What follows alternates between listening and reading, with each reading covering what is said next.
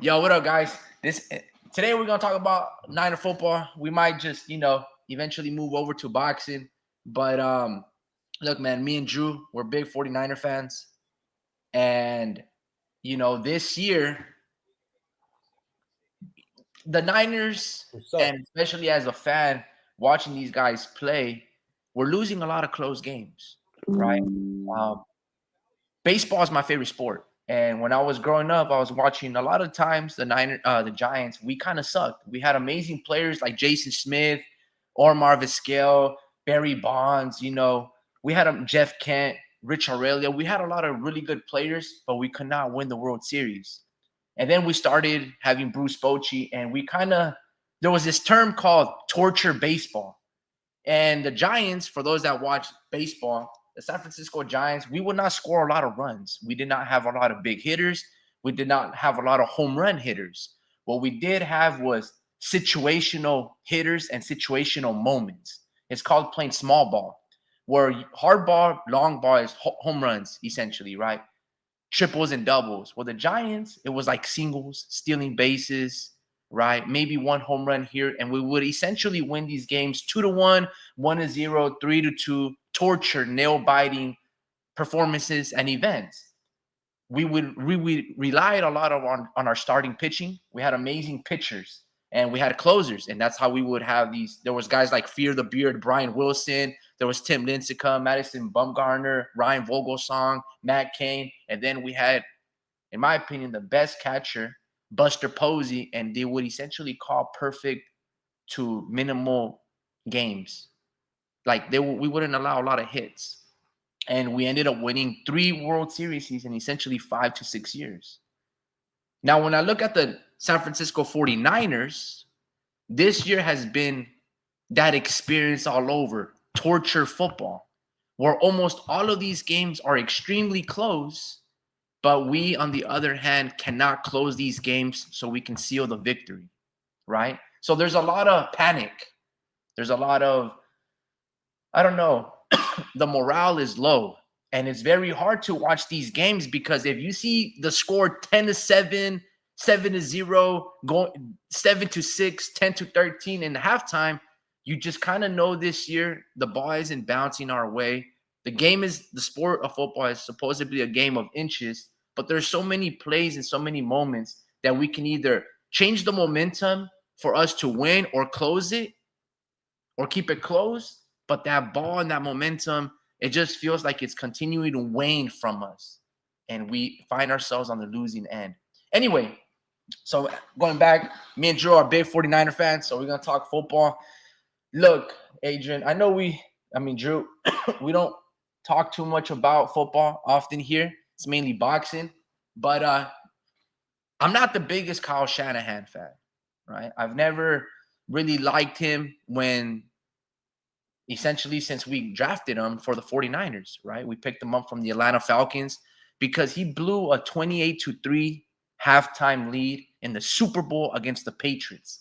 Atlanta Falcons had the MVP Matt Ryan, had one of the best prime receivers, Julio Jones from Alabama, amazing running back, Devontae Freeman, and they had a top 5 defense with a lot of rookies like Vic Beasley, who had like 14 sacks and things of that nature. So I've never liked him.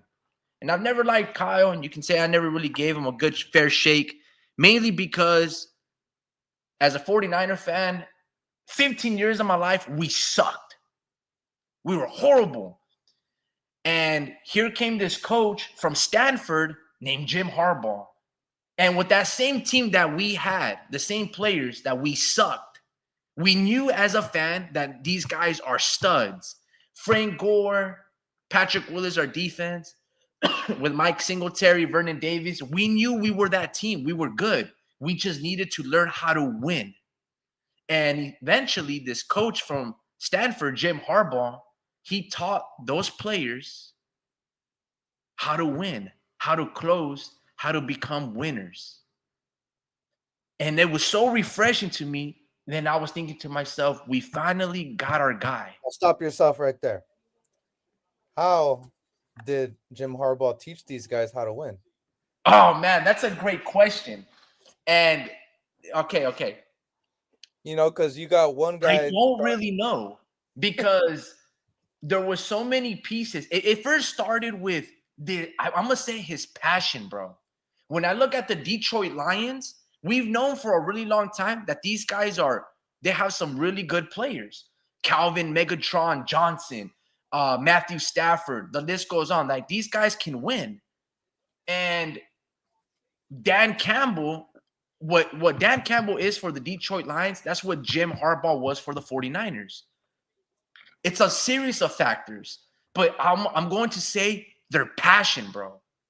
Right? Like they really care and they understand the players, mainly because both of these guys were players themselves, right?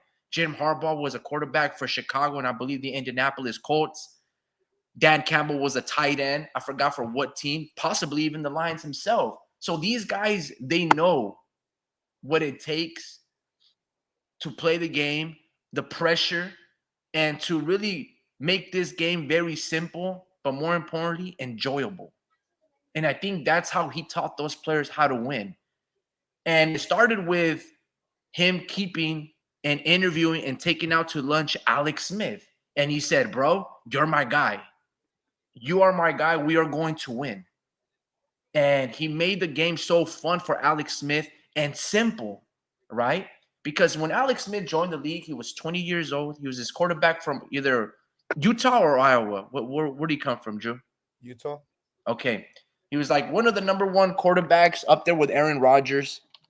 And, he was supposed to be this young guy that's supposed to take over and be our next Steve Young and Joe Montana, right? And he was not that guy. For 10 years, he essentially was not that guy. Then came Jim Harbaugh, man. Then came Jim Harbaugh. And he started off, I'm going to try to show you guys these little moments. Jim Harbaugh, Alex Smith. You can there's probably a story, but there's these sideline moments where he's pumping them up. He's like, boom, boom, banging on his chest. All right, here. 12 years ago. Holy title game. Take a look at your highlights. Seems like a long time ago. Jim Harbaugh getting Alex Smith ready. Those little moments, those coach to player, father to son moments, like banging on his chest, like boom, boom, bro, you got this. You're my fucking guy, right? Take a look at your highlights. Seems like a long time ago. Just amping you up. None of the other coaches that we had, they did that. And it was so refreshing because I would, at this time, as a football fan, all I know was sports. I'm a kid in high school and, football is like what runs my life and my Sunday, so to speak. So I'm a nerd to this shit. And when my Niners suck, I suck. I'm still getting good grades or whatever, but I feel personally like a loser because my team suck. I can't talk smack. Not that I really do talk a lot of smack, but I just want to be able to like, bro, I'm telling you guys, bro, these guys are really good. We can win. But no one's really believing me. During this time, it was a great moment to be a Niner fan. So anyway, I'm just trying to summarize everything why I never give Kyle Shanahan a good shake. Because I miss this guy. And look how he's winning with a decent but mediocre overall roster in the LA Chargers, Jim Harbaugh. And I miss this era, I miss these players, and I miss that coach. So I guess Kyle had big shoes to fill, right? So I never really gave Kyle a fair shake. I can admit that.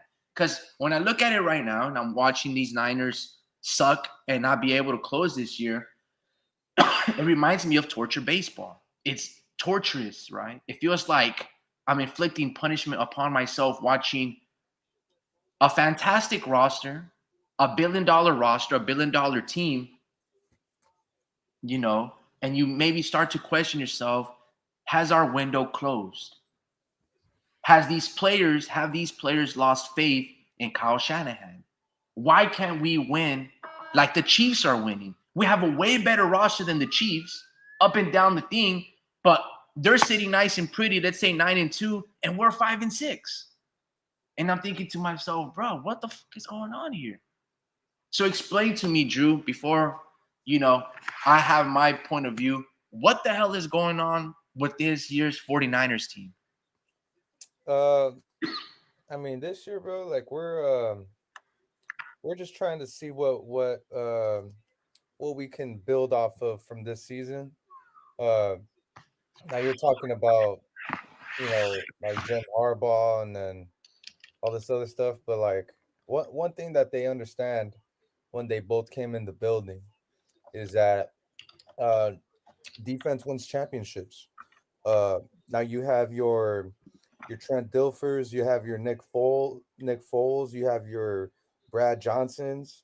Uh, I mean, the list goes on. Like with these quarterbacks that are unknown to the general public, bro. Like, uh, you still they understand that you have to have a defense, bro, to really win these championships. And what did Jim Harbaugh do?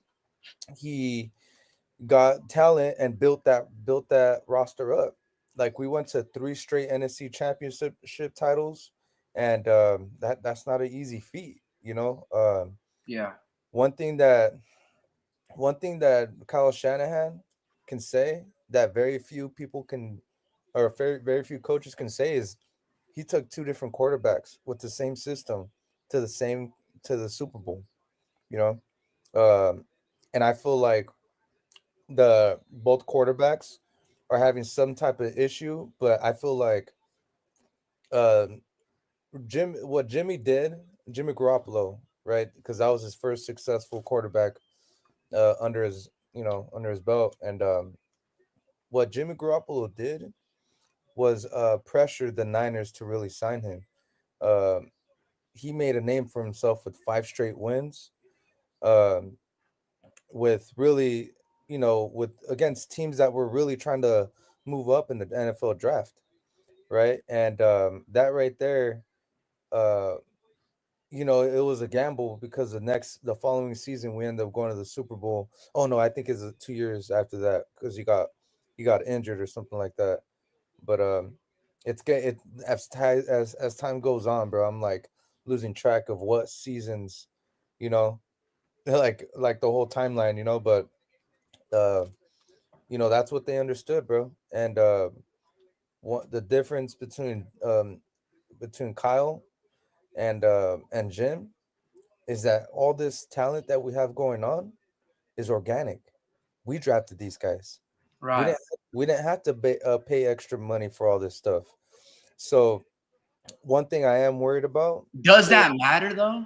yeah, yeah, because I mean, it gives you pride that you're able to find these talents from college, build them up, keep keep them on the roster, maintain loyalty. But if it's like, let's say the Dodgers, and they buy all these guys, Yamamoto, Shohei Otani, Mookie Betts, then they pick up Blake Snell and all this shit. Does it matter when you're winning championships whether it's a paid roster or it's homegrown?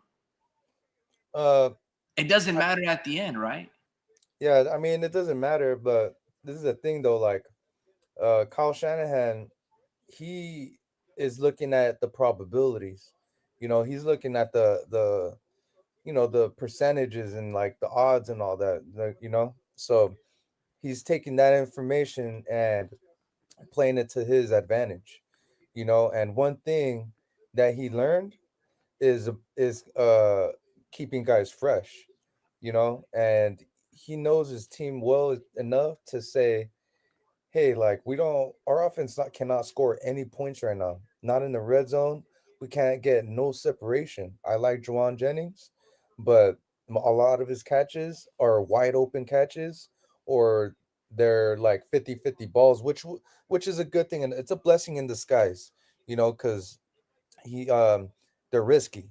Juwan Jennings is a good wide receiver, but we don't have that, just like everybody, or like most teams in the NFL, they don't have that Justin Jefferson or Chase, yeah, that Chase, Jamar Chase on their side, bro. Like, Right. but what it is we need those guys that go up in the air and are gonna beat these grab and catch, like these balls that are like 7 feet up in the air. Like we need a guy that's gonna win those. Only guy we got is George Kittle.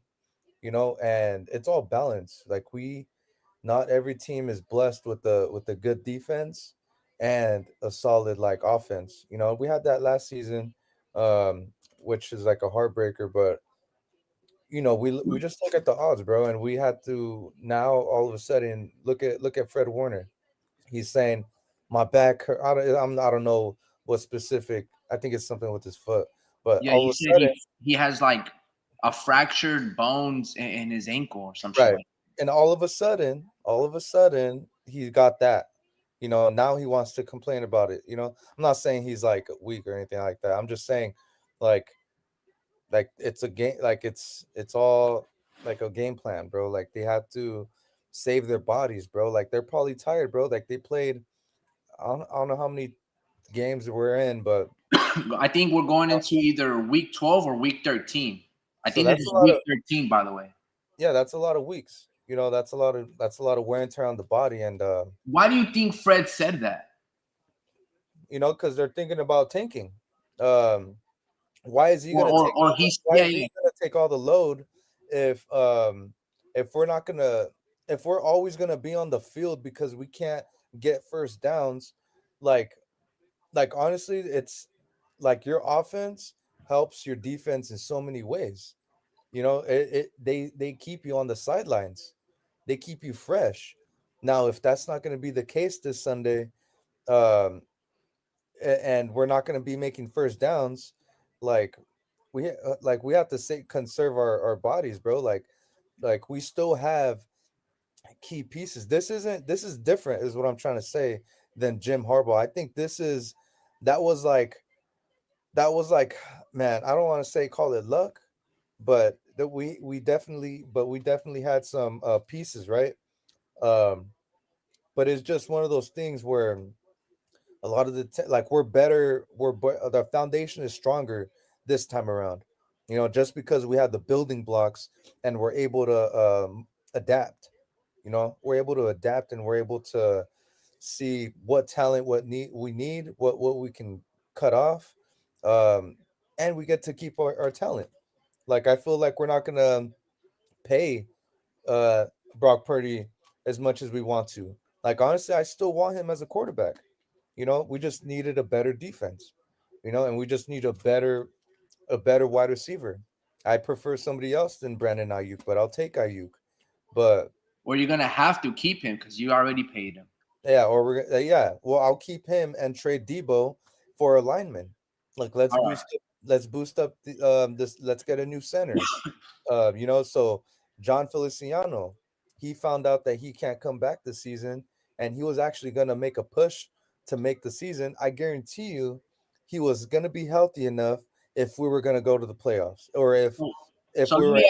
me ask you again, because you're giving me a couple of examples, and I'm gonna repeat the same question. Why are the Niners in this position? Why can't they find ways to win? What's going on? So you Because we mentioned that we don't have a Jamar Chase, but we have a George Kittle. Well, the Kansas City Chiefs don't have a Jamar Chase. They have an aging Kelsey, and they're still able to find ways to win, right? Because essentially, Patrick Mahomes, when he needs to close the games, he's able to. Brock Purdy hasn't been able to. So going back to that same question, why can't the Niners win with this team right now? um, A couple of well, injuries. they do have good receivers. I'm not receivers, but tight ends that act as receivers. We don't have that. We have a blocking tight end. Um, that's not a catcher. Like he can't he's not a good ball catcher, bro. That's Kittle. Kittle's the overall guy. They got Travis Kelsey, but they also got this guy by the name of Noah Gray. Noah Gray is a top 10 tight end. So they have two top 10 tight ends. That they can do a lot with that. Give us a solid top 10 tight end like that. And Kittle's gonna shine But because you have the number at that time before we started sitting him. Jordan Mason was the number 2 running back in the league. He was top 5. The I'm Chiefs talking didn't about, have top 5 running back. yeah, but that's not. Pacheco got hurt, and then they brought in Kareem Hunt off the waiver wire, essentially. Yeah, but that's not like. What I'm saying is, Yeah, he's still fumbling the ball though. He's not the best running back. We but hold lost on, hold game. on. We What- lost the what- game. We lost the game because of him. Right. So, but what I'm trying to say is, you can't have a top 5 player in every single position is what I'm trying to say. We can't have them fumble then. Right. But check this out. Overall, let's say we've lost a game because of Jordan Mason. He's putting us in multiple games to be able to win these games. So what I'm just trying to figure out is we have George Kittle. He's essentially the number one alongside with the rookie from the Raiders, right? Brock Bowers as the number one tight end in the league. Jordan Mason at the time before they started to sit him and install Christian McCaffrey, which I told you was a big mistake because Jordan is younger. He's running harder. He has something to prove. He's got fresher legs. And while he does maybe fumble, right, which is expected, McCaffrey never fumbled. Putting us in great positions to excel. And then, you know, yeah, we might not have Brandon Ayuk. He's been hurt. Then he was not really into his, you know, he's still trying to get acclimated to the offense and all these things. You still have Debo. You still have Juwan Jennings. You still have all these other players where you're able to win these games. Because, again, a lot of these games, we're talking about closing.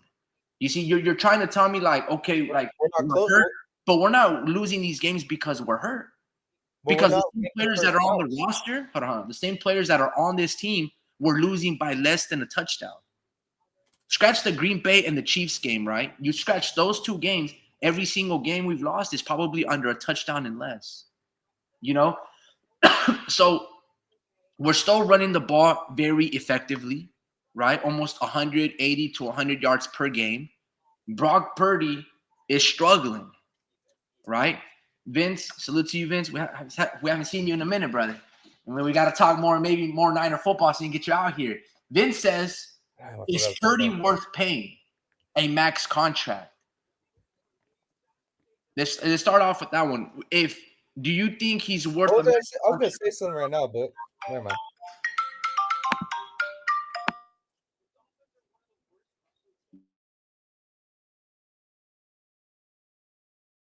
Yeah, I was going to say something right now, but scatterbrain over here.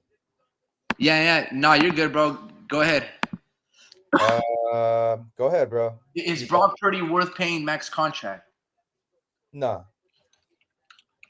But that's the thing. We don't like. They didn't pay Nick Foles max contract. They didn't pay Trent Dilfer max contract. Brad Johnson max contract. They just ended up with a good defense. He's still got time. I'm not sure actually how much time left he has until he gets a contract.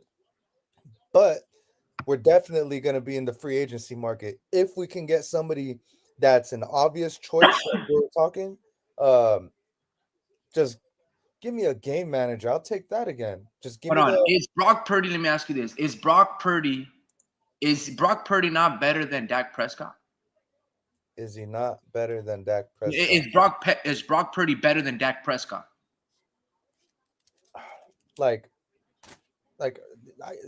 Is he better? I don't know, dude. Just because one has a messed up ankle, like I'm looking at the overall situation. Okay, overall situation, overall clutch players, overall winners. I'm taking Brock. Who's better, Brock Purdy or Dak Prescott? I'm taking Brock. Absolutely. Because he's gone to the Super Bowl. He took us to the NFC Championship game. As a rookie, right? He had to play immediately, and everybody was thinking, oh, man, our quarterback's hurt. We're done. Brock Purdy came, and he never gave up the starting quarterback spot, right? In 2-3 years since we've gotten him, since I want to say 2022, right? 2022, he took us to the NFC Championship game, and he gets hurt because we put a sorry-ass tight end, Ross Dwelly, to block Hassan Reddick, and they injure Brock Purdy, and he's done for the game. Right then and there, that same roster, everybody was healthy. Top defense, top offense. You saw the importance of Brock Purdy. We got our ass kicked by the Philadelphia Eagles, I don't know, 40-20, 40-10, whatever the score was. That let you know that we were only as good as Brock Purdy. He literally has been carrying us for the past 3 years. Does he deserve max contract? If you're paying sorry-ass Debo Samuel, if you're paying sorry-ass Brandon Ayuk, if you're I don't know, rescheduling, reconstructing Trent Williams' old ass age and giving him an additional 3 more years, top offensive line money, you would have more than enough time and money to pay Brock Purdy, because this past Sunday and the Eagles championship game, we are nothing without him. That's what he's shown me in the past 2-3 years that we have Brock Purdy. He's the best player on the San Francisco 49ers roster. He's more important than Christian McCaffrey. Because what did Christian McCaffrey do against the Packers? All right, he wasn't shit without Brock Purdy. Nobody was good on the Niners team, both sides of the defense, offensive coordinator, head coach, defense were demoralized. They could not tackle. Everybody did not play with effort. We looked like the Mike Nolan of 2006, 2007 49ers without Brock Purdy. Brock Purdy deserves every penny and more so, because this is the same Brock Purdy that went to overtime against Patrick Mahomes. And this is the last pick of the NFL. Brock Purdy is the Drew Brees of today's league. Short, but he's clutch. And if Kyle Shanahan can reimagine what the 49ers offense should look like and be more flamboyant, put them in different positioning, the reason why we can't close these games is because Kyle Shanahan in his life and in his career does not know how to close out football games. That's the reality. We go back to the Super Bowl with Jimmy Garoppolo. We were up 20-10, could not close it. We were winning 10-0 in February. He could not close it. He could not close a 28-3 lead. All of this year, Kyle Shanahan cannot close. Let me tell you guys the importance of closing, okay? We talked about in the beginning, before a segue, we started talking about torture baseball in the San Francisco Giants and how we had amazing pitchers and rotations. I think we were in game 6 or game 7 against the Kansas City Royals. And Madison Bumgarner is having a legendary pitching playoff run in the World Series and going to the World Series. That this guy, he's a starter. For those that don't know baseball or kept up with San Francisco Giants, Madison Bumgarner was essentially Tom Brady and Patrick Mahomes in this year. I want to say like 2014. He's an amazing pitcher. Anytime that he comes in here, he's just going to shut it down. You're not going to hit off of him. You're rarely going to hit any ball, let alone a home run. And he's going to just strike everybody out and get a bunch of ground balls.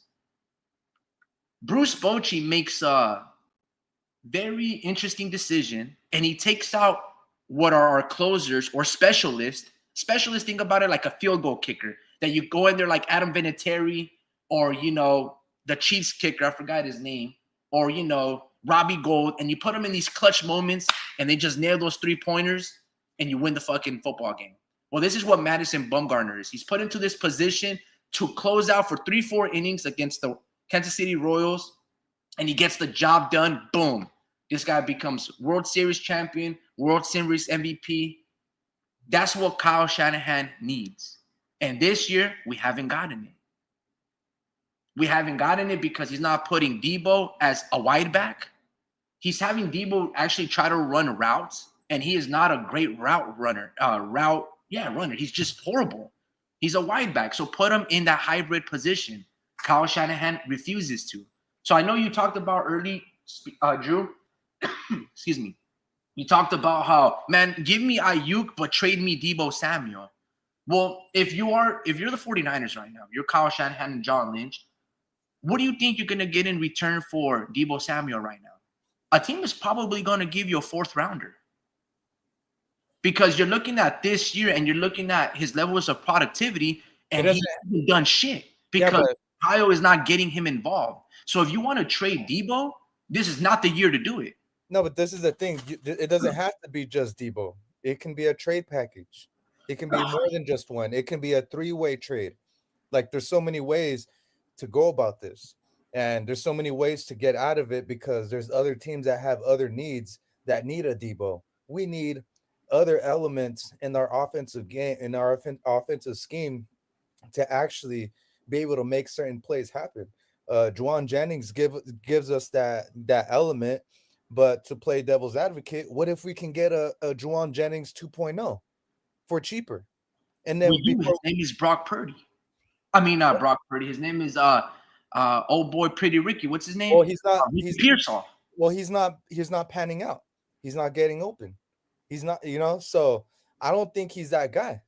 He hasn't shown me that. I think he's that guy, bro. He can run routes, and on top of that, when he gets the ball in his hands, that dude is making he's fluid. He's fluid with his cuts, his stop and goes. And then I didn't even know he had breakaway speed. This dude, when he makes that cut, you can't catch up to him, bro. But where's the productivity? Because it's Kyle Shanahan's lack of creativity to get his ball players involved this year. I disagree. Because he's playing the exact same system as Brandon Ayuk. And Brandon Ayuk was able to have over 1,000 yards back-to-back seasons. And by the time Brock Purdy came in after Jimmy Garoppolo, damn near Brandon Ayuk had almost 1,000 yards just between him and Brock. So it's like, yeah, now you're showing us that we prefer to keep Brandon, or I mean, not that we even had a choice, but maybe he's better off against the number 2 guys.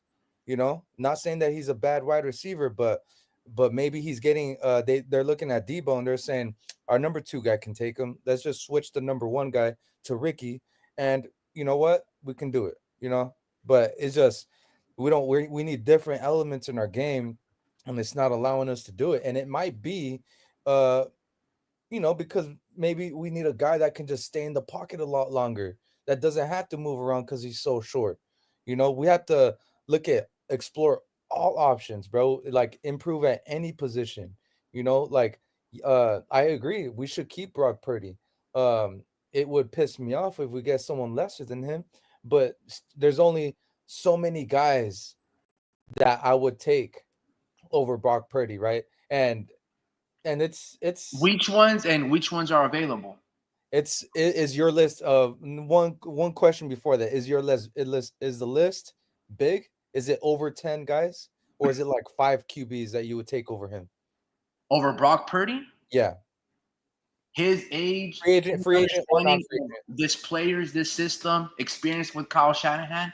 There's only like 2 or 3 quarterbacks I'm taking over Brock Purdy, and one of them, or probably 3 of them, 4 of them are not available. That is Patrick Mahomes, not available. Justin Herbert, not available. Josh Allen, not available. And Joe Burrow, probably not available. Everybody else, that's what and like you say Lamar Jackson and stuff, but then you're telling me that you want quarterbacks to stay in the pocket, right? Lamar's going to scramble. Brock Purdy has been into a Super Bowl over Lamar Jackson. Yeah. That's it. So there's only a select few quarterbacks that I'm taking that I trust right now to run this team than Brock Purdy. Now, there's other candidates that I'm intrigued. You can say like a Trevor Lawrence, possibly a Daniel Jones, possibly Deshaun Watson, who you can probably get peanuts on the dollar, pennies on the dollar, peanuts on the dollar. You know what I mean? Pennies on the dollar, because he's injured. There's the whole scandal with him surrounding, so you can probably get him for like a 6th-rounder, Deshaun Watson from the Cleveland Browns. But even then, and we're talking about consistency, Trevor Lawrence has one of the best offensive players, really good running backs, really good receivers, and tight ends. And look what he's doing. And he's got a Super Bowl winning coach in Doug Peterson. And he's got a couple Niner players on that side of the ball, on the defensive side, and he can't win. And this dude's a Heisman winner. I'm taking Brock Purdy over him. Daniel Jones, bro, look what he was able to do in New York. Absolutely nothing. And he had Saquon Barkley, and he's 6'5". And then you hear about all the bad shit that his teammates were saying about him, because he just got released.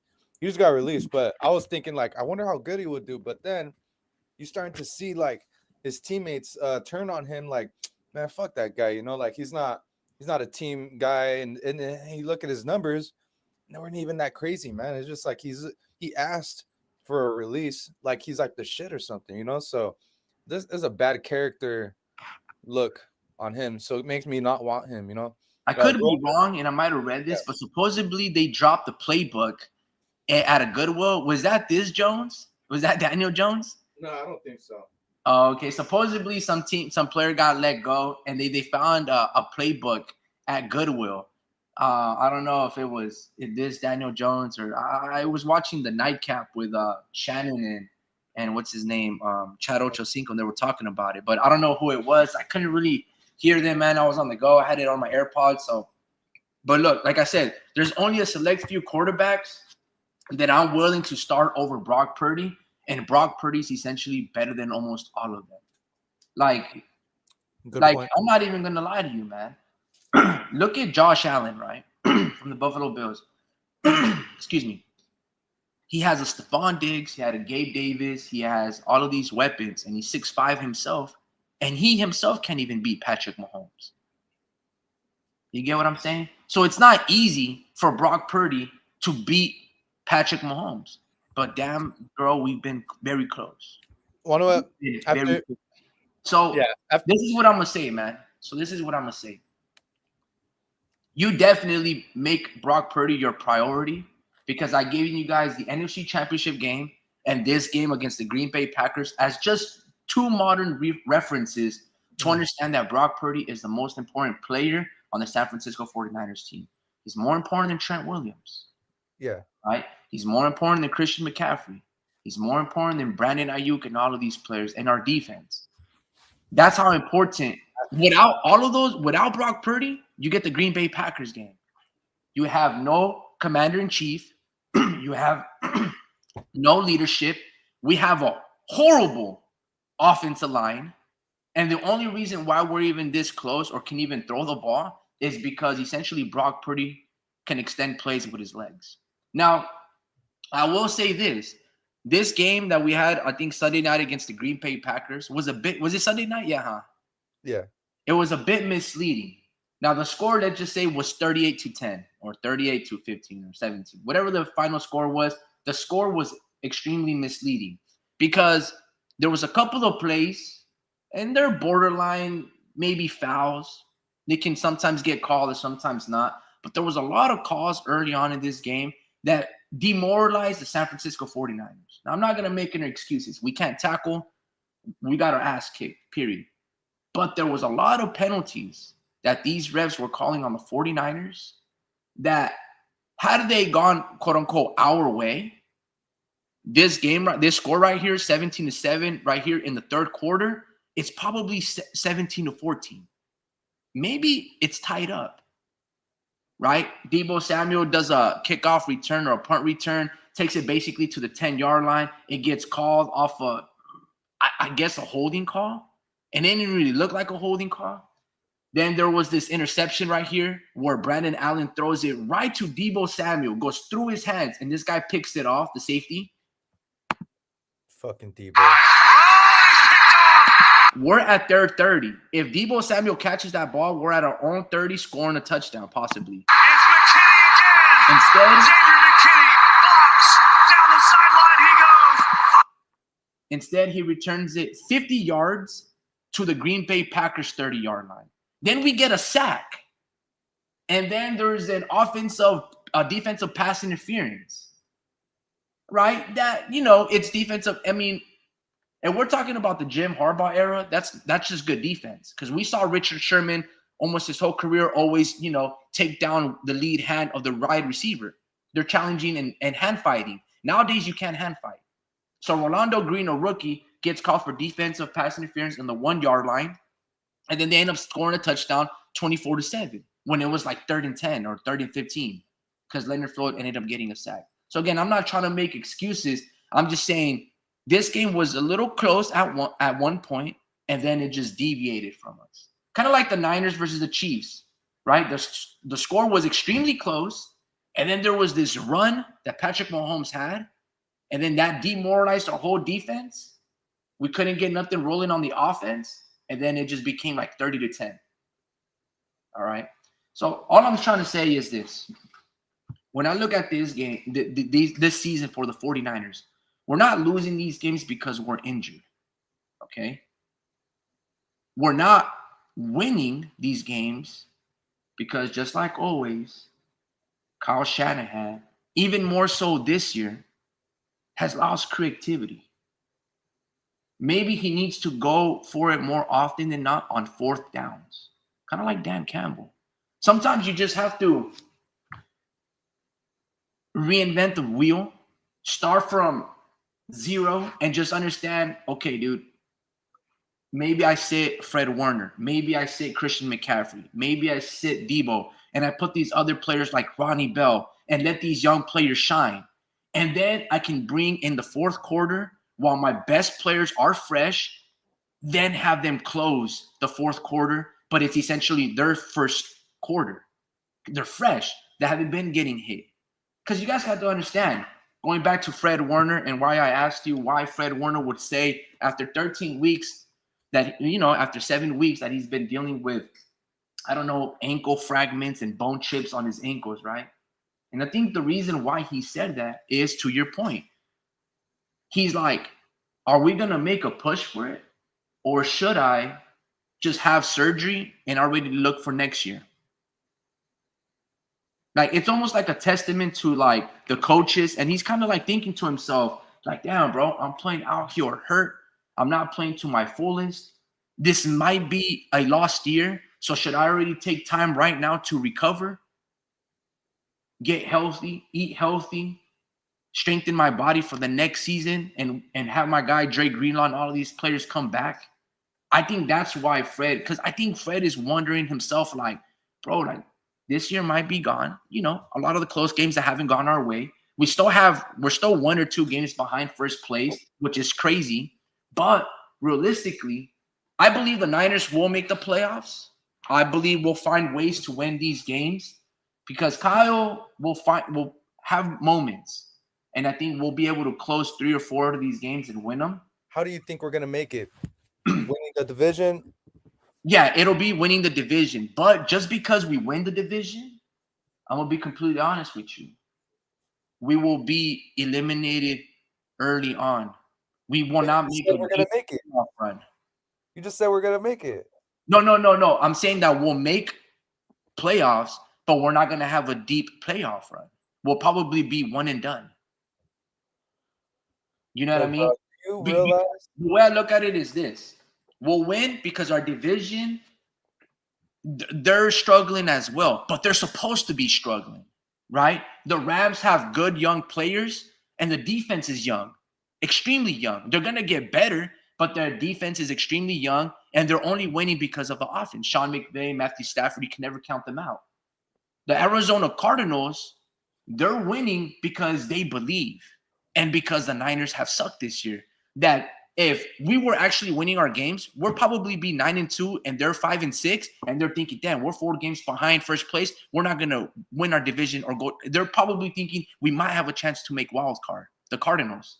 And then the Seattle Seahawks, well, honestly, they should be up there with the Niners. Like, if we're just talking about talent and roster with 3 number 1 receivers, Kenneth Walker and Geno Smith, but their defense is also very young. So they know that they can't really close out their games and rely on defense like they had with Cam Chancellor, Earl Thomas, Richard Sherman, Bobby Wagner. Like, that Seattle team on the defensive side, you can't even name me one legitimate player. Anyway, whereas the Niners this year, I believe that the Niners, I got to look at who's healthy and who's going to be playing against the Buffalo Bills, but I think we match favorably against the Buffalo Bills. I think, in fact, we'll beat them. Let's say it's snowing. That allows us to be able to run the ball much more. So it'll be low-scoring game. If it's not snowy and it somehow happens to have nice weather and Josh Allen is able to be a dual quarterback where he can throw the ball and not just only run it, then we're in trouble because now he becomes like a Lamar Jackson and Patrick Mahomes. But if it's a snowy-ass, ugly-ass weather game, then I think Christian McCaffrey, Jordan Mason, we can close the games out like that. And a couple of passes here to Deebo Samuel in the snow, breaks a tackle, and then same thing with George Kittle. So I just got to know who's playing. Is Brock Purdy playing? Is Nick Bosa playing? Because we need big bodies because Josh Allen is 6'6". You know what I mean? So I think we'll win. I knew we were going to get destroyed by the Packers. I just knew it. All of those injuries and a lot of players not playing, and I was like, all of those young receivers, which are Chardavius Ward is not even active, we're gonna get smoked.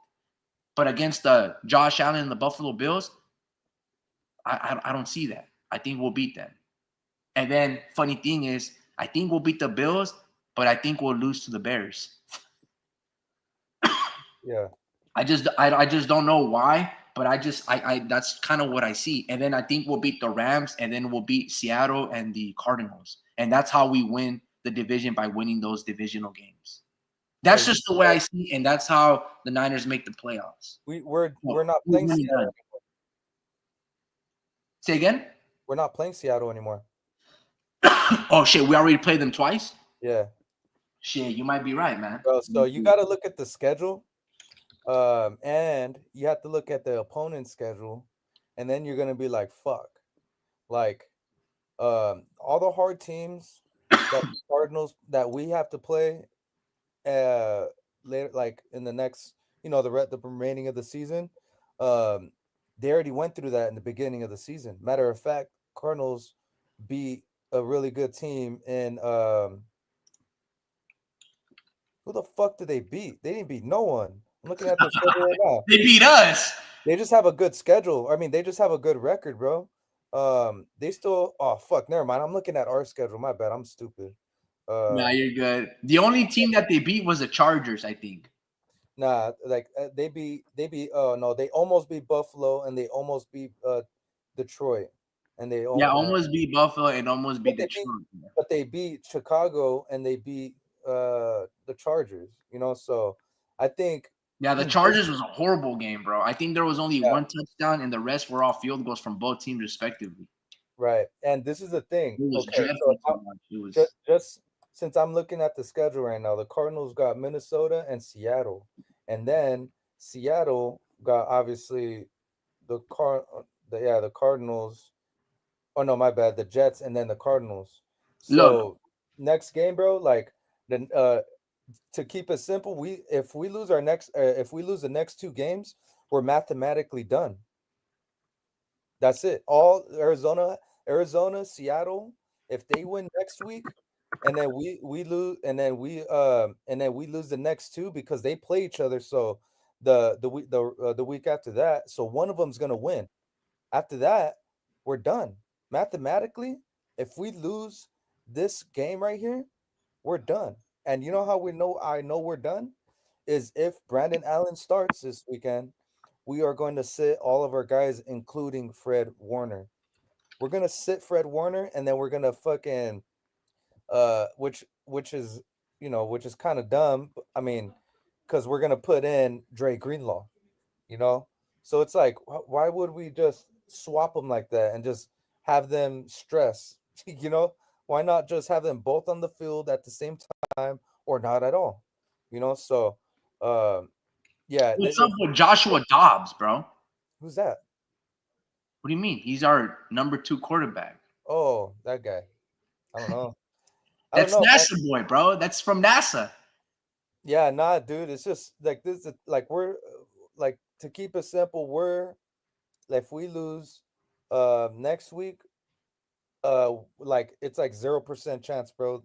Like that's it, And I think we're just gonna go with the odds, and we have to hope on the shooting star, bro. Like we have to wish on a shooting star and hope, and see what happens, bro. Because let me tell you this: Do you remember when the Seattle Seahawks were 7-9? I think the quarterback was Matt Hasselbeck, and they had Marshawn Lynch, and they played the 14-2 New Orleans Saints, and they beat their ass with that amazing beast mode running. Yep. Okay, that's the Niners. No, we don't have that. That's the Niners. All we got to do is get in the playoffs. I don't care how ugly it is. Once we're in the playoffs, don't matter what the record is, you might play the best team with the best record, and guess what? You can beat them. But there's another thing. We have the players and we have the experience. It's just get your ass in there, bro. Get in there, get in the playoffs, and everybody starts 0-0. Same thing with the Chiefs. They get in the playoffs, right? They might have the best record in the NFL. Let's just say the second best. I think the Lions only have one loss.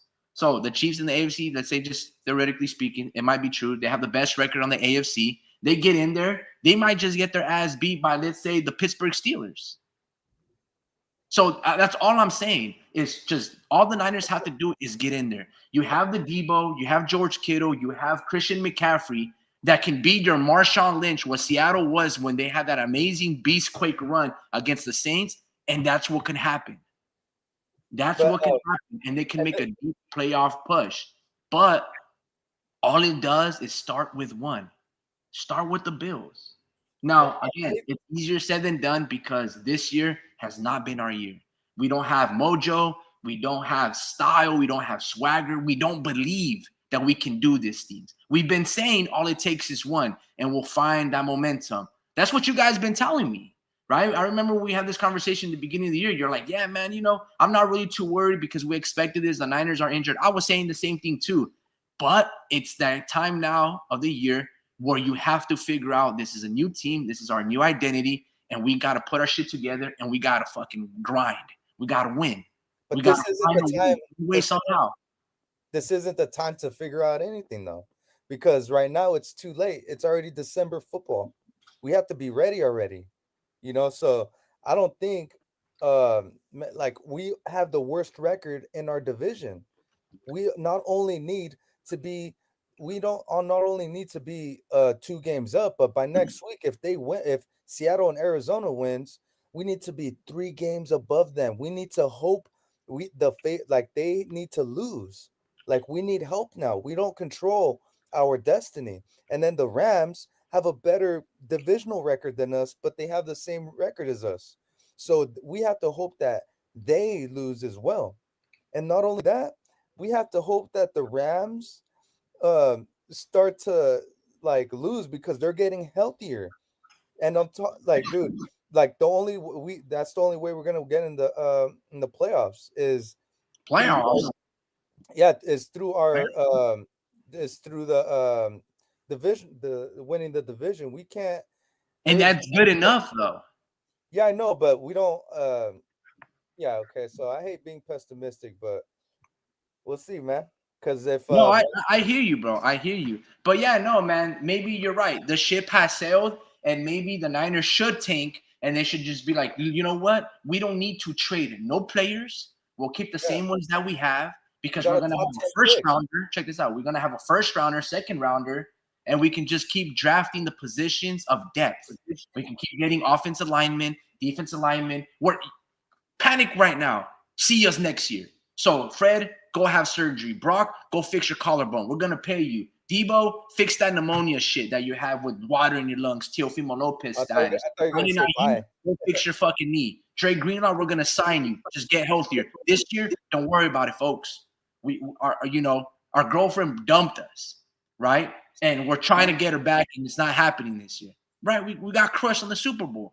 We're dealing with, heartbreak, right? We've things are out of sync. The stars are not aligning. The food don't taste good. I can't smell that amazing roses and cologne. It's just not there, But try to have a rebound, and it's just not going our way. That's all the Niners have to do. See me next year. 2 months from now, boom. It is what it is. I think the biggest mistake that the Niners can do right now is try to clean house. This roster is too good, and we're only going to get better. Let's just say we just do make excuses. Man, it's not, I'm going to rest we got heartbreak, and a bunch of our players, because of a long playoff season last year, carrying over to February, starting with Dre Greenlaw, then coupled with Brandon Ayuk and all these things, injuries happen. Christian McCaffrey, all of these things caught us with surprise. It changed my momentum of everything that I was, preparing for this upcoming year. Just wasn't our year. See us next year. Guys, get healthy. That's it. Let me see what Ronnie Bell. Let me see with Brandon Allen, Joshua Dobbs. Let me see Jordan Mason, Garendo. Let me see all these young players continue to shine. And guess what? The future looks good. Rolando Green, corner, looks solid. Ambry Thomas is absent, but Lenore, amazing, to the point where we can get away with Chardavius Ward and pay that money to Brock Purdy. We don't need to pay Hufanga because Mustafa and Jair Brown are better. You know what I mean? So let D. Winters play. Fred, go on IR. Winters, take over. So, get these guys experience. They ball out this year. Guess what? Next year they're only gonna get better. The season we got pick. Shit, is that on my end, bro? My thing probably got bad internet. Damn, I got 1 bar. Yeah, bro, you were choppy this whole time. Shit. Let me Yeah. This season, bro. Oh man, see, you either have to get off or I can't talk with you. Oh man. Let's just wait.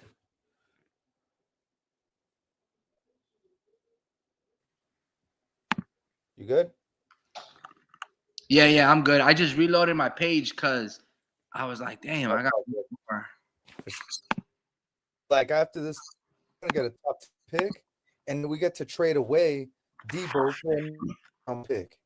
You know, so and then with Trent Williams, he's gonna want to see the landscape, not as with free agency, but with how good we are with what we do in the offseason, because he was about to go to the Kansas Chiefs. You know, if it wasn't for us paying him the amount of money, we wanted to have that sealed up. But I would trade away. He still had 3 years left on contract. That motherfucker ain't going nowhere. Okay, so that's good then. He can retire. He can retire for all I care. I just hate how much he, fucking Chiefs. I just hate how much he what's it called? You know, talks about, you know, retiring every season. So that's what I was saying. Yeah, bro. He's got 14, 15 years, over 340-pound lineman. Yeah, I'm sure he's always wants to get hurt, bro. About it every year though, and I'm like, bro, like, okay, like we get it. You know, like I think you're getting impatient. You just want to win a championship. I get it, whatever. So I hope he stays. But if he because he's the greatest of all time, I'm like, man, I'll keep that in. I'll keep all-time great anytime, you know. So I think with Aaron Banks, he's showing that maybe he's not that at that level. I think Dominic Pooney is that guy, but everyone else can go, you know. So we can build our offensive line, and then we need to build around what's his name, Brandon Ayuk, since he's on contract, Christian McCaffrey, and George Kittle. We need not a replacement, but we need a number 2 tight end that can do damage as well, that can act as a wide receiver. You know, we need him to block now. I think I said this a lot. So I'm really curious to see what we do at wide receiver, because we expected Pearsall to kind of outshine a lot of these guys, and he got shot in the shoulder, bro. But I know he is, but I'm also curious to see him going up against the number 2s and not the number 1s. You know, like I wanted to see him and Brandon on the same field together at the same time. That'll make a big difference right there. You know, and that'll open up George Kittle as well. You know, so it was just a lot that Kyle Shanahan couldn't really do. And that's why he was only successful with sweeps, because they were like the easiest plays to play, but they were predictable sometimes. We didn't have that speed guy around the corner. It was just Debo, you know. So, you know, I would, you know, we have to see, you know, what we can, like you said, bro, like with Brock, there's very few guys I would take over him. Just listening to you ramble on about it, I'm like, what? I want to keep. Did want to keep him prior, but it's just been a frustrating ride. But it's just, you know, it's hard to also go, is because I still have those 2 games in the playoffs last season, bro. Doesn't that still blow your mind? Like, that's some legendary shit right there. He came back from deficits back to back. He is literally the reason why we went to the Super Bowl last season. You know, he was down against the Packers, down against Lions. That's fucking amazing. You know? Yeah, man, I agree. I'm responding to Mexican boxing. So weird how this channel has 13K subscribers. He says that every single live stream that he's here. So I'm gonna just highlight the comment, bro. You know what I mean? I don't know how many times I have to answer that question. I know he's.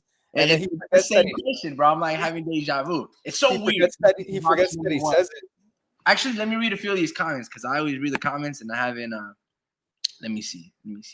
Starting with Vince. He goes, "What up, Ricky? NFC West is weak, so the 49ers are lucky to still have a chance. Salute to you, Warp Speed. Good Thanksgiving Eve at the homie Ricky, Dream 123, and Vince Vargas." Vince goes, "Happy Thanksgiving, fellas. Warp, turkey, hand emoji, or half five. Is Purdy worth paying max contract? Dream, you are very low in sound. Speak up. What's it going to be, Vince? Turkey, ham, prime rib, or something less traditional? I'm about to start smoking a brisket in a few hours. Long night for me, no sleep." Mexican Boxing goes, "Man, football sucks. Talk football mexicano or boxing. I knew you were Mexican," like Warp Speed. Arimedi goes, "Who's playing on Turkey Day? NFL ? Mexican G goes, "Salute to you guys. Salute to you, Arimedi." I didn't actually catch that one. What's cracking, mi gente? ¿Qué onda, le carnal? ¿Qué hubo, Adi? Hope you guys are having a good night. Just to answer your question, Arimedi, Cowboys are playing the New York Giants. Packers are playing the Dolphins, and the Lions versus the Bears. The first early game will be 9:30, followed by what? 12:30, and then like 3:30, something like that. Pacific time. Who's going to eat the filled butterball turkey this year? I'm gonna skip that first word, man. Orale, that's firme. Warp Speed goes, Arimedi at the Mexican G. Good evening, fall gentlemen. What is it going to be for tomorrow? Turkey, ham, prime rib, or something less traditional? Since that's the second time saying that, I'm gonna highlight it. Same to you. Enjoy the weekend with the familia. We never know when it's the last time. And Mexican Boxing #1 goes, "It's so weird how this channel has 13K subscribers and only 5 views." And Tacos de Pito says Warp Speed. All right, man. So, look, man, because you asked the question, Mexican G, and I never back down from a question. Yeah, man, look, this channel has 13 subscribers, mainly because of the boxing highlights that I used to post and edit, and specifically the Timothy Bradley. A lot of people just subscribe to the channel, and they never left. They never left. But they never joined my lives, man. They never joined my lives. So I salute to the handful of guys, like you guys yourselves, Arimedi, Mexican G, War Speed. We don't beg for attention. That you guys actually come through and chop it up with the old boy right here, man. So it's a pleasure. I don't care if it's 1, 2, 10, 15, 150. Look, man, if there was 1,000 people on this live, I would be that dumbass to actually read every single comment, right? So I'm kind of happy that's only 5 because it allows me to talk a little more. Yeah, so there's pros and cons to everything. Arimedi goes, "Man, why are you always hating against us Mexicans at boxing, Mexican Boxing #1? That's the real spiel, man. You see, I always find it, not like hypocritical, right? Hey, you're a real hypocritical that Oh, you wow. care so much about the opinion of a Mexican. Hey, you cut out. Ah, man, no way. Yeah, I think you cut out, bro. I got 1 bar again. Okay. Connection is unstable. If you're on Wi-Fi, try plug it into your router or move closer to it. Well, check this out. So I have this other computer, the main computer, and my phone. So I think that's what's like jamming it all up. I don't know, dude. It's just one of the things. But the weather seems good here, so I don't know. It shouldn't be like there's a nasty ass cloud or anything. It's because everyone's on their phones, Yeah, it might be a lot of interference from the device. So I'm gonna rearrange something right here. This little setup. Move this phone here. Put it over here.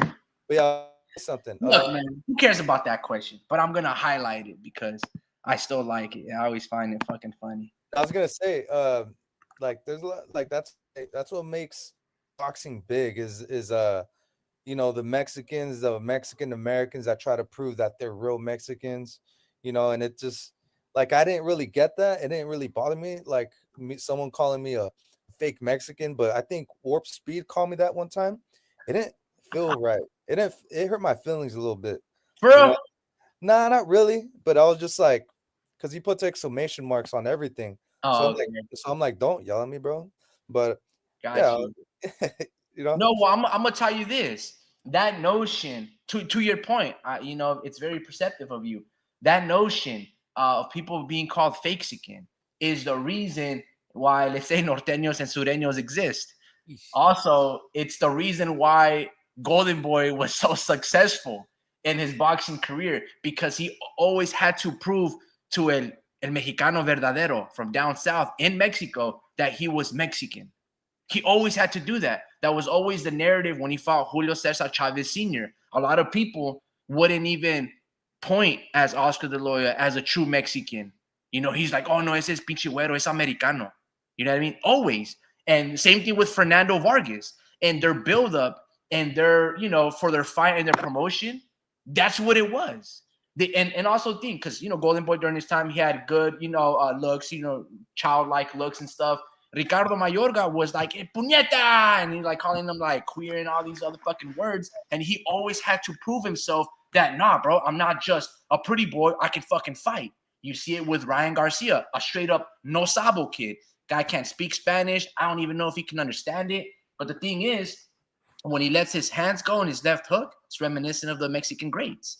You know, so it's always that notion of you having to prove that I'm Mexican or that I'm black enough or that I'm tough enough. It's where the best stories come from in sport and predominantly in the sport of boxing.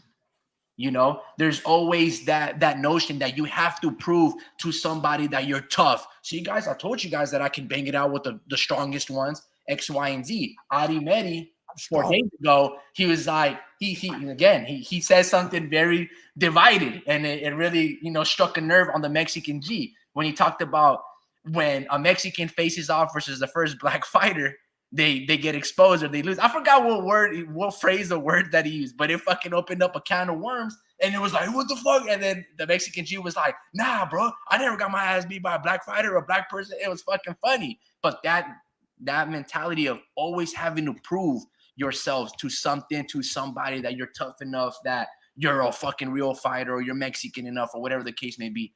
To your point, Drew, has been the notion of what makes these storylines in boxing so great. You know, they say the same thing to Sugar Ray Leonard. They say the same thing to Oscar De La Hoya, Ryan Garcia, Canelo Alvarez. You had Ponchito Alfonso Gomez make fun of him. He's like, este güey con pecas. And he made a whole rapping scheme. It was fucking hilarious. And it's actually quite good because Ponchito Gomez, you know, he can rap on the mic. But anyway, man, a lot of these things has always been in the sport of boxing. So, you know, I don't really get offended when he goes, hey, man, you're fake-sican, because it's just like, well, I'm not going to buy into your notion and your game, you know, in the sense that I have to prove myself that, oh, you know, I'm from Mexico and that I'm into car culture club. And if I don't got to prove myself to nobody, you know what I mean? So that's just the way that I look at those comments. But I'm going to highlight them because it doesn't show too much about me. It shows more about the other person. You know what I mean? It's just a little psychology. I don't even know what I'm talking about, man. But anyway, War Speed goes, and they probably don't even know that they are still subbed to your channel. You went radio silent for so long. Yeah, man, I used to be very active. Just a little recap. I used to, and you guys have heard this story before, you know. I used to talk boxing more often, but I used to make, not shorts. YouTube didn't have YouTube shorts. I would just make short videos. And I would just choose either a polarizing topic and then give you guys visuals, dub it with some background beats, and just have fun with it. I stopped doing that because kind of to not the Mexican G, Mexican boxing #1, a lot of people started realizing that I was talking Mexican boxing, and they would always want me to, oh, what is 78 Sports TV saying? What's your point of view, bro? Go to their chat and talk bad about them because they're talking bad about our Mexican fighters. And I was like, I don't like doing that shit. I'm not really here to debate other channels and to prove the worth. I think War Speed tried to tell me to do that on Ring IQ, right? Boxing IQ. And I went on their live, and there was 10 people ganging up on me. You know what I mean? 10 people to 1. Like if I say something, you have like 7 guys kissing the ass of the host, and it's just like, bro, you guys are so wrong. And it was like a very simple argument. You know what I mean? It's just like, bro, I'm not going to get in here and have fucking 10, 15 people shit all over me. Like if you guys are not going to listen to a point of view because your guys' king can do no wrong, I'll fuck that dude up. He fucking weighs like 110 pounds. He don't know fucking boxing. You know what I mean? He just reports. But anyway, as I was saying, okay, it's not about this thing. so I don't ever go on to debate things. So then I stopped making boxing videos for like 4 or 5 years because I was just like, bro, like we can't even talk boxing here if we're not gonna get like racial and political. I just like, bro, I'm over that shit. Like, what is this?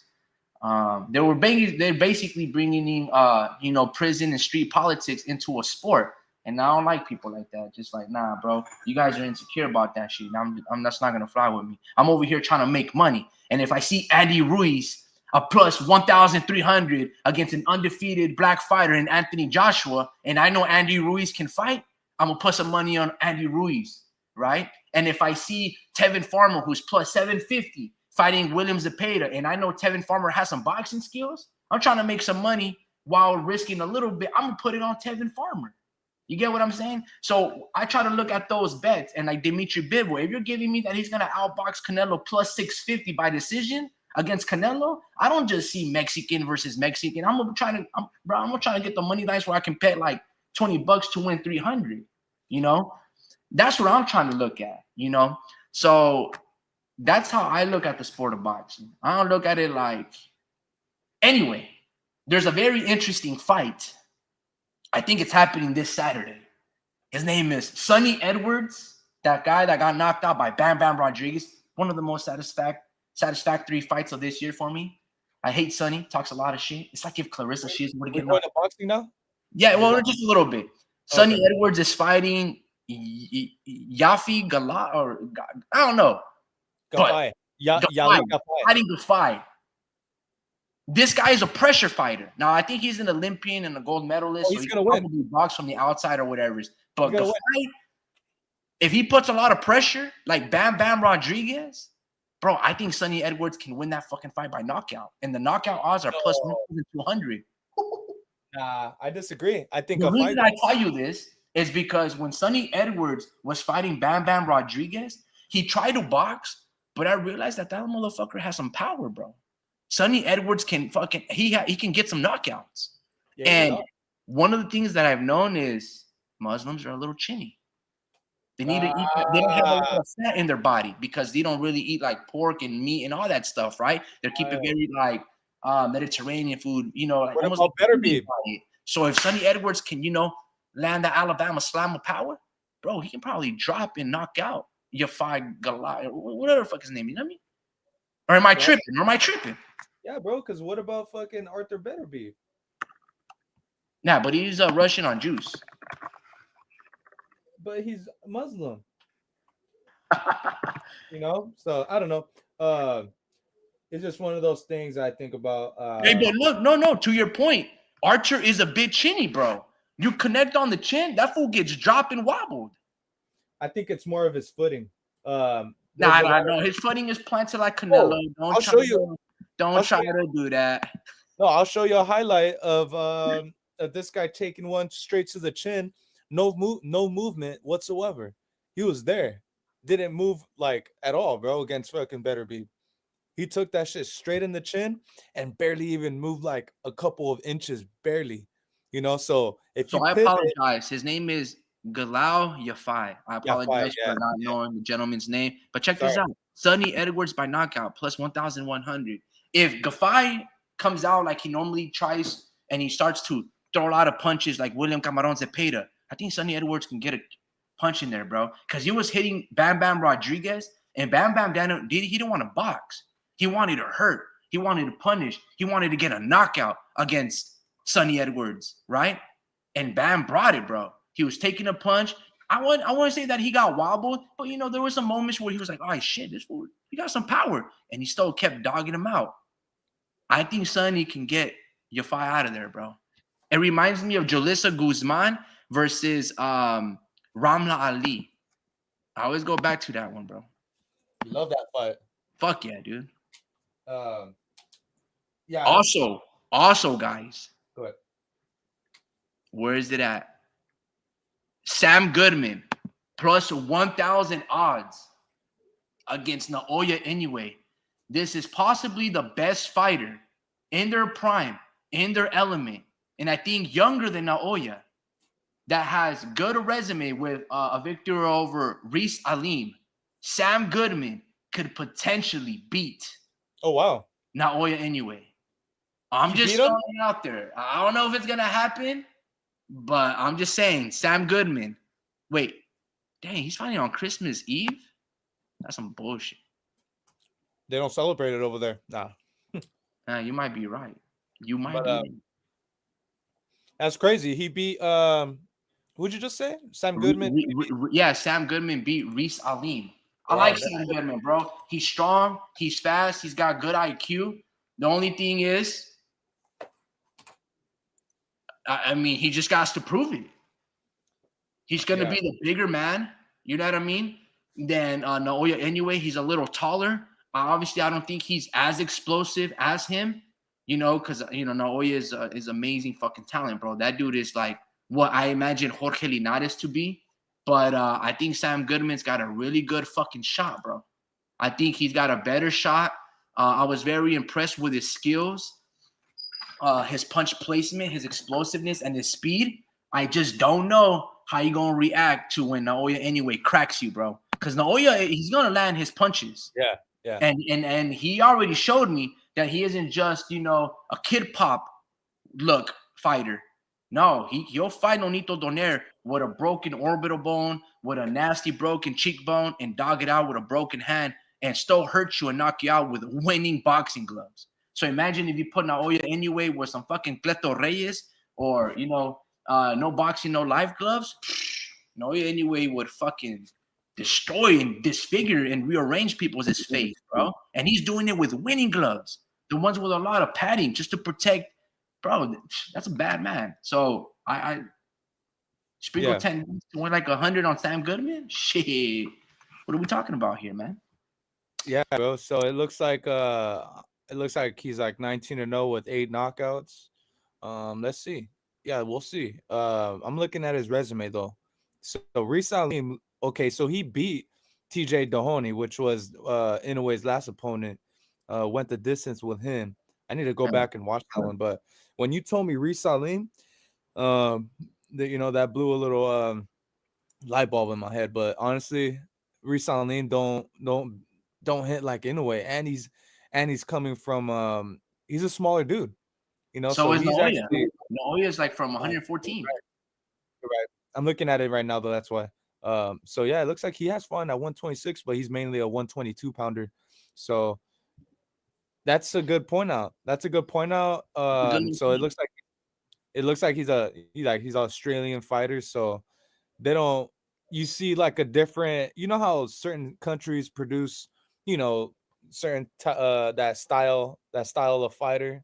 With Australia, they don't really have a style. You know, they're just rough.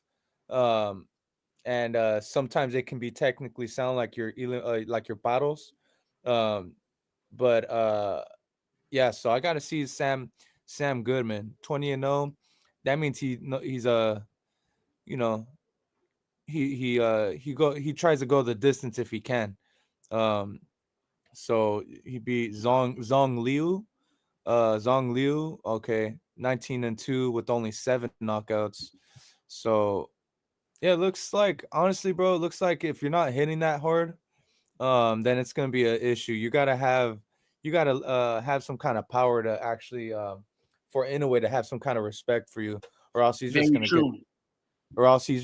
you the fuck out of there, bro. He's not. So Sam Goodman is not Luis Neri. I think Luis Neri was probably like his hardest, most technically sound like opponent that actually takes more risks than any other of his opponents. If you look at Nonito, he took a risk and he wobbled in a way. I forget which one, the first or second one, but I remember that. But we had evidence of that, you know, that Nonito had power like that, you know. But Sam Goodman, we don't have that evidence, bro.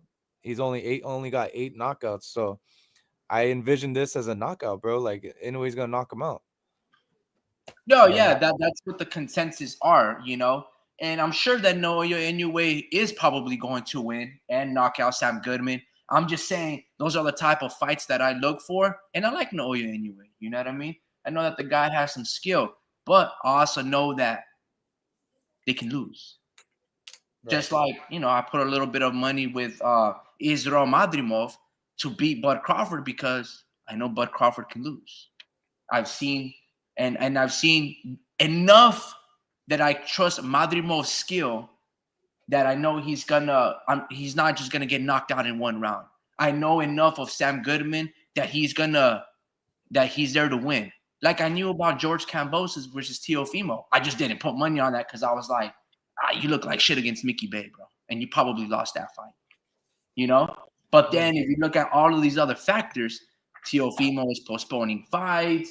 He's not with the main promoter. He's trying to fight on Triller, postpone here. He's having panic issues. The freaking Dino Thorsland, the actor of the Mountain from Game of Thrones, is punching him in the abdomen and, fracturing his ribs. I'm just like, I don't know, bro. George Kambosos, he's a live dog. So those are the type of things that I'm obviously not Oya anyway, consummate professional. He's not with the fuckery. He's a straight, solid samurai.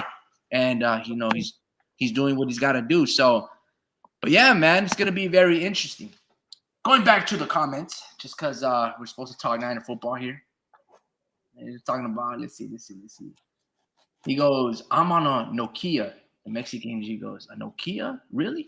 Never been a fan of turkey. I'm a rib eye roast type of guy. I've only once tasted good turkey once. Then it was always chicken's stepsister. That's actually a really good point. I'll highlight that one. Chicken's point sister. Where's that at? Yeah, no, man. I'm not a big fan of turkey itself. It's just very dry to me. Obviously, we don't really cook it that often here. And when we do, we make it into like turkey sandwiches because I don't know, man. I'm not saying that there aren't methods out there to deep fry it or make it succulent and juicy and shit like that. It's just when we make it, we just don't get down like that, man. In fact, I'm working tomorrow, so I had we actually cooked our Thanksgiving over the weekend.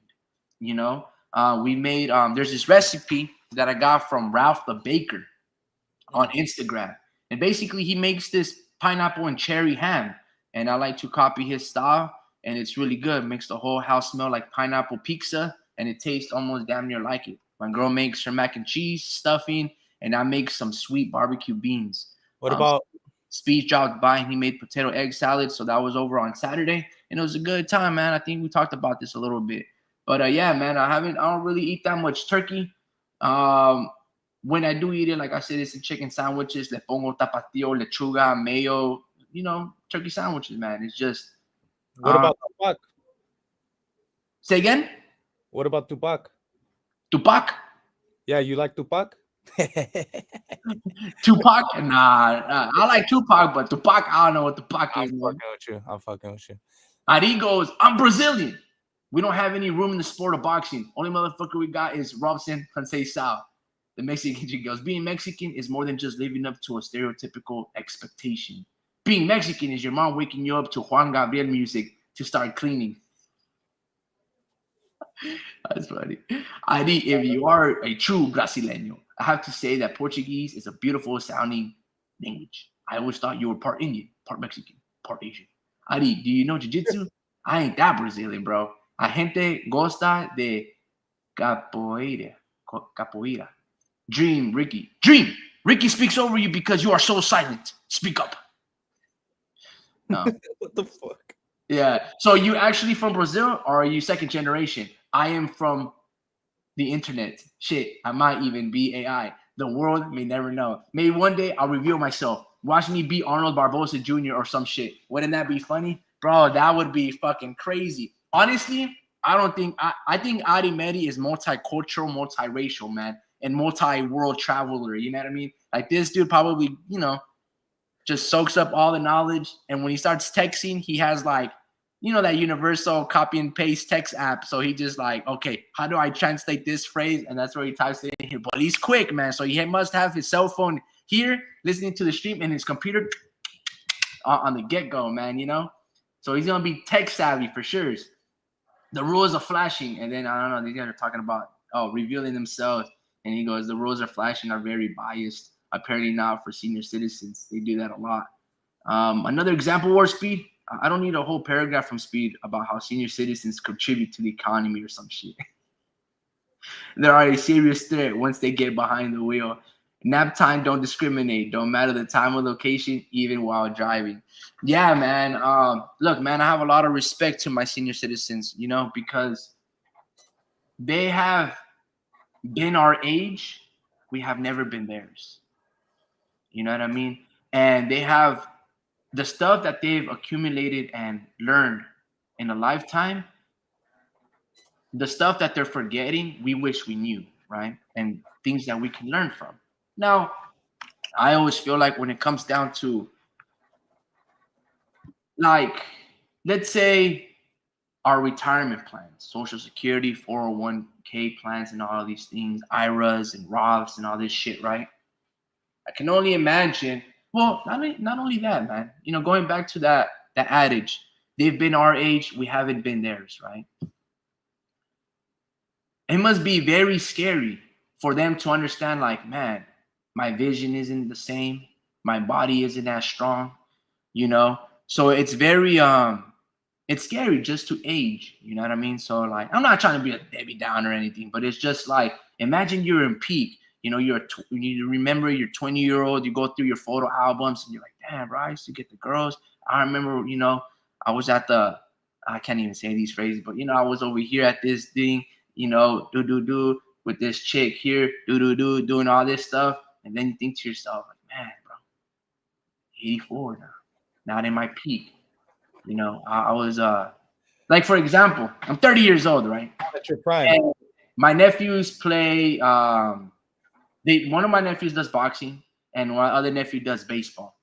And my parents speak highly of me playing baseball, right? I didn't think I was that good. I still don't think that I was that good. I was skinny as shit, but I always put hella effort. Like, I was a fucking fast kid. And I can hit. I mean, I couldn't hit with power because I was skinny, but I can hit. Like, I can maximize every 115 pounds, 120 pounds that I was. I can hit that shit. Like, imagine if I was bulky. Imagine if I was strong. But my parents, like, think about it like, man, you're so good. But I also think about it like, man, if I had what my nephews had, like a treadmill or a gym membership pass, you know, what I could have been. So I can only imagine, like, the older generation, right? Like, 70 years old, 60s, 80s, and they're thinking back to their glory days. I'm just thinking, like, fuck, bro. Like, one day we're gonna be there. And then the scariest thing is this. I don't really care too much about my legacy or being remembered. I don't really care. I like being, like, I'm just passing by, right? I like that experience of just, you know, whatever. It's not being really known and things of that nature. But one of the things that scares me the most is not so much death, right? Because I just feel like it'd be a very deep sleep and you just never wake up from it, right? But be that as it may, what scares me is all of this stress or that I've put on myself to, like, maybe make a nice wardrobe, build a classic car, you know, collect certain things. My grandchildren aren't going to give a fuck about it. The clothing that I preserve, or whatever the case may be, they're not going to care about it. The first car that my father bought me, I preserved it like a motherfucker. Like, I love that car, right?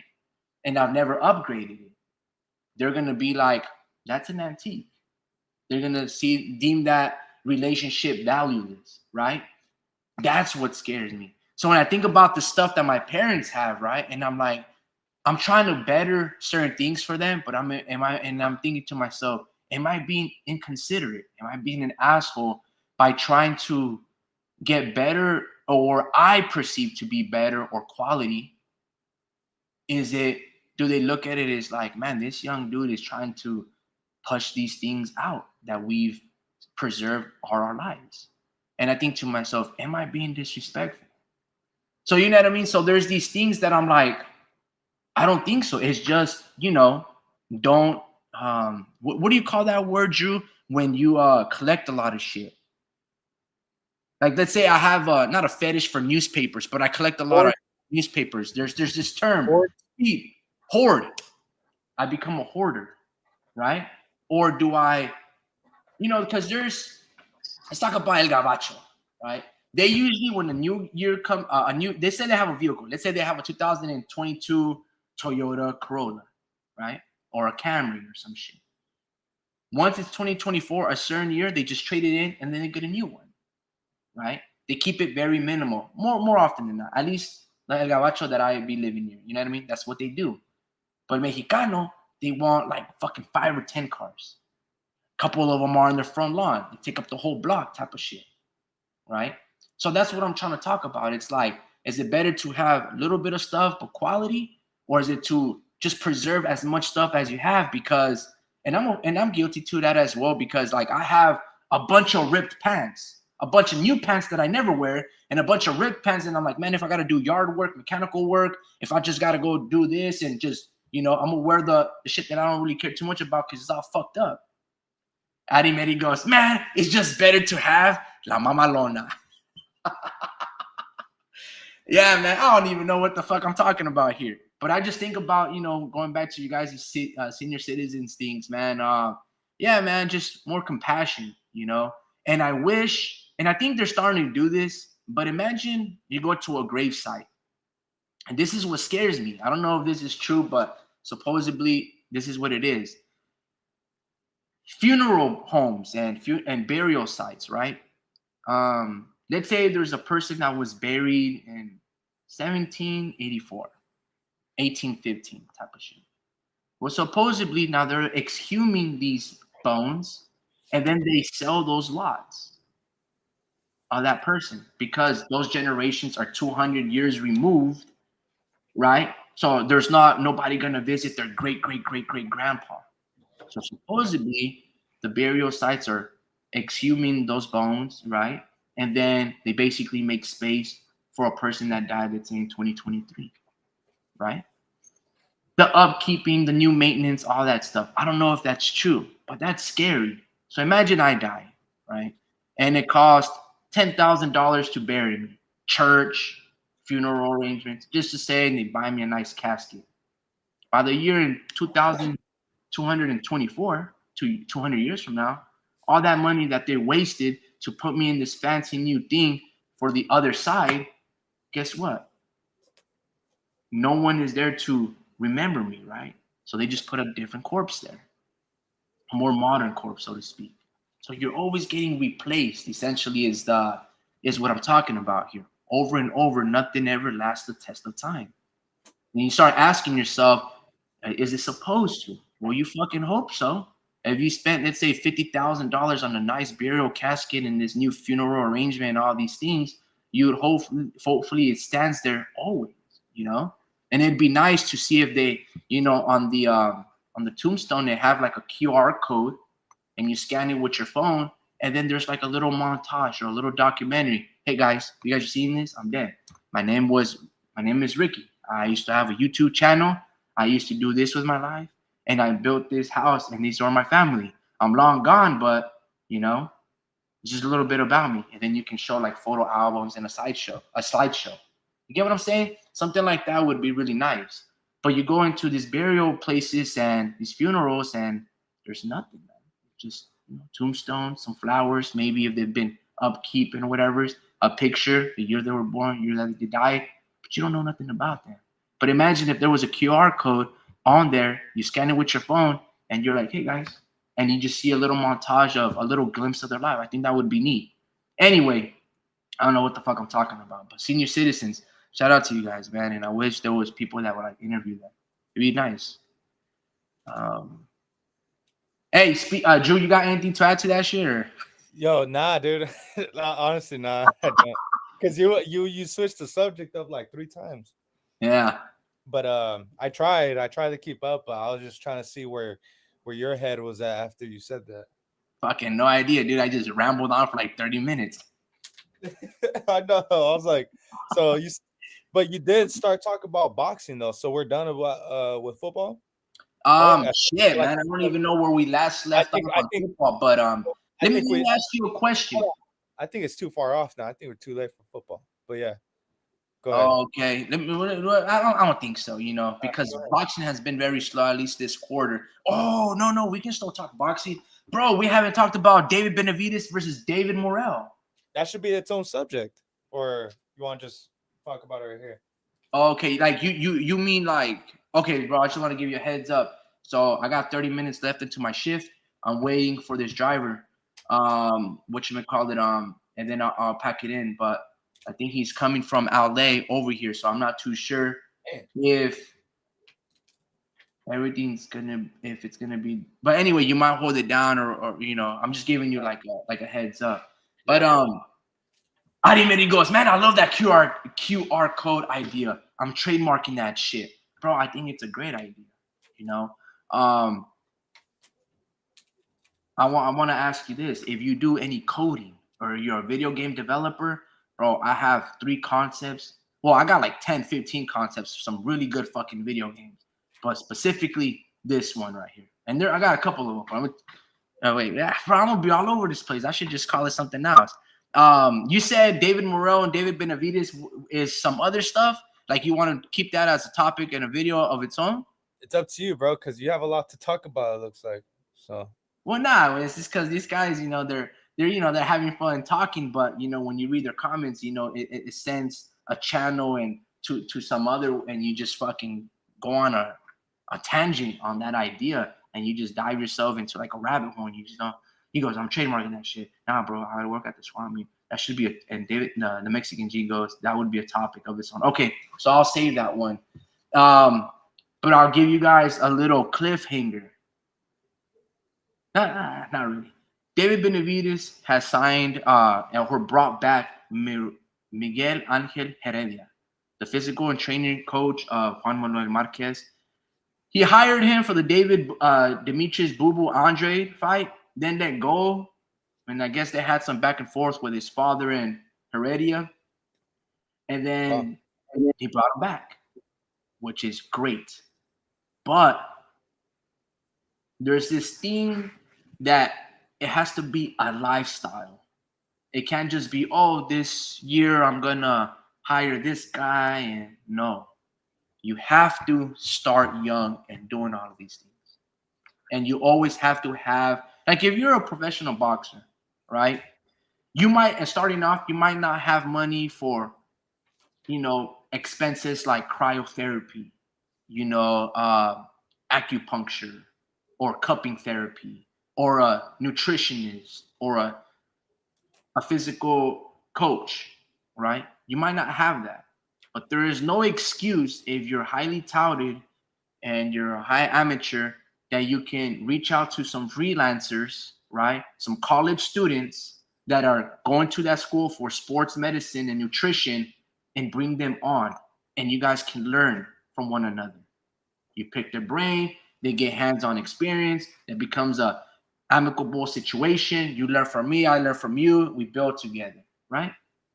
So there's many ways to go around it where you might not be able to hire, let's say, Manny Pacquiao's Alex Ariza, Juan Manuel Marquez, Heredia, or the other guy that's very popular as well, Chris Algieri, that he was, cooking in all these meals for Danny Jacobs. You might not be able to hire these guys, right? Because they're probably fucking hundreds of thousands of dollars for a training camp and hours. But doesn't mean you can't give a young college student who's doing community service hours for a practical application class and get them there. You get what I'm saying? So anyway, what I'm saying is David Benavidez might get knocked out. That's it. I'm not gonna say more because you guys wanted, a different video, but I'm just saying that could happen. I see what you're saying. It could happen. I hope it doesn't happen, but because there's some big fights that David Benavidez can have that I've been wanting to see, like Canelo, Bivol, Zurdo, even Artur Beterbiev rematch with Volstik. The list goes on. Edgar Berlanga. There's so much fights with David Benavidez because he's young, and we want him to be the next guy. And tough fights that he's having and taking with like Caleb Plant, Demetrius Boo Andre, and he's passing these tests with flying colors. And he comes to, action-packed, throws a lot of punches. Like, of course you're rooting for David Benavidez to win, but David Morrell might just be that guy. And It should be very interesting. Arimeri goes, so if you work at a funeral home and it's slow, what can you do to help pick up business? Ooh.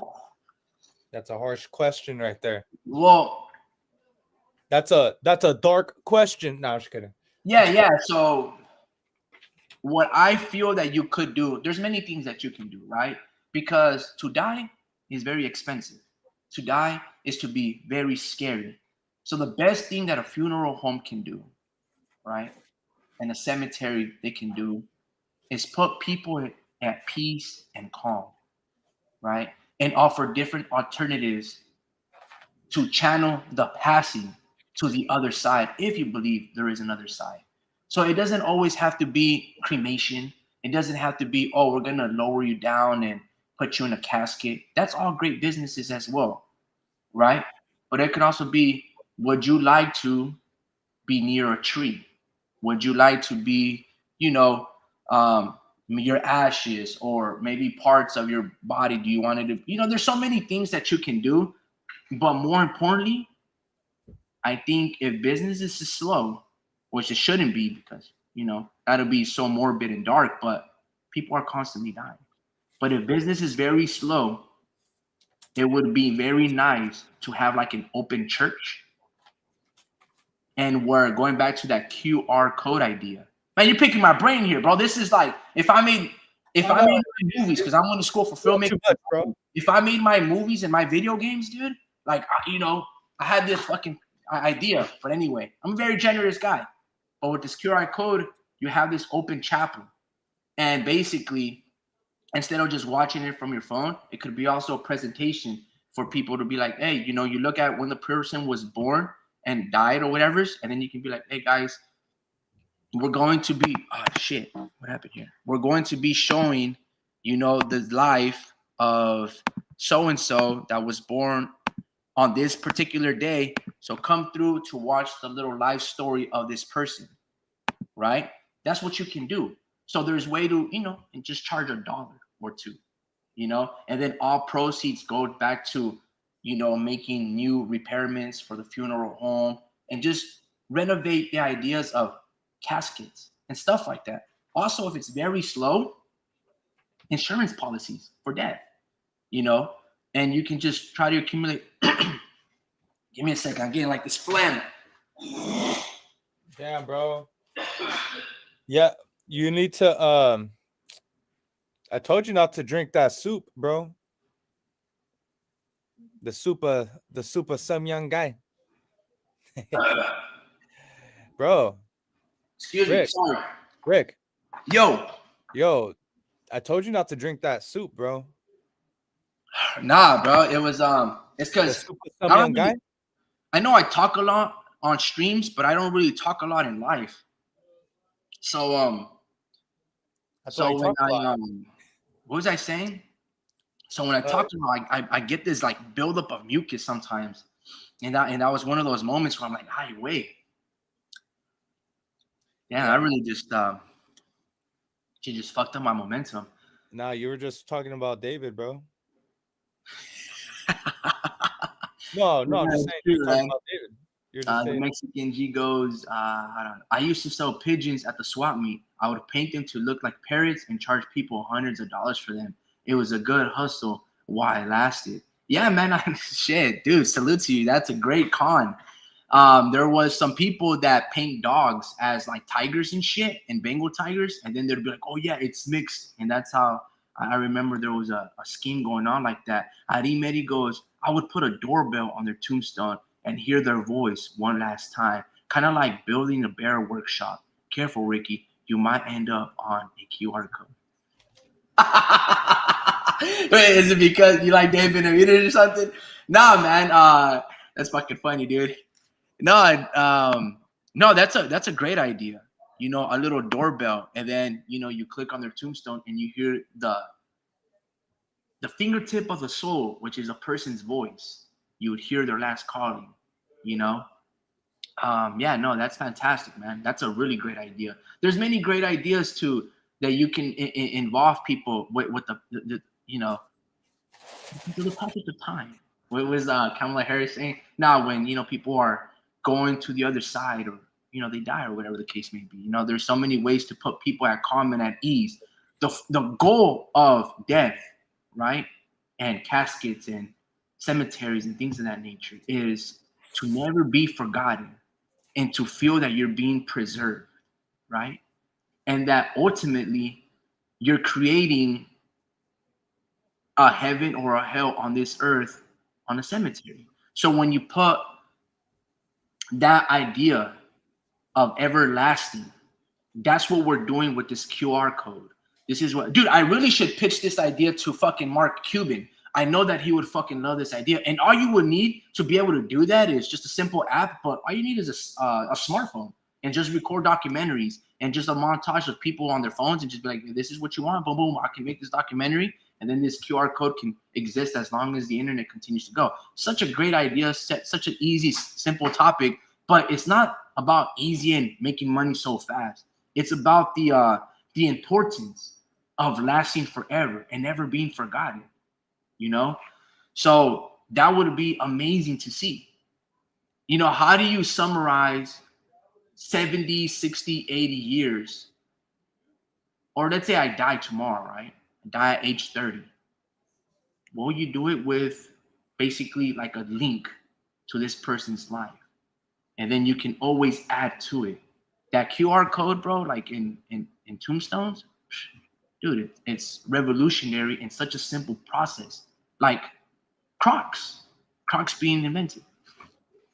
That's just, I don't know what the fuck. Careful, Ricky, you might end up on a QR code. Dude, let me highlight that. Shit's hilarious. But yeah, man, if you guys can make that happen, just let me know, because that's just the selling point, right? But it's how you would go about selling it or that concept.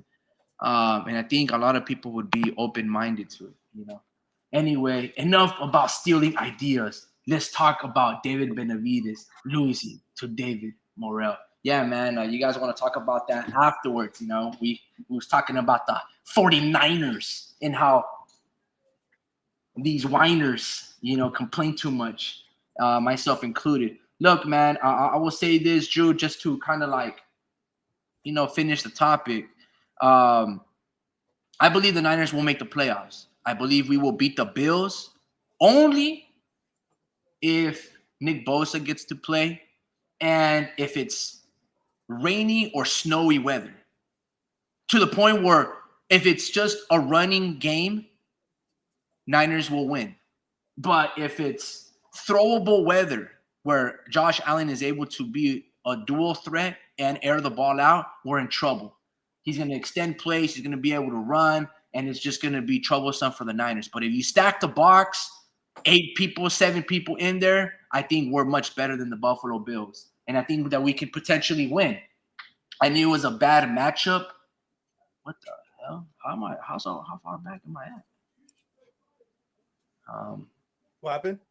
No. It's just because I have whatever we're doing on the live here, I see it on this other screen. But my thing was glitching over here on this other screen, and I was like, I don't remember clicking all those buttons. But yeah, man.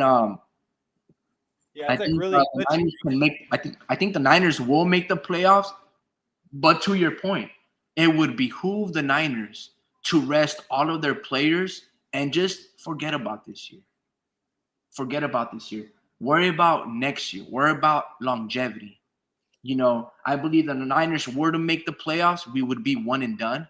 We would get blasted by the Packers. We would get destroyed by the Detroit Lions. If we were even to make somewhat of a playoff push and go to the NFC Championship, we would get destroyed by these teams because we barely got lucky versus them last time.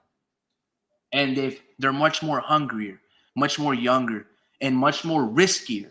Kyle, very conservative, lacking imagination, right? And I feel that he needs a legitimate offensive coordinator. He's finally missing a Mike McDaniels. And it's like, you know what, Kyle? You just have to oversee the whole roster and situational, but you need possibly someone else to be calling the plays because you're becoming predictable and shit like that. Look, bro, I think that driver's pulling up, but if you got any closing things, I'm going to stay quiet myself and wrap it up here. But yeah, man, that's all I got for you, brother. But for me, Yeah. I mean, you can keep going. I'm just going to like close down the computer on my end, but I'll still be on. You know what I mean?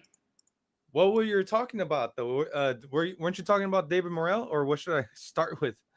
Yes, sir. You can talk about David Moreau and Benavides, or you can talk about if the Niners won't make the playoffs, or if you got any great idea, you can talk about that. But yeah, bro, David Moreau and David Benavides, who gets their ass kicked? Oh shit, man. Now that you mentioned that though, like shit, bro, like you can't just go from like one trainer to another, but it could improve him though. It could improve him just because his dad's like I'm not saying that he's green, but he's learning, you know. So what if he picks up on whatever that the you said a strength and conditioning coach, what's his name real quick? Damn. His strength and conditioning coach, he just said it. If he manages to like pick up a thing or two, then there's nothing wrong with it, bro. Just because Jose Benavides seems like the type to allow his son to improve and not, you know, and not allow him to grow as a fighter, you know, with by experiencing different trainers. So I think I heard a good amount of interviews, and I get that feel of him. Like he's like, well, no, I don't care if I'm the trainer or not, you know. Like I don't think he cares if he's a trainer. He just wants his son to improve as a fighter. So hopefully that's a good thing, man. Hopefully that game plan follows through. Um, but this is the thing, right? It's all about styles when it comes down to 175. Um, and honestly, at 175, bro, both dudes not hitting. They're not hitting like that. You know, we seen Hot Rod go in there with David Morrell. He didn't look too impressive. He was in there to survive. He got the dub. Um, but the last thing I thought, last thing I remember in that fight was Morrell not having enough punching power. You know, and I feel like David's kind of like in the same boat. So it could be like one of those rock'em sock'em fights. And if that's the case, then I think Benavides gets the knockout, bro. I think Morrell is still flawed. I think he knows how to. He's like one of few Cuban fighters that don't just box, they fight. You know, and he's one of the he was one of the most highly touted Cubans, uh, amateurs. And amateurs. So uh, hopefully that will show eventually. Not sure against the David Benavides, but maybe against Berlanga. I see Berlanga a lesser of those two. You know, except one is selling tickets, so it could get in the way. You know, strength and conditioning coach, he brought him back. What's his name? What's the strength and conditioning coach's name, Rick? I forgot his name. Um, and also, does that mean the same coach? You know, because I mean, I think a game plan. I think a game plan would fuck him up more than the strength and conditioning.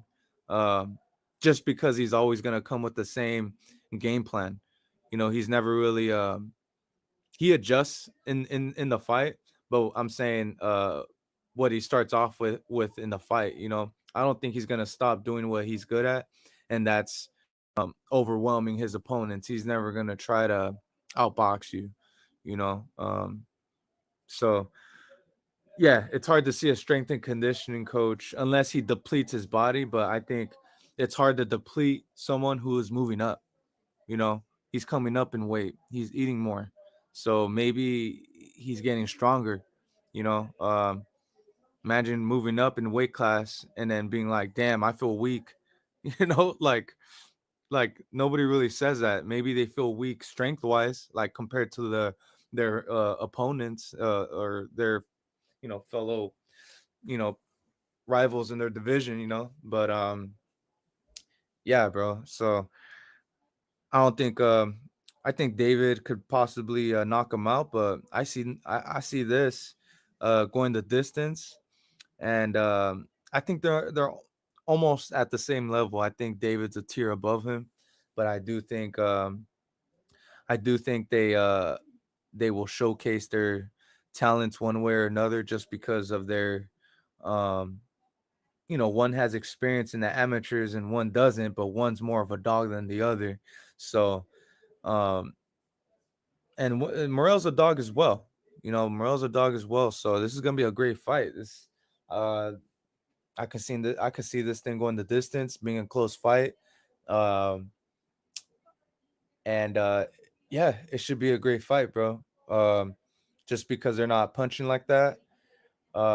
If either one of those fighters knock each other out, it's gonna be because of an accumulation of punches and a ref stoppage or something. Uh, yeah, I can see him doing that, but I can't see David Morrell being put to sleep or putting Benavides to sleep. So um, I love it, man. I love it.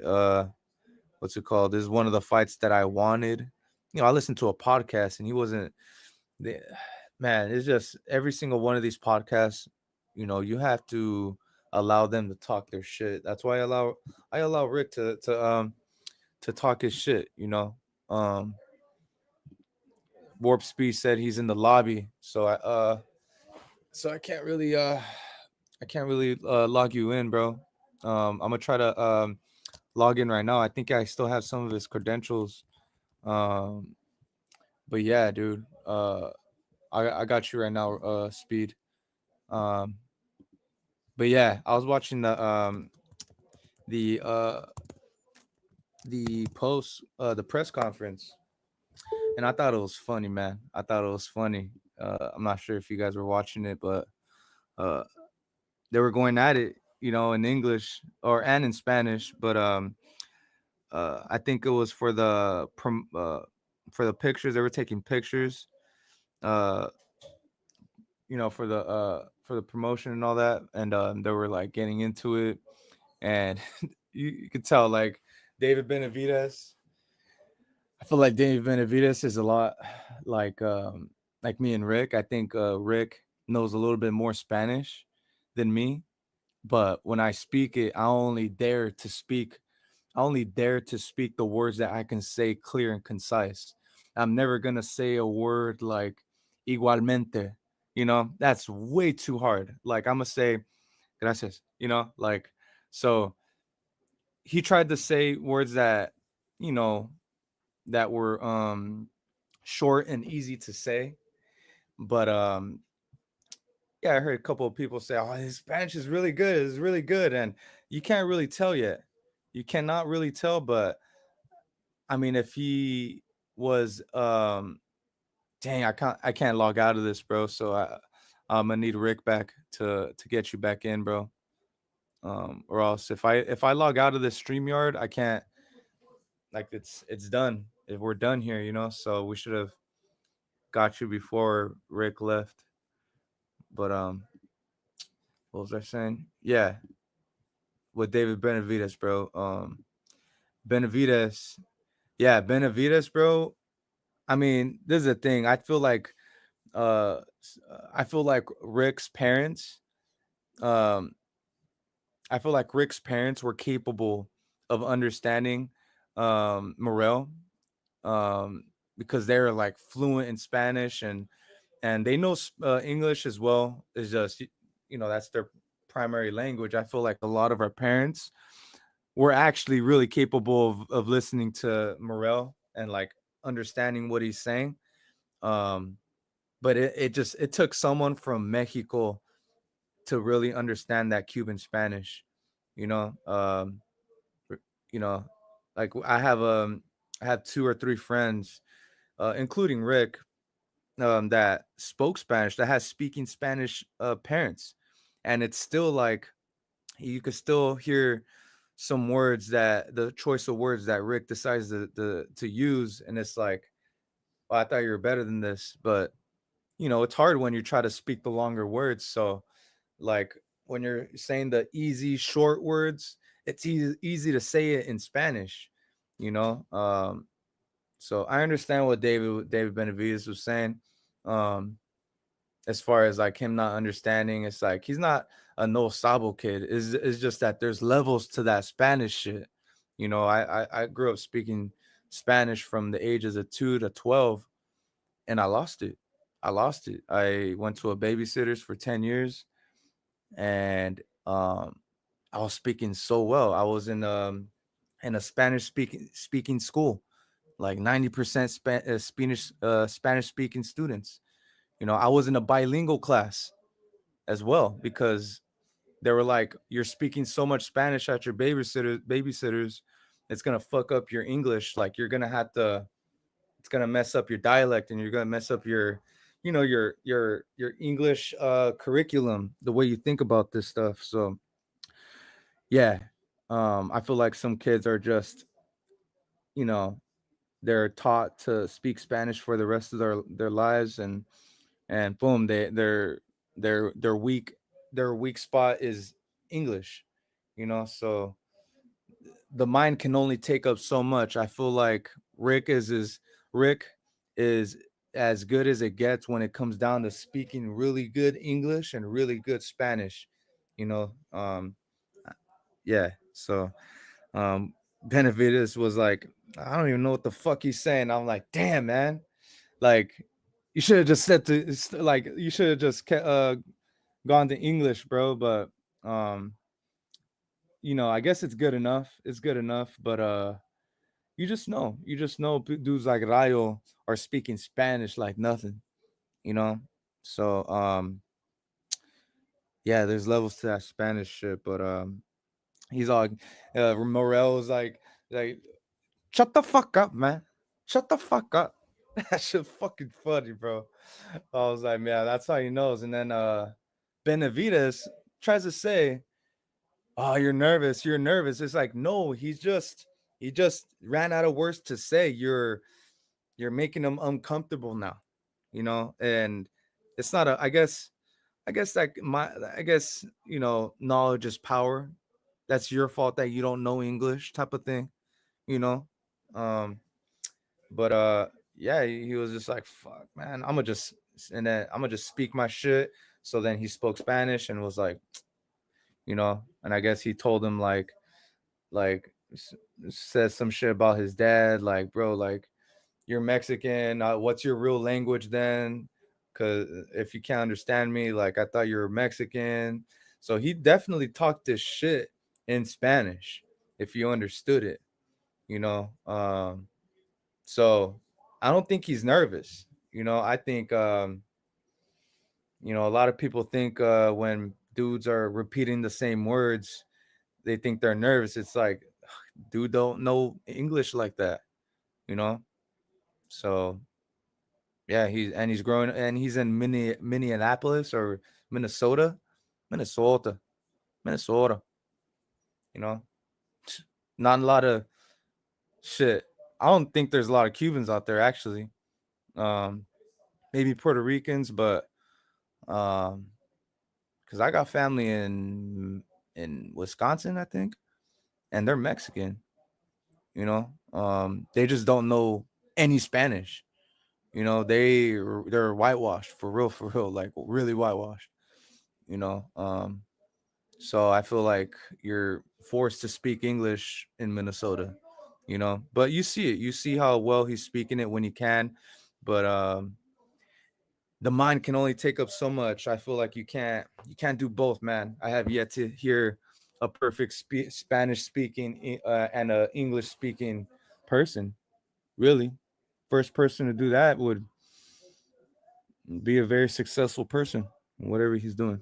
But yeah, man, those fights are really good. I'm trying to look at the undercard right now. Um, trying to look at the undercard right here, and yeah, it's at 175, T-Mobile Arena, February 1st, and I thought this was on the Tank undercard, but initially, but you know, Tank keeps rescheduling his shit, so I'm like, bro, really? And I keep telling Rick, I'm like, dude, I love the fight. He goes, what do you think about it? I was like, I love it, man. Just fucking for crying out loud, stop rescheduling that shit, bro. Fuck. I'm trying to buy some tickets. Honestly, I'm trying to buy some tickets and raffle them off. I'm trying to build something. And don't say anything in the comments, Rick or Speed. I'm building something and it involves me buying tickets and raffling them off. But I can't plan nothing with Tank. I can't buy hotel tickets, flight tickets. Like, it's really hard to build something or, with Tank. Like, it's like, bro, I'm trying to get your name out there. I feel like you're trying to stop that. You're just trying to make money as quietly as possible, which is fine, man, which is cool. It's just stop. I don't even think you're calling yourself the best right now. I think you're okay with just being who you are. But we want more of that, So it sucks, man. You can't make these fighters fight. But anyways, back to Benavidez. Yeah. So he's gonna fight this dude, David Maroon. You're trying to stop. And Trying to make money as quiet as possible. Yo, you all good? Which is cool. Just. I'm hearing my echo.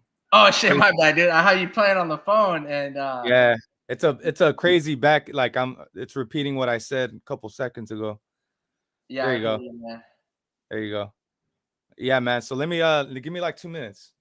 So yeah, I'm just gonna spiel on the rest of the card really quick. Like, so on the prelims, on the co-main, you got Brandon Figueroa and Stephen Fulton. And let me tell you, just to keep it short and sweet, so these guys can talk. Brandon's knocking out Fulton. Brandon, I'm 100% confident. I gotta look at the odds. I don't even care what the odds are. Brandon Figueroa is knocking Fulton out. Are they moving up? I'm not sure, but I gotta check on that. Either way, I don't even know if he's moving up, and don't tell me yet because I don't care. Figueroa's winning by knockout. I said, don't tell me. I'm just kidding. But anyways, the one before that, Isaac Cruz and Angel Fierro, bro. Like, your guy. That's my your guy. Money, man. Your money, man. No, I'm just kidding. And then one before that, the first one is Jesus Ramos versus Jason Banana Rosario. So all of those should be KOs for the favorite fighter, Go ahead, guys. Yeah, I know. Yeah, but I don't even know where to start, but I was gonna ask you, because I think I know the rest of the answers. Who do you think? Angel Fierro or Isaac Cruz? Yeah, man. I like Angel Fierro. I think we talked about this many months ago. Wait. You predicted this? You predicted this fight to happen? Some money versus Alberto Machado. I just felt there was toughness from Angel Fierro. With this particular fight with Pitbull Cruz, bro, he used to fight at 126 pounds. Both of these guys, actually. But more importantly, Angel Fierro. Angel Fierro is a chubby guy at 140. Pitbull Cruz, short, but still looks good and muscular, So he's not going to stand a chance. And Angel Fierro has a lot of heart. And this is a tune-up. I'll say this. That dude Gibson, I think that's his name, the Manny Pacquiao advisor, that guy that runs Manny Pacquiao Promotions, they do a great fucking job in matchmaking their fighters. Their way of how they build Pitbull Cruz, even the Mark Magsayo, they've done such a great job with a little bit of roster that they've had, and they do great. They do exceptionally well. So this is a really good bounce back fight for Pitbull Cruz to tell people, I'm that badass motherfucker that I can still knock the block off people and sleep people like I did with Rolly Romero, like I did with Angel Fierro, like I'm going to do with Angel Fierro. Pitbull Cruz is going to look dominant. And I'm going to say this. I thought he beat Rayo Valenzuela, because, again, that same style that Rayo fights, that would have been Shakur Stevenson. That was Tank Davis. That same style that Rayo fought Pitbull was what Tank Davis did. And what did people think that Pitbull Cruz did against Tank Davis? A lot of people thought that that Pitbull beat Tank Davis. That running slick style, that's what Rayo did. That's what Shakur Stevenson would do. That's what Erislandy Lara did against Canelo Alvarez. But we tell all those names that those guys fucking lost, but we give all the credit to Rayo Valenzuela. All of a sudden, the slick style Mexican, that's the fucking method that Mexicans should be fighting. Man, fuck no. People won that shit. No, Mexican G. No, sir. He ran for dear life. He clinched like Shakur Stevenson, like Tank Davis, right? That same style that you guys told me that Tank didn't win Pitbull, Rayo did the same thing. He didn't take him to school. No, like not even, not close, bro. Not close. He did good, but that style was not going to be the type of style where like, and a lot of people, I don't know what it is that people like Rayo Valenzuela for. I don't really know why. He looks like personable. He looks like basically you and me type of shit, Yeah. But he looks like someone from here. Yeah, exactly. He looks from someone like out of Salinas. But the way I look at it is like, look, man, that style, you guys tell me that style is boring. You tell me that style, that's what Sander Martin and runners do. All of a sudden, we praised Rayo Valenzuela for doing it against Pitbull Cruz. And the only reason why you guys went for Rayo Valenzuela on that particular fight was because on the stare down, Pitbull Cruz didn't shake the hand of Rayo Valenzuela. That's some of these people's comments. Oh, man, how come Pitbull didn't shake his hand? Well, if you guys remember correctly, Rayo was talking that talk before he was a dude. He was saying stuff like, oh, no, Pitbull's too short. He's too small. You know what I mean? And that's what the Mexican G goes, you got to rewatch the fight. I'm not going to lie to you. I also thought Manny Pacquiao beat Floyd Mayweather.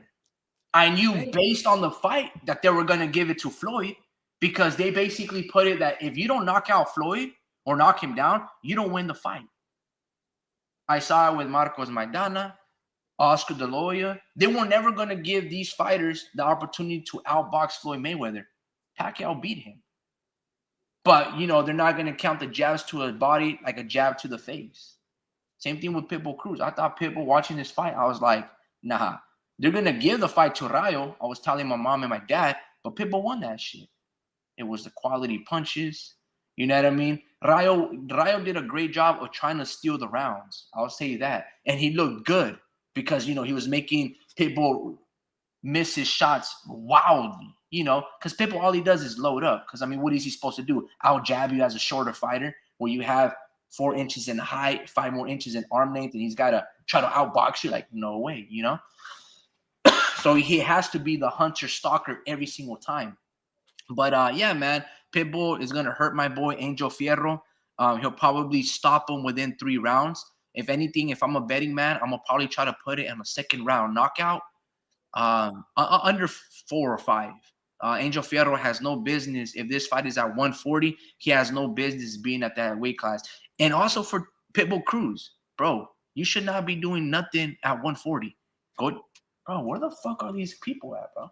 Get your ass back down to 135. Pitbull Cruz would be great at 135, 130. I don't know what it is with La Raza Mexicana that they don't want to lose a bunch of weight. I saw it with Mikey Garcia. Stop going into these bigger weight classes, these glamorous, weights where there's money to be made, and just do it for a paycheck. Especially at his height. We've seen it with Emmanuel Navarrete. You have no business doing at 135. You have no business being at 130. Get your fucking ass down there. Sacrifice. Stop eating tacos de birria, pinchy motherfucker, and go down to 126 where you were knocking fools out. Go down there. I don't know what it is that they just think, a little bit of more money. Ay, güey, me voy a vender las nalgas para allá arriba. Like, what are they? I don't understand them, bro. Hey, yo, Warp Speed, my check. I think I seen you. I added you, man. I just want to see if you unmuting us, stuff like that, man. Yeah, man, I'm still here, man. Good even for the one and all. No, I'm just listening in and prepping this brisket. I gotta have a very long night. I'm not gonna get no kind of shut eye because this cut of steak is gonna probably take me like 12, 14 hours. So I'm gonna have to pull a all-nighter. But no, I'm just chilling right here, and yeah, I agree with you wholeheartedly. I'm the first person that says that in the very close fight, the person that has natural aggression, the forward coming individual, that person right there who's taking up the real estate and making the other guy take a step back and relinquish his own real estate, we have to give something to that. That's what I call the ring general, the guy who's in charge of the ring. And you don't take charge of the ring by by retreating. You don't take charge by cornering yourself into the ropes. You never do that. The only way you take a step back is in retreat. And retreat is one step away from giving up. So yeah, no, I agree with you. It was a very close fight, very very close fight. Um, Body shots versus counter punches to the face, but of course less potent counter punches to the face because one guy is throwing those punches on the step back, which is Rayo Valenzuela, and one guy is coming forward with full aggression and power, which is of course Isaac Cruz. Yeah, it was very close fight, probably very even, and a punch landed and punch output.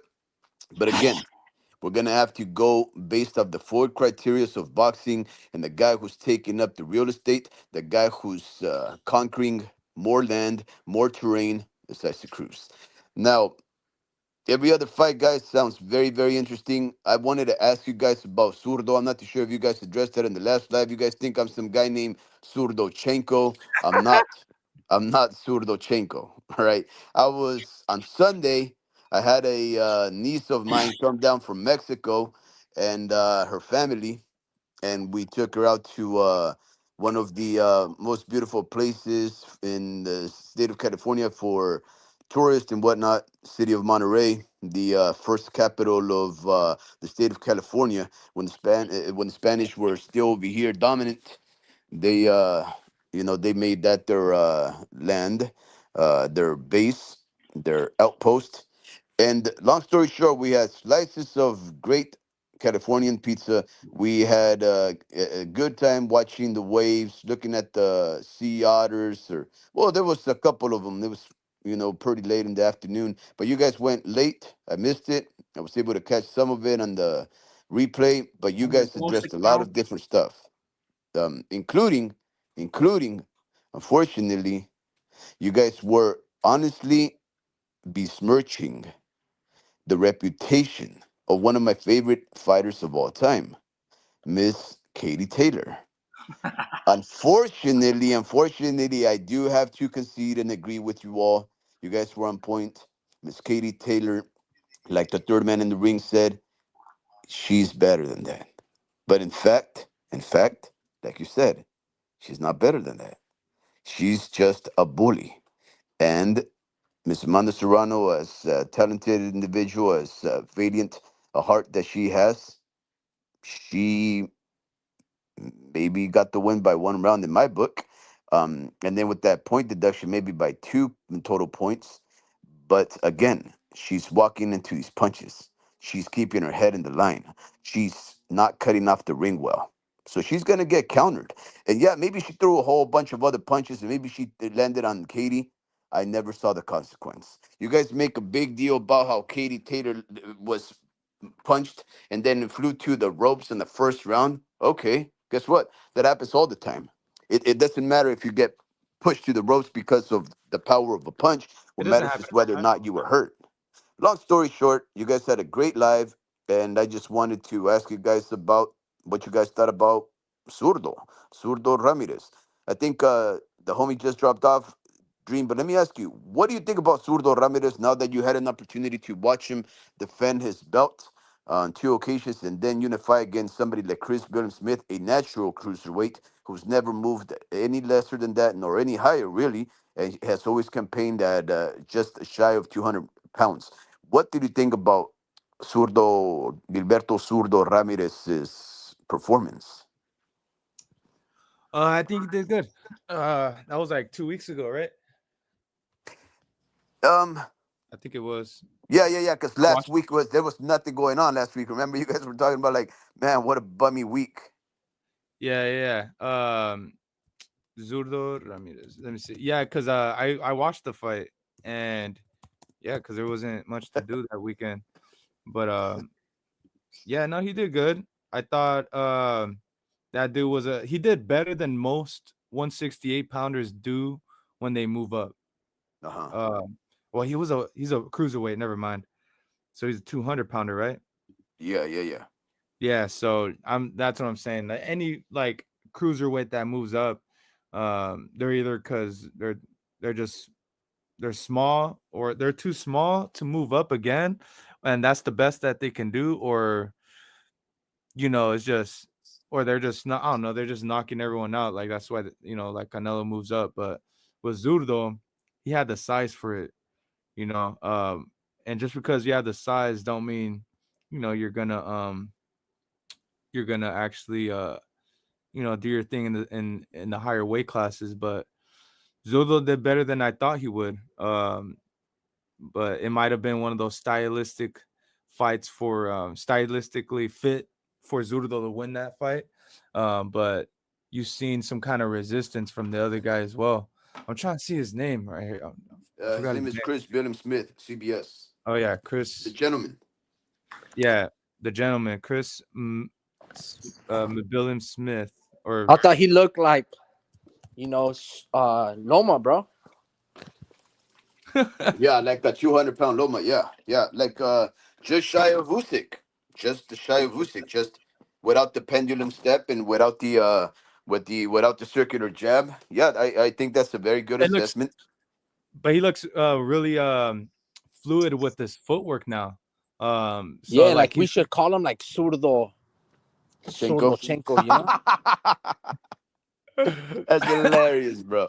That's hilarious. Yeah. So Oh, and then we also just let you know, we called that fight, the Arnold Barboza JC Ramirez. We said Arnold Barboza was gonna get the decision. Not that it was like an upset, it was pretty close odds.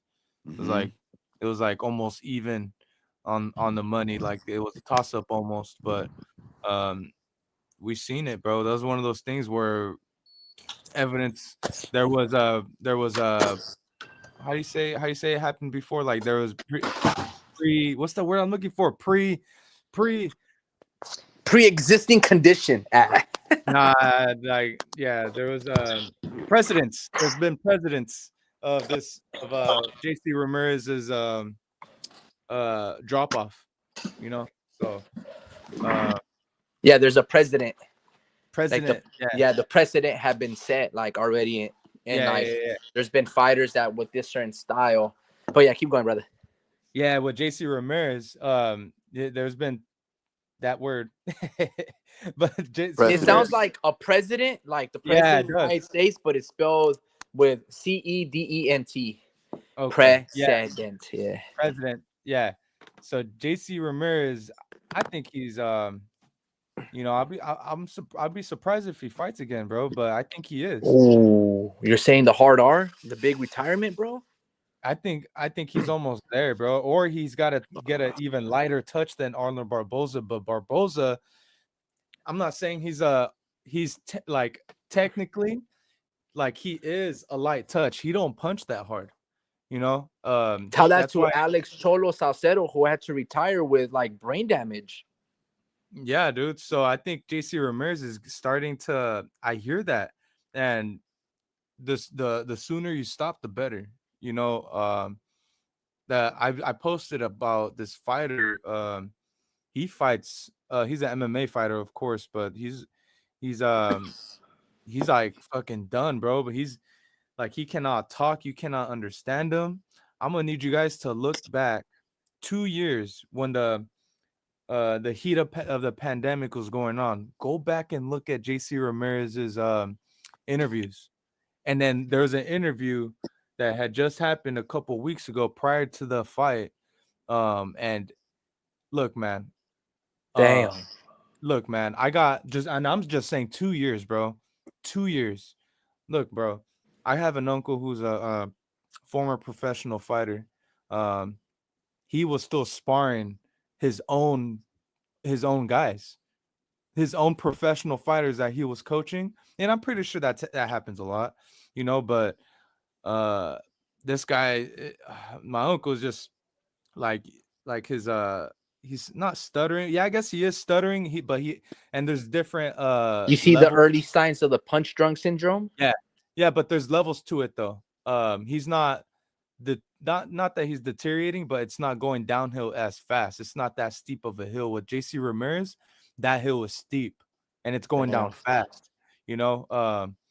And I just go back to 2 years, go 2 year old interviews, and you're like, what? So that's just the lack of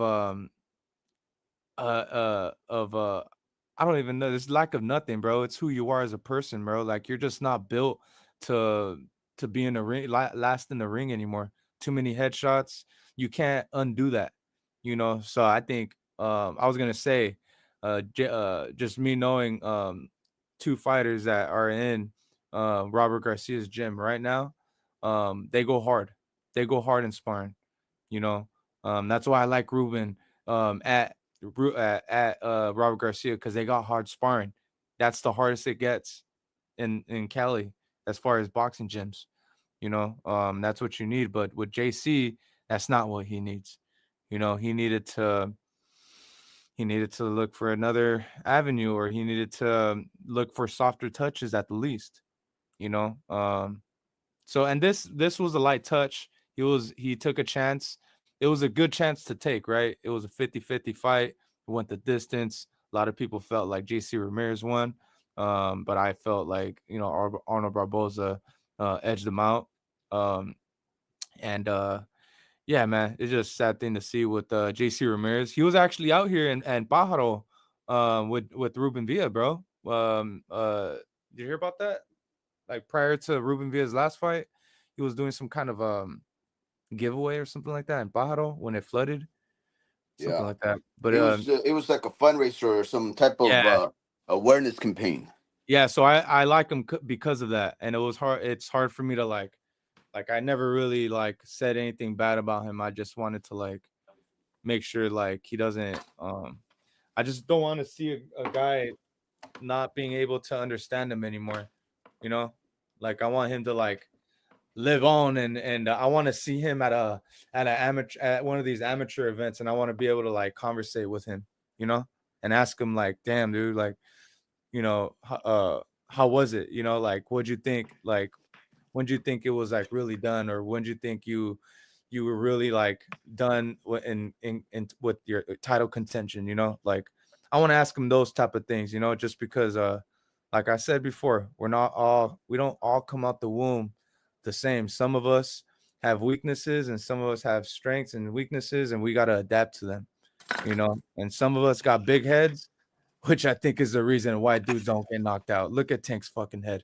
Anyways, so yeah, that's just my mentality with it. I want to be able to see these guys flourish later on and stuff like that. Just the older I'm getting, the more I'm realizing how fragile we are.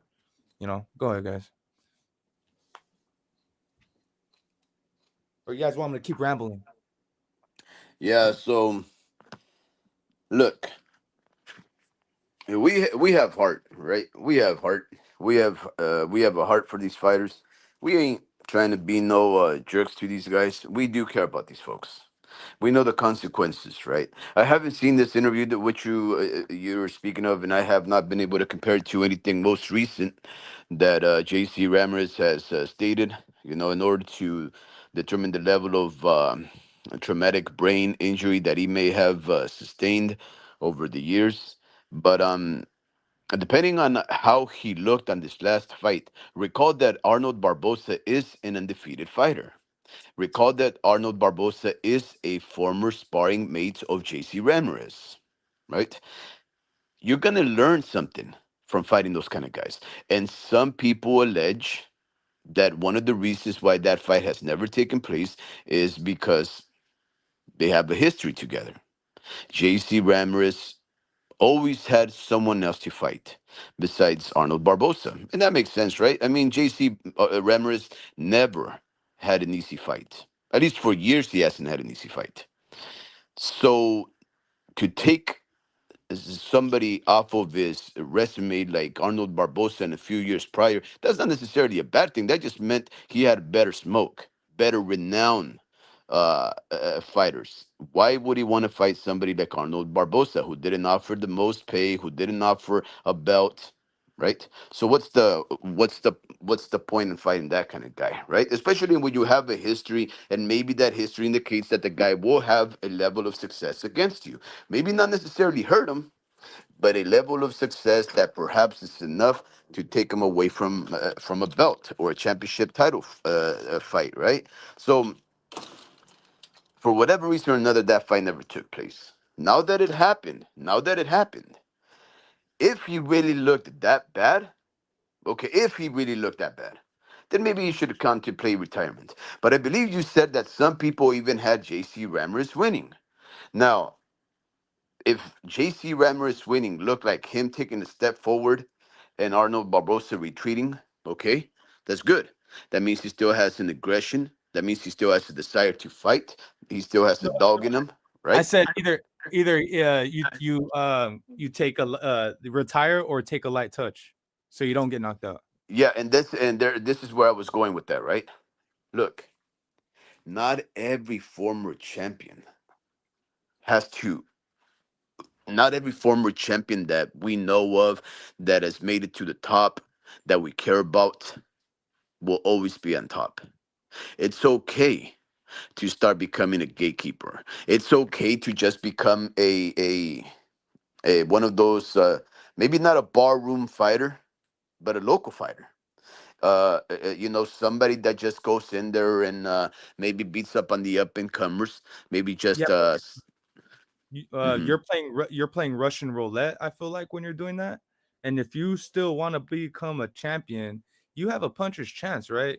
You have a puncher's chance, but you are rolling the dice because it takes one fight to really mess you up physically, dude. And if you get in there, with anyone like I think Matthias would not destroy his career, but destroy his body, bro. Like he's not like he cannot take that amount of punishment, you know. No, Go ahead. but that's okay though. That what I'm trying to say is it's okay to not fight those kind of guys, right? That's not a ballroom fighter. That's not a up and Oh comer. yeah, That's yeah, an actual champion. So right. it's okay to not fight like that anymore. It's okay to never have that ambition anymore to become a champion or to take those kind of fights. Now, if they pay well and you're in dire need of money, and if you think your health can hold up to it, yeah, go ahead. Take it because this is all you know what to do, right? I mean, I know that you just mentioned it. JC Ramirez has been an outspoken advocate for all things farm work, agriculture, laborial rights, and things of that sort, right? He could find a career there. If he wants, he could be the next Cesar Chavez, UFW representative or whatnot. He really could do that, right? God knows that that movement needs somebody up there to represent, to maybe spark some rights of these workers, maybe in the modern milieu of immigration matters and all of those things. Maybe he can find an angle there to represent the people that work to feed our nation. He can do that. But if there's somebody that says, "Hey, you know what? I have this fight that I can offer you. This is Eddie Hearn. I'd like to offer you Jack Catterall for 1.2 mil." And if he has no ranking and to become a champion, and if this is just one last ditched effort to become a champion or to beat a up and comer with a good name who has a good resume like Jack Catterall for 1.2 million, and you haven't gotten that kind of money for a long time, and you've been fighting ballroom fights for 50,000, $100,000, why wouldn't you take it, right? But it's okay if he retires. It's okay if he takes soft touches. It's okay if we never hear from him again. You know, it's okay if we just run into him at a local Fresno event and we just have a chat with them, right? We love these guys. That's why you're talking about them like that. But I wonder how many people, how many other fighters we don't look at with the same favorable eyes. How many of these other fighters do we just throw away without ever wishing the same thing for them, right? I just wonder. JC Ramirez has been with us for so long, though. That is a justified emotion that you feel, that sentiment of wanting to wish him the best, maybe retire for his health so that you can still have a good chat with him so that he doesn't deteriorate like one of our dear closest friends. Um, you know, our fighter from Salinas, Jose Celaya. Yeah, if you think he's in that direction, it would be wise of Ramirez and his camp to say, you know what, champ, it's time to walk away. Yeah, because you cannot shortcut the hard work that you got to do in the training camp. And No, that ultimately it depletes your body. Like I feel like you know, I'm hearing my echo. really? Um, Let me put myself on mute. yeah, no, I just feel like uh damn, I forgot what I was gonna say. Oh yeah. No, I feel like you can only go any bro before at all. And ultimately you gotta think about you can't go after a while, you're just gonna date to hopefully they're lenient enough to for commit to pass it, to pass you. And so yeah, that's another thing to look at as well. It's like, are you physically fit to do any other type of work? Because most of the guys, um, they can't just be walking around with their their whatever you want to call it, their kingdom or their fucking Their domain? no. They gotta build something, like either that or they get jobs, you Oh, know. their legacy. My bad. Yes, I'm trying to find the words, but their legacy, and they're trying to build something, ahead of boxing. It's not life's not done after boxing. You got to keep going after. You got to talk to bills. You still got to pay some bills, man, after boxing. So you got to be able to make sure you're fit to do with what you're planning to do. And I've heard of plenty of interviews of JC Ramirez. He's got a business out there in Fresno, and he's got a bunch of like work trucks and stuff like that. And so he seems like he's like in the agriculture business, and he owns or something like that. Um, so yeah, like I feel like that type of stuff you got to be like vocal, and it sounds like it's like a family business, Mhm. So uh, it's one of those things, man. It's just important, man. Like it's deeper than that. I feel like I sound like a hater because I don't know him like that, but it's just annoying to me that we think these guys are unstoppable. Like Wow, that's a great way of putting that. You hate the way we think that these guys are unstoppable. And I think that's see, this is see, but see, you have to understand one thing, Dream. One of the reasons why it sounds to me like you're struggling to express your concerns for JC Ramirez in a respectful way is because you know there is a connotation that every time we see a fighter look bad and we've seen him grow before our eyes into the champion, the fighter, the loser, whatever it is that he is, we always say he needs to retire. He needs to step away from the sport when we see them at their weakest, right? We say that because we're basically, a lot of them, for the most part, a lot of the people that say these things, they say it because they want to discard them. They want to throw them away. They figure that they cannot offer anything else to the sport. And it's because a lot of the time these boxing fans only think that if you're going to get into the sport of boxing, you should only get there if you have ambitions to become a champion.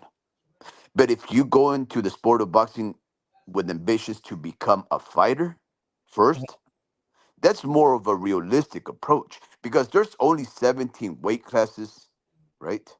In the sport of boxing all over the world, we have to account for millions of fighters, right? Should you think as a boxer that one day you can be a champion? Absolutely.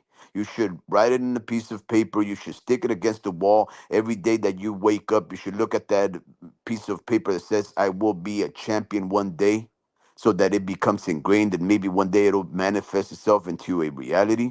Absolutely. Employ the secrets Yeah, but this of manifestation.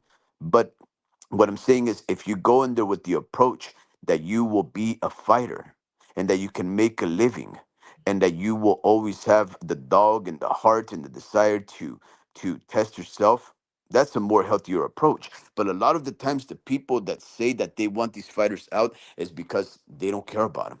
In your case, you only say those things because you do care. So I think that's all right, man.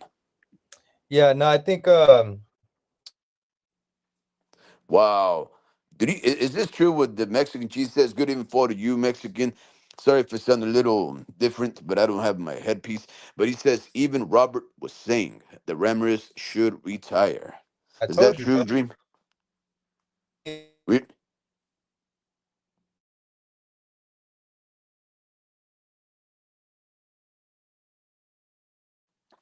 yeah, I think you're breaking up, Dream. I didn't even look. I didn't even know Robert Garcia said that. Did you hear that? Yeah, I heard it. Yeah. So I didn't even know Robert Garcia said that. And I just know, bro. Like this is how I know I'll be a good trainer, bro. If I wish to do so, like you just hear people talk. All you got to do is listen to. This is the beauty about social media. There's evidence now. Almost everyone has a video of them out there. Whether it's on their phones, on YouTube, like there's track of you somewhere. And with JC Ramirez, you see how clear and concise he was talking. There's a wisp that I hear from him, bro. And I'm telling you, I heard it with my uncle just every time I go back. And I have a pair of uncles, right? They're twins. Both of them are professional fighters, right? Yeah. One, the trainer, they both used to train. I don't. One stopped. I don't know why, but one trainer uh kept training with his guys, and he was sparring hard, bro, super hard. Matter of fact, he trained one of his guys to get all the way to 8-0, right? Wow. And yeah, he trained one of his guys. He was from out here, and he came from Rob Garcia's gym, and ultimately he went back because he's from out there. But he trained him, um, and he was part of their academy, and moves up here, and he was my coach. My uncle was his main sparring partner. His yeah and his other fighters were his training his partners as well. And I just see it, bro. It just sucks, man. It just sucks. It does more than just what you like when you forget, and just me through personal experience. I've gotten hit so hard, and I think I have a chin, but my body couldn't keep up with my mentality of, hey, this doesn't hurt. But my body felt it. I was like, dude, I felt like I forgot how to get home, and I was just like cruising a little bit. I was like, Whoa. damn, so it happened to me like twice, I think, when I was fighting not Mo, but Damien, this other big Damien kid, 6'2" kid. Um, but dude, I was sparring him every day, and I got permanent retainers, and he cracked one side, and now I got a dangling retainer, and I feel like I talk with the wisp because of it. You know, I gotta go back to the dentist. I gotta, Because of that? Wow. yeah, I gotta go to the dentist because it's in the way of my tongue sometimes. But that's why, like little shit like that. I probably only put in, to be fair, like 15 to 20 rounds in my whole lifetime of sparring. You know, I just like I see it, bro. I'm like, what the fuck, man? We're fragile. And honestly, you got the tougher you are, the better, obviously. Sounds kind of cliche, but you gotta be willing to get hit. You're going to get hit, you know, and with JC Ramirez, he's gonna have to tell himself that if he's going to fight again, you know, and that's just what it is, you know, and you cannot looking at his trajectory. I'm a fan of this. I'm not a fan of this I don't know what you call it, this matador. You know, we watch bulls die. I watched one in Cancun or in Mex. I thought it was gruesome. I thought it was kind of sad. You know, I feel like it's kind of the same thing with these boxers. It's like it's not fun until we see blood or something, you know, and that's the truth, obviously. But honestly, there doesn't have to be blood. There doesn't have to be cuts. I had to see a lot of heart on both ends, you know, or on one end, but a lot of heart, or if it's just a lot of heart on one end, fucking their shit fucked up. But you know, I just want to see a lot of heart being displayed. I don't care if you're fat. I just want to see some good technical boxing, and if you're not mentally fit for that, then it's not even worth it, because eventually, if you're slurring, that means you're easier to knock out. That's just a fact. There's not enough.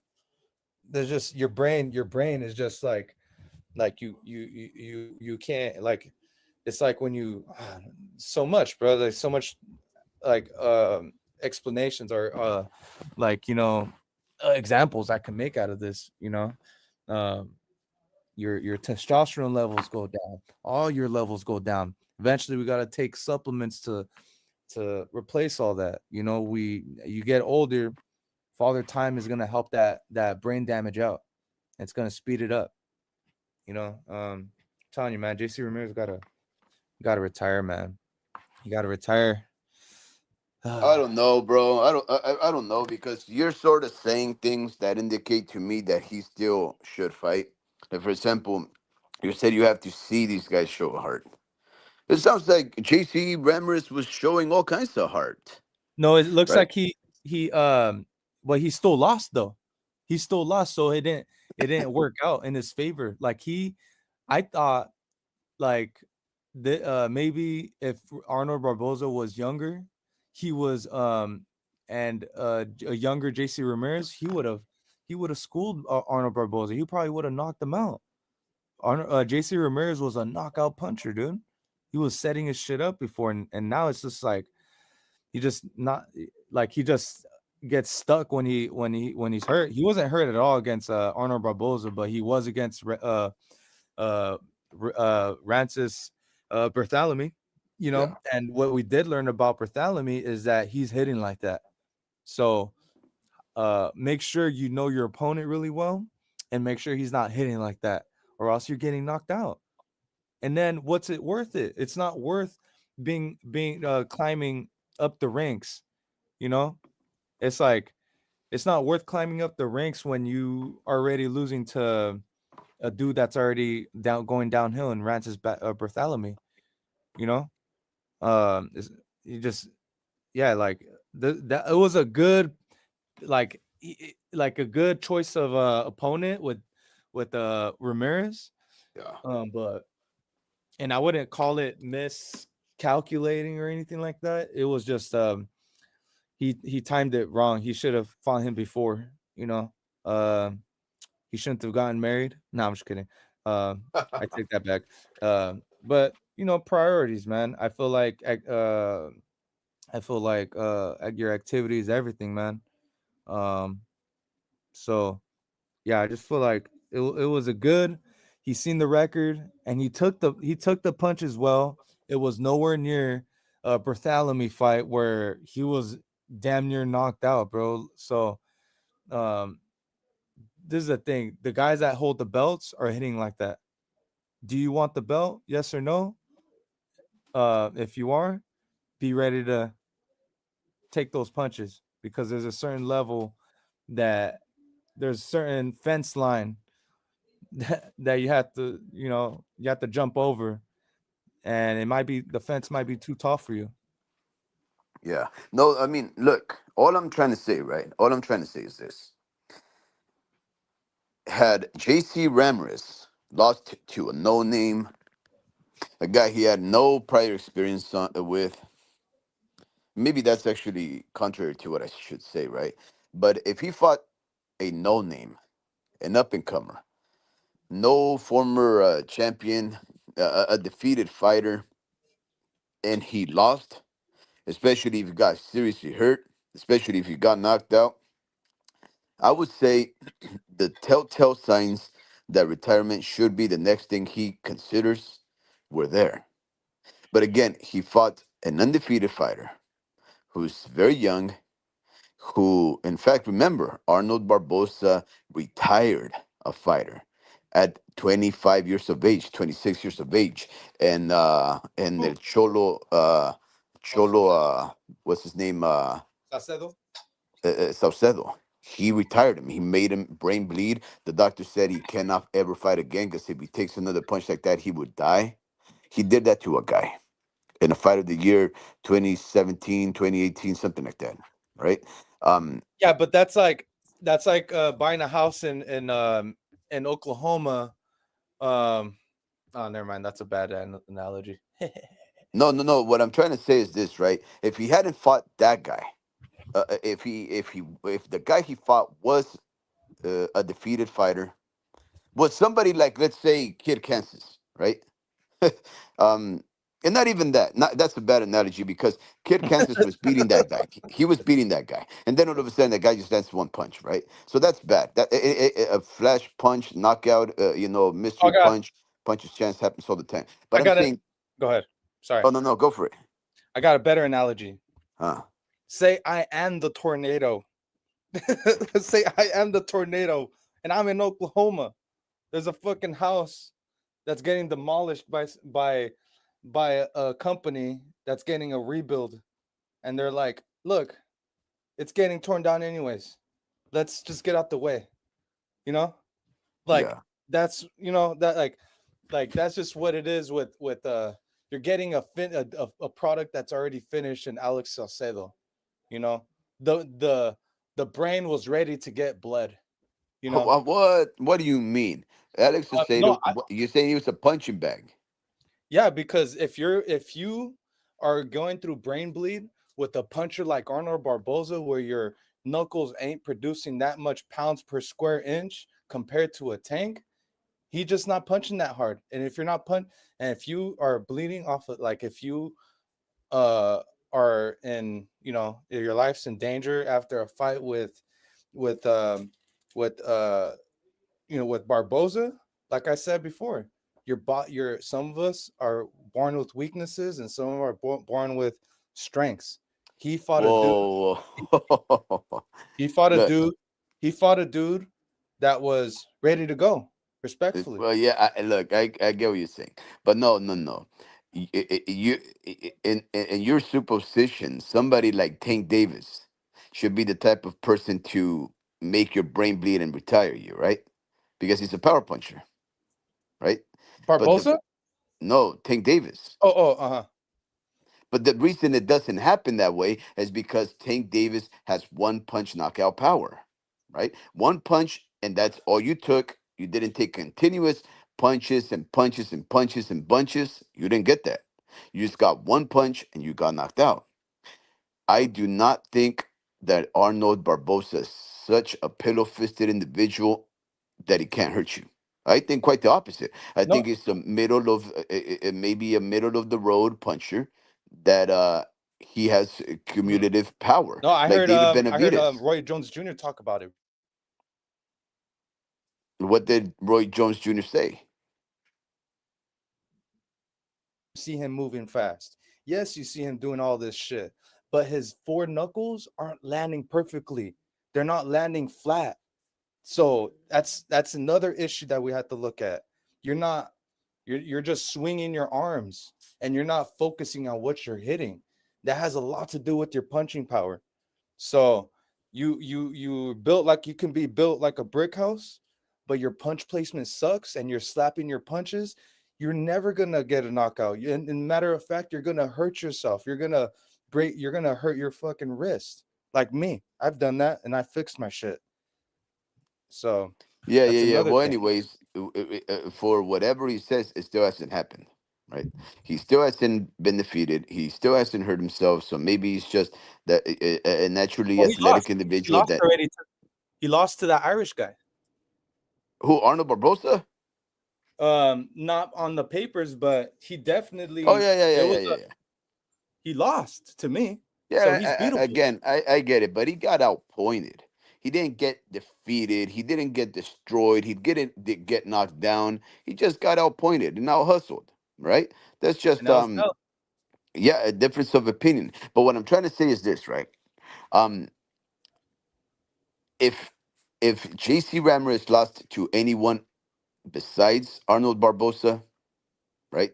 Like let's say Estieri Suero, right? That dirty ass Dominican that fought Floyd Schofield, head butted him, pushed him, threw him, wrestled him, all that kind of stuff. If he had lost to a guy like that, who has never been a champion, has already a couple of losses, he's just it's nobody. And if you get destroyed and hurt by the guy, and if you get stopped, you know what, man, you got to get out of there. But he basically lost or got outscored to a stablemate, right? It's not gonna happen. If I was to bet money on it, I would say JC Ramirez is not gonna retire just because he lost to Barbosa. That's not gonna be the fight, especially not the way that you're making it sound. If Oh, there's just by people that think he still eked out a win, that's not yeah. gonna be the fight, right? I'm doing it. Should he retire? Yeah, maybe he should. Yeah, but I'm saying that off of what I'm hearing, like off of what I'm hearing, what he's saying. But as far as what I'm hearing, it Yeah. doesn't sound like he wants to retire. Usually, you would hear rumblings or rumors like planning on retiring or contemplating. The words contemplating or get thrown around, but I haven't seen those words. But I'm just saying, as like someone who, like, from a stranger that cares about him, like you need to retire. Well, okay, yeah, yeah. No, see, that's different though. That's different. Now, it sounds like very influential people in the know, like Robert Garcia, are the ones who are publicly bringing up a possible retirement query for JC Ramirez. When somebody like that starts to speak, he's saying that not because he hates you, not because he doesn't believe in you. He's trying to protect you. He's saying, look, buddy, you got nothing to prove. You got nothing to prove. You should have been an undisputed fighter. And I know more than I know other fighters that Robert Garcia is telling to retire as well, and they're younger than me. He has everything to prove, bro. Yeah, but you know what? Yeah, yeah, yeah. Wait up, homie Ricky. Saludos al Pachuco. Good evening for you, carnalito. I hope you've been well of health and sane of mind. It's been a while. Haven't seen you in a minute, but I hope and I do believe that you've been well. If not, please let us know. We'll send out a little prayer. And of course, I wish you and your family, your kinfolk, a happy Thanksgiving. Just in a matter of an hour and 13 minutes, we'll be celebrating the Day of Gratitude and of family gatherings, of bountiful cornucopias, of flesh and fruit. And I hope that you do celebrate those days. I know that I, for the longest time, did not. I had, I guess you can say, too good of a thing going on, and I felt real bad for those that didn't have it. But now I'm the opposite. Now I'm in a pretty mediocre boat, maybe even bad boat. And now I wish that was in a better position. But because I have something to wish for, and I can actually still think about being in a better place, for that I am grateful. the opportunity to still be extant in the live, to speak to you, to the Mexican G, to Mr. Vince Vargas, to the homie Ricky and Dream. For that, I am grateful. And I'm actually quite grateful to both of you guys, the homie Ricky and the Dream, for making this show a reality, making the opportunity for you and I to express our opinions, our admiration for these fighters, our appreciation for these valiant warriors in this beautiful sport that we call boxing. It's really, really fun. One of the best decisions I ever made, guys. Best decisions I ever made hanging out with you guys. I thought I made a best Hey, decision getting rid of you guys for a wait. while. Hey, happy holidays to all you guys, man. Hopefully you guys have a happy, good Thanksgiving Here with we some go. good company and some good food. Let me put it to you like this, man. Besides talking about other people, I heard your son was able to spar a professional fighter. Who? Oh yeah. Thank you. I was You just care gonna. to tell us how who your son fought, how many rounds he fought, how did he do? Whoa. Did he hold his own? Tell us a spiel if you're man enough. Well, it's not about being man enough, right? You know that there is a rule for the most part in the spoken rule that No, don't that give me that. Don't no no give no me that. well it's wait up. I just gotta preface the following statement by saying why I may be a bit reserved in the words that I choose to express, right? I I do have film footage. And the fighter that my fighter was that my son was fighting, he knew that it was capturing film. Now, I didn't ask him if I can upload it. I didn't ask him if I can share it. But because we didn't ask about it, that also means that I should be able to. Now, I would rather have asked him for his permission. Right? Say, hey, buddy, do you mind if we use this as film footage? Do you mind if I maybe upload it or whatever? Because I am that type of person to respectfully ask of those things. And if you say no, then I won't do it, right? But since we didn't ask and he seemed cool with it, I might just upload it. But I may not necessarily say a name just yet until I first wait up. Until I Don't say Wow, first yet. wait Put up, it wait on the up, wait private up, chat. wait bro. Put it in the up. private chat. You're a Private little chat. weenie, bro. Little salchicha Okay, amarillo. okay, okay. Wait Eres up. Let amarillo, me way. juice it up first. Let me butter the turkey first. All right. So Butter it. okay, so we all know that my son started boxing quite late in his life, right? He's I think he just turned 19. He started at 16. Uh, Maybe about 6 months, 8 months into training, all of a sudden we started to throw him up there to fight, and he's I would say, considering that we know fighters that have been going there for years that have actually quit the sport and don't actually fight either as amateurs um, because they just never achieved that level of professionalism or dedication to actually continue it. My son learned quickly, considering what he knows, he learned quite quickly how to box. And he is very dedicated to the sport and he is very athletic and naturally gifted, but he also works very, very hard, which is a What's the very fighter's perfect thing. name, man? So this fighter, he's a pro fighter with 4 fights. Came out on television in his very first one. He had a draw, and he's won 3 so far. Right now, because we asked questions, I was able to ask him about why he had a draw, what he thought about it, where he's at right now. Long story short, this gentleman, he's now fighting for Manny Robles.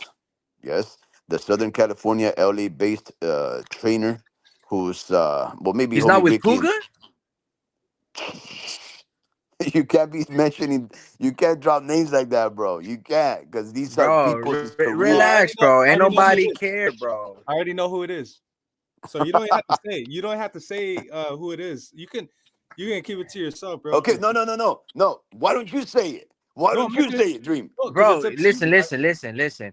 You're talking about an No. amateur, You say right? it. Wait, You say it. You're talking. Hold on. You're talking about an amateur who might not ever have a professional fight, and you're just talking about a Salinas professional who might not ever become a champion. And you're so like, oh man, I know. what's your name? Bro. Stop it, bro. I Stop know. it. All right, you act like your Okay. son was putting hands on David Benavides or some shit, and you exposed them, and they directly told you, "Hey, you, Mr. Father, can you never show this and reveal to the public because this is bad? Like, bro, that's how you're making Hey, it out to seem, bro. hey, don't So you don't talked show about this to Manny Al Robles. Heyman. So he's no longer with Puga. Is that what you're telling Okay, me? so when you ask questions, guys, you get answers. And it turns out a lot of the stuff that you and I know about local boxing history may not be necessarily the way that we think it is, right? Hey, does it So, rhyme with Amanda Serrano?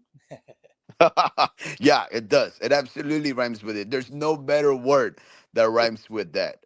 So, okay, this fighter, can you guys say the name for me so that I don't fuck? Yeah, damn, Adrian Serrano. There you go, Adrian Serrano.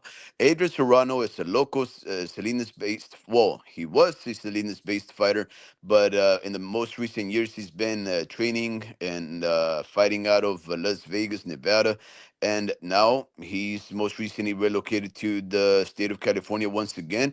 And moved down south to the city of Los Angeles, Oh, and what? he's now under Manny Robles. One Now, question. One question. Does he have a job out there? that's a good question. Because it's expensive. Job is He- boxing. So Robles paying for it or what? Probably gives him stipends. Okay. That's a very good question. Um, let's just say that he made some connections in Las Vegas, All I and saw that he was and as a result of those connections, he was able to move out to the city of Angels, right?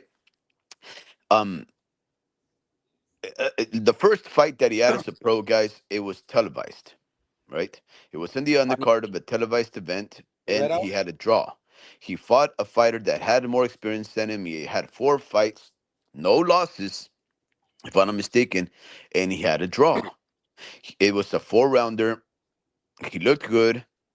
The other guy started coming on stronger at the end. So it really should have been a draw, like it really was. And from there on out, I guess the decision was made that a Salinas based trainer um, should not handle his career, right? There Damn. was apparently a lot of talk about how this trainer didn't do his due diligence and may have set him up with a fighter that was too hard for his professional amateur, his professional first fight, right? A very young fighter that never lost anything, and he came from Mexico, and he had 4 fights. Okay, I think that's a fair decision, right? I mean, like somebody said it wasn't the fighter himself, it wasn't Serrano, but somebody said you had one job. And I was like, jeez, all right. So this kid right here, he's been fighting since years of 8. 8 years old. He's 21 now. He's been fighting for over half of his life, guys. And my son, again, he's just been 3 years in there. How did my son do?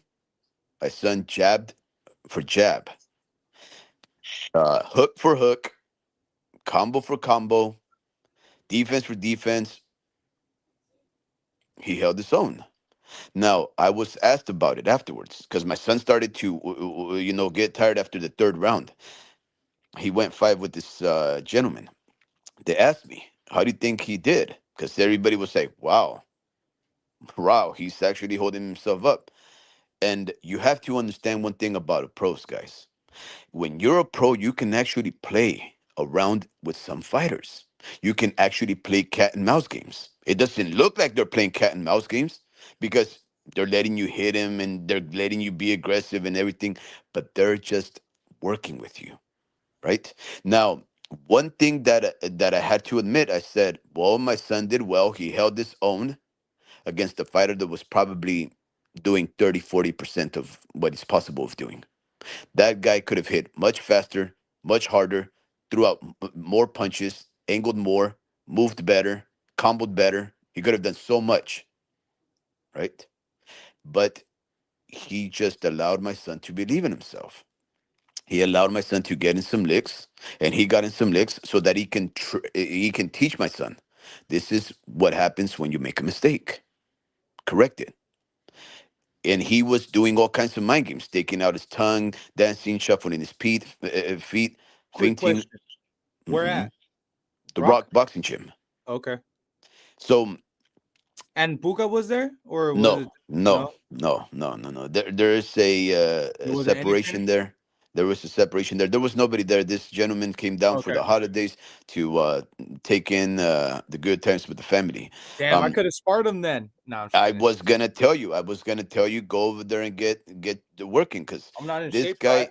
I'm too big for him. Well, he's I too big. punched. He's too I big for my punched. son. I punched too hard, and I don't have enough wind. Look, he's no, that's a bad combo because you're gonna I get tired know. and you're gonna I know. start throwing your hands. You're gonna start Exactly. throwing your hands. Yeah, That's but why the first thing I do when I go in the gym is repetition. Get that yeah, wind up. yeah. So look again. They asked me how did I think my son did. I said I held his own for somebody that obviously could have done way more, way more, way more. But again, the guy, he knows these things. And he's just, he's not here to beat up on people. He's here to, Work. um, you know, test himself, keep warm. You're right. He said he's just here to warm up. He's over here down up north to visit his families, and he just wanted to get in a couple of rounds, sweat it out. The Thanksgiving is coming, and he allowed my son to believe in himself. And he had some good things. My son landed some good jabs, real good honest jabs, not just like Adrian Serrano was keeping his face out there and saying, punch me. No, it was like my son fought for that punch. He fought and placed himself in a position to throw that punch and land it. If he rocked Serrano, he rocked Serrano. If he got rocked, Serrano worked for it. So they really worked for it. But again, that these professional fighters can step it up, especially a fighter that's been fighting for, I don't know, 11 years of his life, right? My son has only been fighting for 3. But Damn. Adrian So he started Serrano, when I started. It's crazy. yeah, I guess so. I mean, Adrian Serrano is 21, I believe, and he started at 8 years of age. So, Damn. yeah. So, but again, that just comes to show my son. My son actually came back home and he's like, he's very honest. He's like, man, Dad, he came to me in the corner. He goes, Dad, I'm tired. And he knows. And he told me. And he's like, you're tired, huh? And I was like, and then afterwards, Mr. Serrano, young Serrano, he stopped and he said, look, I noticed you got tired. You still kept pushing through. I respect that. He goes, this is what you need to do. Because our coach was saying, you have to work, you have to run, you have to run, run, run. And he goes, well, listen, you can do that or you can do what I do. He goes, I hate conditioning. I hate running. But what I do is that I get the treadmill and I sprint. I put it at the highest incline. I put it at the highest speed and I sprint in the Rick. treadmill for 3 minutes. Rick used to tell me to do that. Not Yeah. not just not that the incline, but the sprinting part. Yeah, Remember, yeah, Rick? yeah. No, he said, but he says if you have a treadmill, even better because the treadmill you can actually incline it upwards, right? And you Mm. can change the speed. So he said that do it for 3 minutes and then stop, catch your breath, 3 minutes again. Do it for as many rounds as you're gonna be fighting. If you're gonna be fighting 4 rounds, do it for 4 rounds, and eventually, do 4 minute sprints, high speed, 3 minutes each, and eventually, if you can, for a 4 round fight train 8 rounds. So he was giving him some very good advice, um, and just generally being a very good fighter with advice for somebody that he actually respects. Because believe it or not, the coach is not the one who called my son to spar. This fella, he reached out to my son through Instagram, and he says, "I need good sparring." And my son's like, "Dad, I'm gonna go get sparred up." Hey, but let me tell you a story. Let me tell you a story. That's good. A short story, actually. That's a So good Rick, long story. That was good details, man. Nah, yeah, I man. know. Yeah, yeah. Keep going, Jude. Keep going. I just hate the Um, part about mentioning names, and the yeah, stories yeah, yeah. about. But yeah, yeah, Yeah, it's all good. Literally nothing bad about because mentioning names. The fact that you mention names is a good credibility where you're like, yeah, man, that's pretty cool. let's see who this gentleman is, and then people can research that. That's what makes Yeah, it yeah, pretty. yeah. So his name is Adrian Serrano, guys. He's fighting out of Manny Robles' camp. Follow the guy on Instagram. He's a very good individual, very straight-sided young man. He's a very skillful fighter. He's very complete. He's very He complete. fought He on can do a lot of stuff, guys. he fought on the Red L card. I remember. I was watching it too on a Red L card, and I thought he was with Bob Santos, but uh, I probably Well, was wrong. depending if Bob Santos is in San Jose or if he's over Yes. there in, is he in Oh, Las Vegas? oh, currently you're saying like his living situation or currently right Yeah, now? no, it's Bob Santos training in San Jose or in Las Vegas. Sounds it. Oh, okay, then he's not there. He wasn't with him. Yeah, yeah, I know for a fact it's San Jose. It's a little spot out here. Matter of fact, Mario Barrios lives out here, bro. Yeah, I Um, know. he's got family though out here, which is crazy. But yeah. So what I was gonna say, it's good to hear that. You know why? Because uh, you know, my uncle owns a boxing gym too, right? I'm not saying they're like quitting over there, but they're really like inconsistent in a sense where you like you'll see like your committed ones, but then it's like they're you can tell like they go hard too fast, you know, and they go too fast and it wears them out. And I go by that to say that literally uh, I don't even want to say names because it's somebody that isn't fighting anymore. So yeah, like he started at the same time as literally as Damien, except he moved up the ranks, won California Golden Gloves. His first Oh, he stopped boxing, bro. it's his first 16 months. Fucking won California Golden Gloves. What? Moves down in weight, wins California Golden Gloves again, goes to the Nationals, beats a guy that beat the guy in the Nationals, and right now there's a dude named Amir Anderson that got signed by OTX, that lost to him, and right now, um, he's saying he doesn't have it in anymore, in himself anymore. You know, he's saying because he Who works in Keone? construction. Yeah, He's but saying this that is the he don't thing. have it himself anymore. What's up? Wait, he's the one that's saying that, or the fighter that signed with OTX is saying that? No, not the OTX guy. It's Oh, my uncle's okay. fighter. But this is the thing, right? Like, you know, they're family to us now. Like they are allowed whenever, you know. So they gotta get that hunger back, you know. And they're honest, you know. And you know, they're like, well, what, dude? Like, you know, we're not forcing you to fight, you know, because you're pretty much like our family now, you know, because we the younger brother still fights, you know. So that's that. Remember the one that we seen at the airport when last time I was there at the airport? The older Ah, brother, there was a younger, yeah, there was another kid that fought out of my uncle's gym that fought on the same day as Mo. Um remember you were with your cousin and I was with my cousin, but and then we seen Lizzie out there, but anyways, yeah, so he fought on that same day, but his older brother was he just doesn't have it in him anymore. And it sucks, man, because I mean it takes those situations that you just told me right now to really rejuvenate your you know, like your motivation, to you know. uplift your spirit so you can continue Yeah, to grind.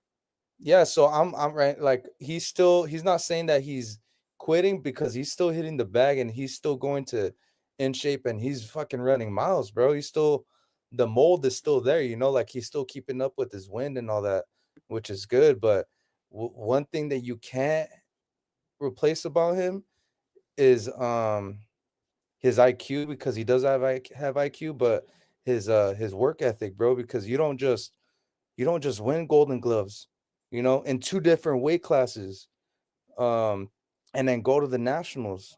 You know, your first 2 years of boxing, it's insane. That's unheard of.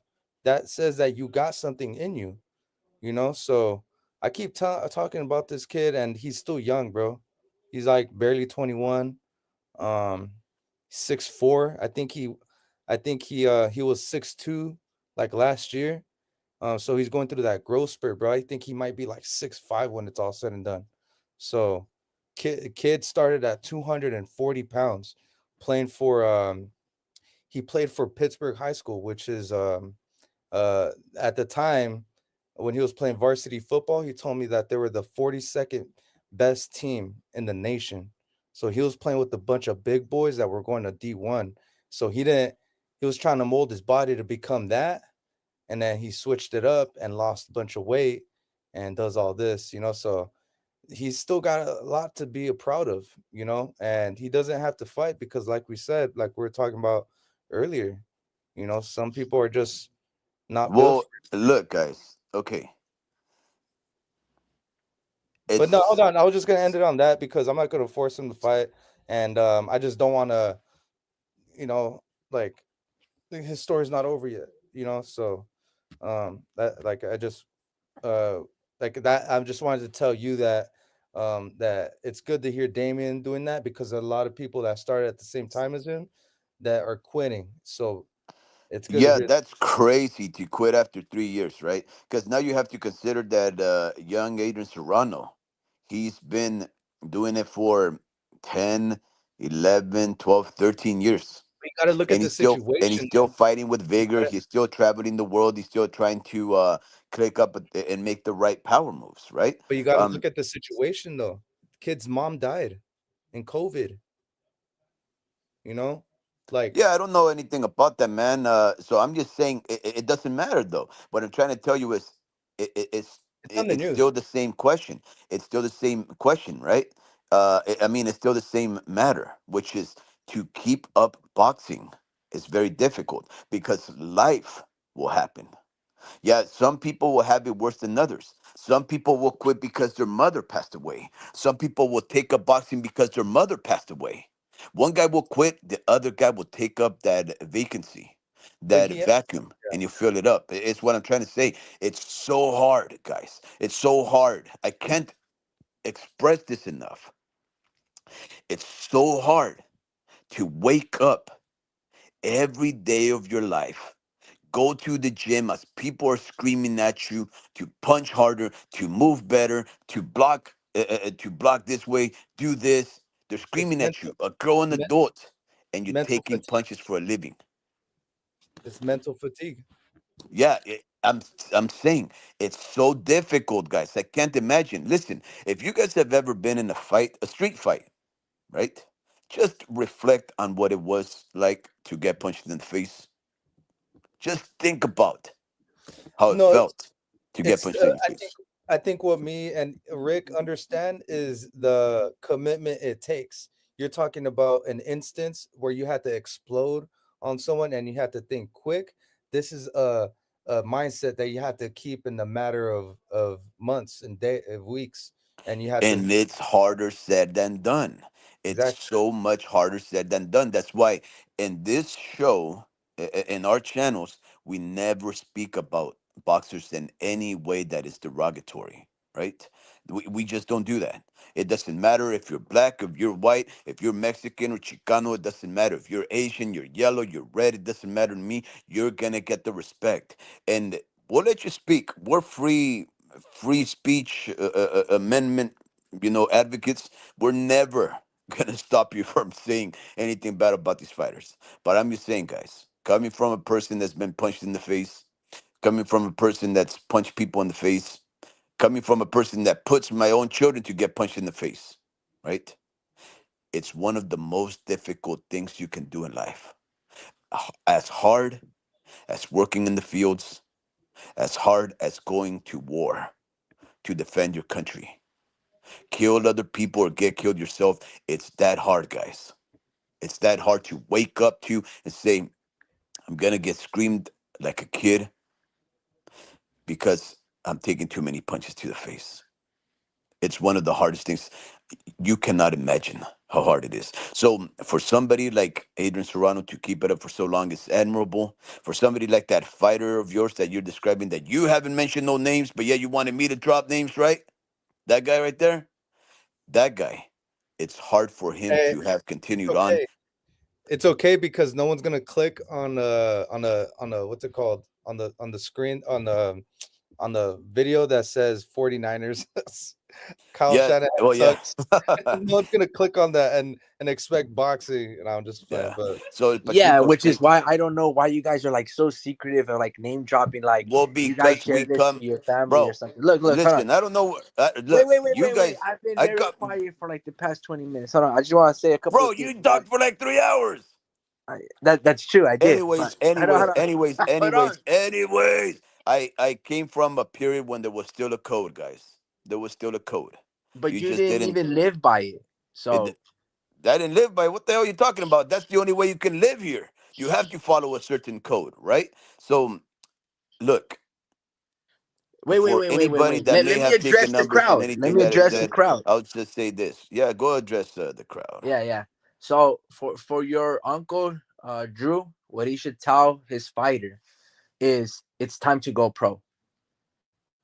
It's time to go pro, because that gentleman. I don't know if you want. I don't think you name dropped him. I was the one that name dropped him.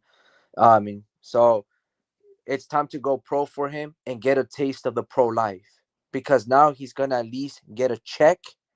And if somebody that he beat, or let's say he lost to sign with OTX and he went to the Nationals, then it's time to stop fighting for free and just go check some money.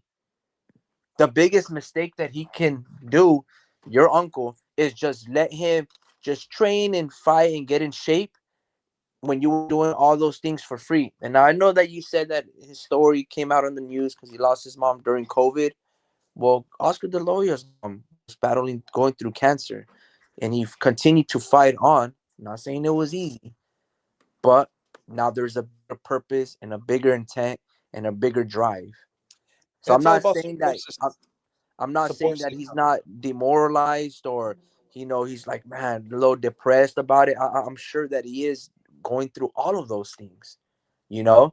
But even more so to be like, hey, bro, I gotta knuckle up, buckle up, and see about this going pro, because nationals and being a top amateur is really good. But what's even better is being able to use my talents, and he's got talents, and he's dedicated. He's got that work ethic from going from 240 to 175 and stuff, all this. And remember, there's not a lot of guys that are 6'5" or 6'4", in those weight classes. So if he's Right. still managing in or around that weight class, it'd be a disservice just to let him walk away without getting a taste of the pro life. Now, again, you said that he's young, so the chapters and the stories aren't written. But Right. again, one of the things that I've always told my nephew, Speed's son, is this. And Ruben Villa has said it. I wasn't the best one at the gym. I just never quit. Mm-hmm. Perseverance, consistent. Yes, it's true to go to the boxing gym. It's hard to run. It's hard to get punched. It's hard to wear and tear, all these things. But that is life. It's hard to wake up every single morning and take answers from a boss, from somebody else, when you feel like you have better things or thoughts in your mind. Yeah, all of that stuff is tough. It's consistent, and people do it for 50, 40 years. For boxing, you got a small little window.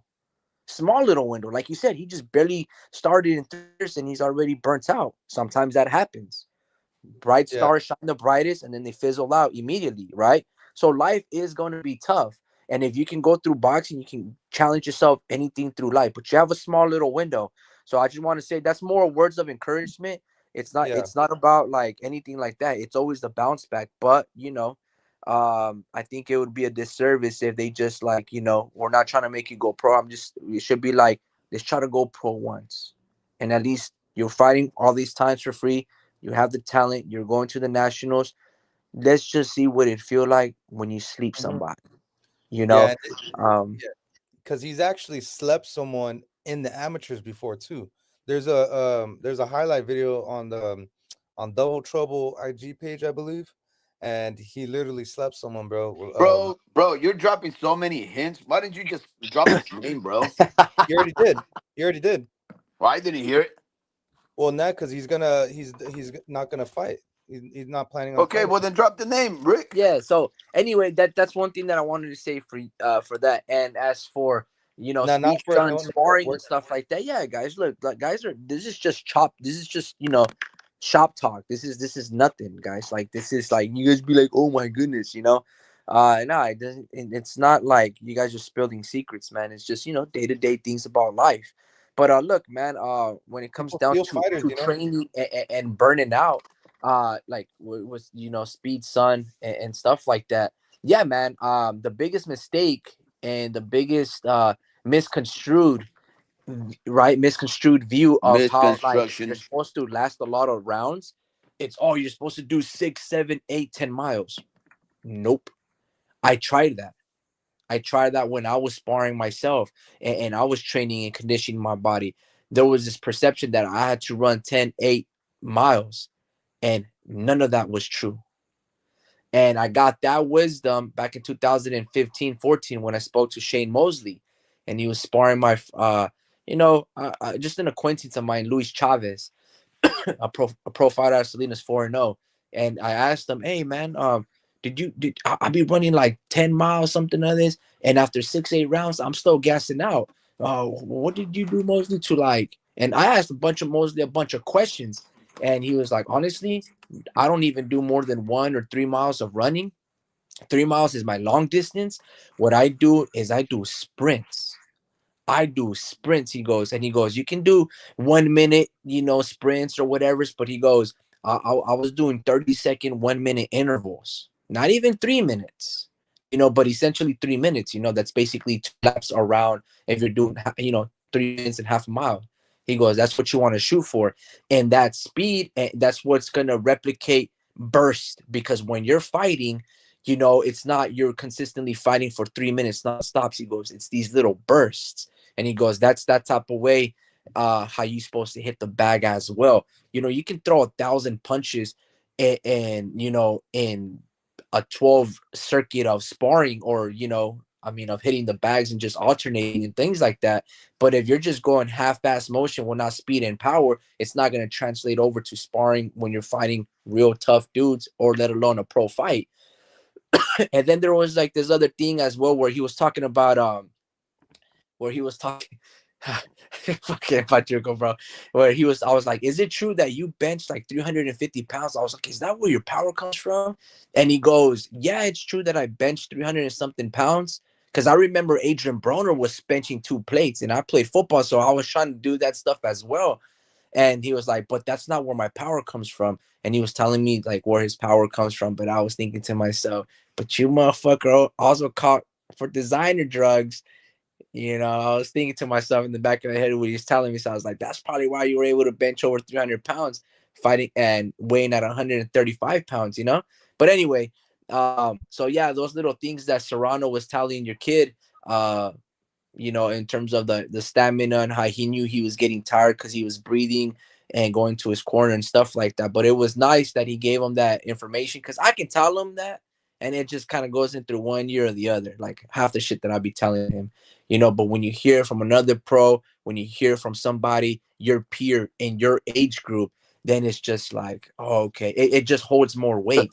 like him reaching out on IG, telling him, hey man, I'm in town, I need good work. Give me your best work, and let's work. And that sounds like what it was like. Patrico says it sounded like it was a productive sparring session with good sabiduria, and he was able to gain a lot. So maybe kind of like speed what Drew was saying.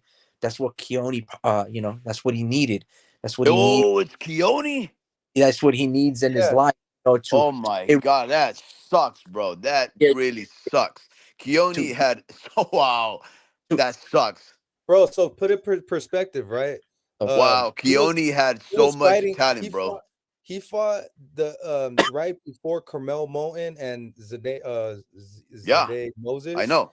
He fought, literally fought that. My video got struck down because of it.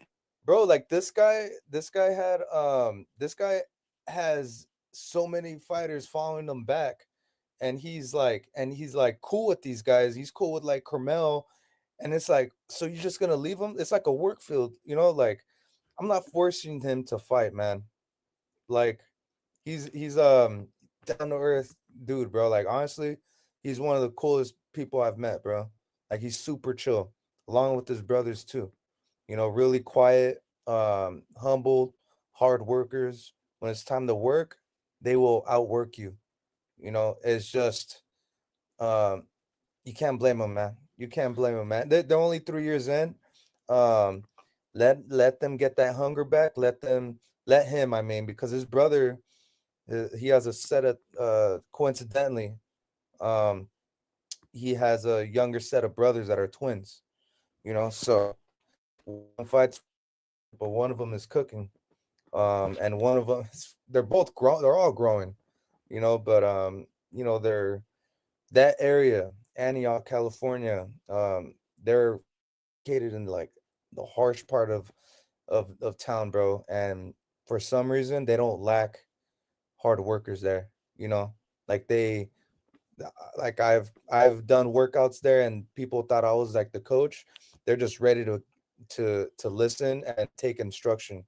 You know, and that's what happens when you put your gym in a very uh you know around people who are very hungry, for success. So Yeah. I Yeah. think No. I So think eventually the hunger will come back. Like I just know. I feel like I've grown it won't. know I've grown to know the mentality of I don't what think it will goes. come back, bro. Don't be pessimistic. Pessimistic. No, it's not And that. on Look, a funny it note, seems. It Pachuco seems. says Drew is the type of guy to give a fake name when he meets a girl at a bar. Drew is Fernando at the bar. Fucking No, Pachuco. I wait, would wait, do wait, it. wait, Pachuco. Let me confess something, man. I don't think Drew is that type, but I've been that type, bro. I've been the type to actually Drew responds with Pachuco sounds like a stalker. no, no, no. So uh, He's I talking to you right now. back when I was much younger and before I was married, before I even had a girlfriend, I used to I had a Filipino friend of mine. His name was Marvin, and for about 3 years, because he lived in our block for about four. Um, and for about 3 years or so, me and Marvin would hang out. Marvin was a high school stud, right? Like he was the football coach. Like I mean, the football captain. He was a quarterback. He was very athletic. He was the captain of the basketball team. It was like he was the jock, right? It's what most people would call a burnout now, right? They topped off in high school. They were like the main man in the small little town, adjacent to Salinas. So, anyways, long story short, it became so bad that one day, since we used to drink and drive all the time, just cruising around the city of Salinas, picking up girls, some days he would have me drive to this one house in Salinas, right? He would just tell us, or he would tell me, go this way. Okay, now turn this way. Go that way. Go so forth and so on. And all of a sudden, the beers that we've been drinking, he would just throw them in this lawn of this house, just like boom, boom, boom. He used to throw these 40 ounces, these 32 ouncer modelos or whatever. He just boom, boom, boom. He just throw them right there. And initially, I thought it was random. Like he just picked out a random house and just threw it right there, right? But at the second time it happened, I had to ask him. I go, "Hey, what? Why you picking out that house? Like, why you always throwing bottles right there?" And he goes, "My ex girlfriend lives there." Now, mind you, guys, I hanged out with this guy. I hung out with this guy for like 3 years, right? 3, 4 years. Never once did he have a girlfriend. All we did was drive around picking up chicks and making out and drinking and smoking, right? So this guy had a girlfriend at some time in his life, and he felt so resentful of that breakup that even years after the fact, he would drive over there, be so petty to discard all of his drunk bottles in their lawn, right? Okay, so you're probably like, okay, what's the whole point of this, right? Um, And I just want to let you guys have a little recap, and not a recap, but just bring to you guys' attention is you see that icon powered by StreamYard? I yeah, get 20 hours free. Okay. So if we don't go live for like the next following 30 days of the next month, I gotta reset that shit. Wait, wait, So it's okay. It's okay. we're at It's 4 okay. hours We can. already. It's okay. We can go live on my show. I'll pay for a StreamYard membership. No, Don't you worry don't about allow it. us to use We're bad ha- words. we're All right? having Fuck that. we're having too much fun, and I haven't ran into some of these guys right here for a minute, so I'm gonna enjoy it, right? So he's probably Pachuco's probably like, what's the point of this whole conversation? Warped, you keep going and going, you never get there. Okay, so while I was hanging with Marvin, my name was Ruben. My name was Ruben, and I assure you, Pachuco, my name is not Ruben. It was just a name that I would come up with because the kind of action that I was getting into with these ladies, I didn't want to get necessarily caught, with back on some stuff. So I had to come up with an alias. My name was Ruben, and it rolled off the tongue. And the girls seemed to like the name of Ruben. And back then, I used to be a little player, right? So I would like, you know, talk differently with these girls and be all suave and everything. So the name of Ruben really, and here's the thing, guys. It comes back to haunt you.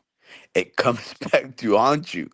One time, years after the fact, all of a sudden, I'm going to this one store. I'm buying some, like, I don't know what you call it, like a Hobby Lobby kind of store, but you buy like little trinkets to like sew your pants or whatever, right? This girl that was working there, she goes, I know you. And I was like, I don't know what you're talking about. She's like, your name is Ruben, huh? And I'm like, no, no, it's not. My name is not Ruben. Because it wasn't Ruben. But I realized, right, that Dream is not Fernando. But I am Ruben. I'm so confused. I understand. Well, I understand where you're going, but dude, that took you 5 minutes to pretty much make a fictitious story of what El Pachuco wrote in 3 sentences, dog. No fucking way, dude. That's crazy, man. And yeah, then you yeah, yeah. the name from Drew to Fernando to your name to Ruben and told Well, exactly the same. no. It's just that I'm saying. God, I'm just dude. what I'm trying to say is that Dream or free. El Pachuco is mistaken when he thinks that Dream would be the type to call himself by a different name, when in reality it's closer to me. You know what I mean? Um, You're but more of a anyways, okay. So one last thing before I say it. Okay, this is the very most important thing about everything, right? Uh, Pachuco stated, it's great that your son had a productive sparring session. He will only get better.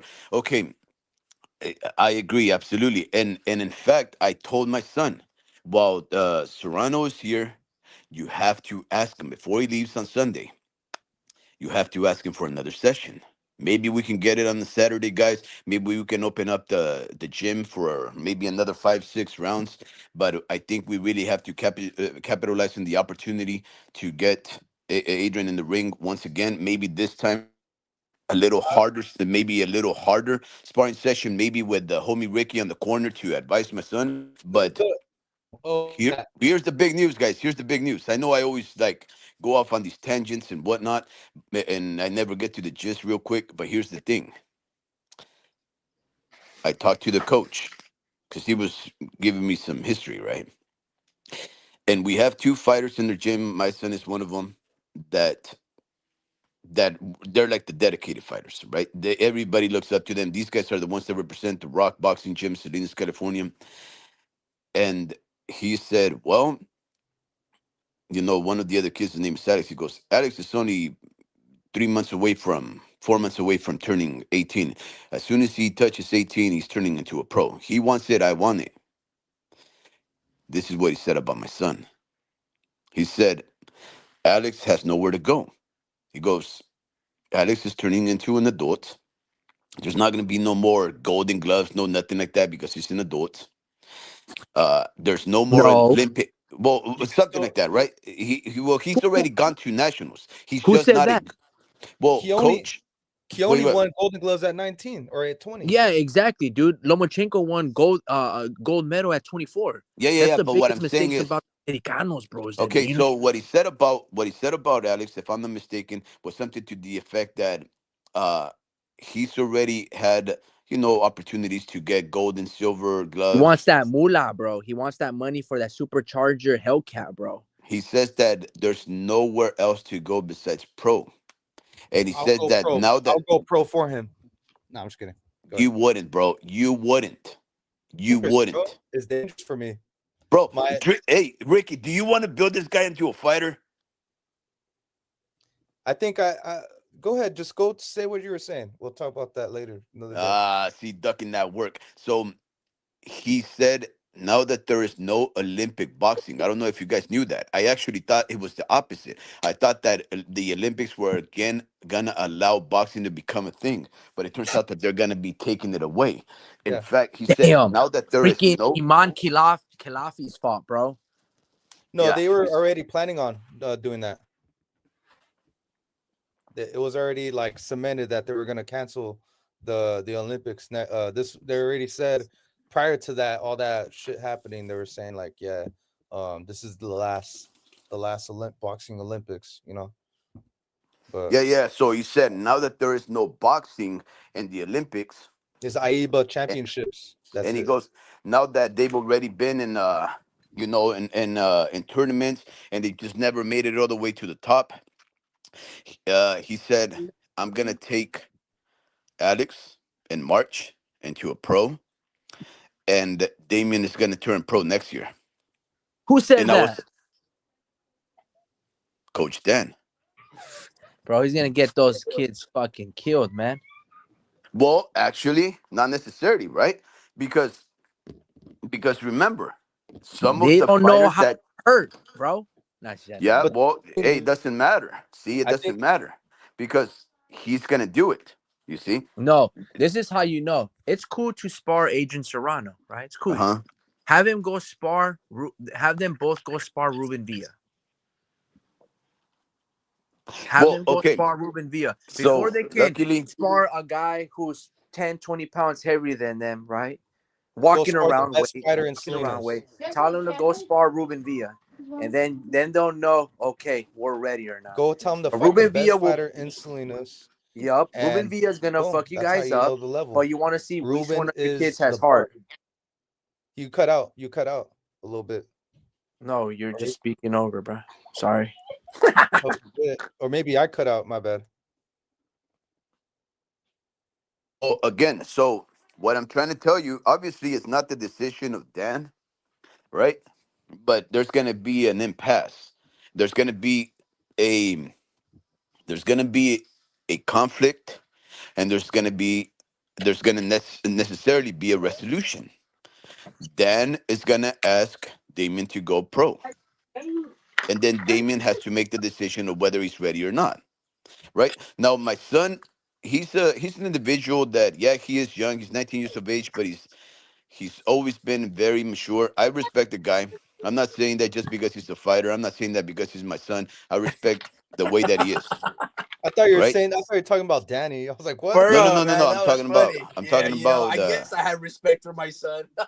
No. That's hilarious. I have respect for my son. So, but I also have a lot of respect for Coach Dan. Coach Dan has invested a lot of time on my son and even money, right? I know that there's gonna funny, be a dude. moment. There's gonna be a moment when they're gonna have to have that conversation, and Damon is gonna have to stand up to himself for himself and say, "Yes, I'm ready," or "No, I'm not." If he says he's ready, I'm not gonna stop him from it. Let If me add he one says thing. he's not, if he says he's not ready, I'm not gonna stop him from it because again, I respect my son. But do I think he's ready? Listen, in the sport of boxing, you never stop learning. And I have to be a realist.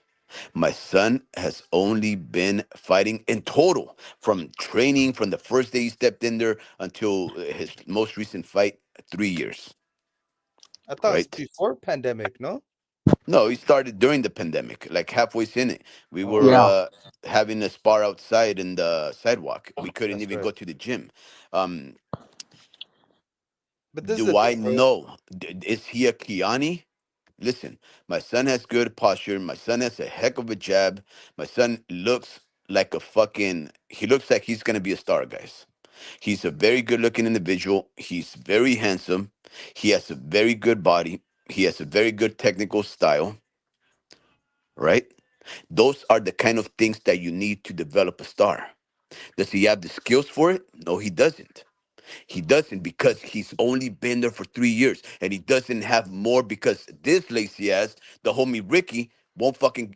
Sorry about that. Sorry about the curse words. He won't get out of his bed to work with this guy. Now he's trying to tell me that my son shouldn't get ready to go to pro 1 year. Well, guess what? The homie Ricky for 2.5 years now, sitting on his ass.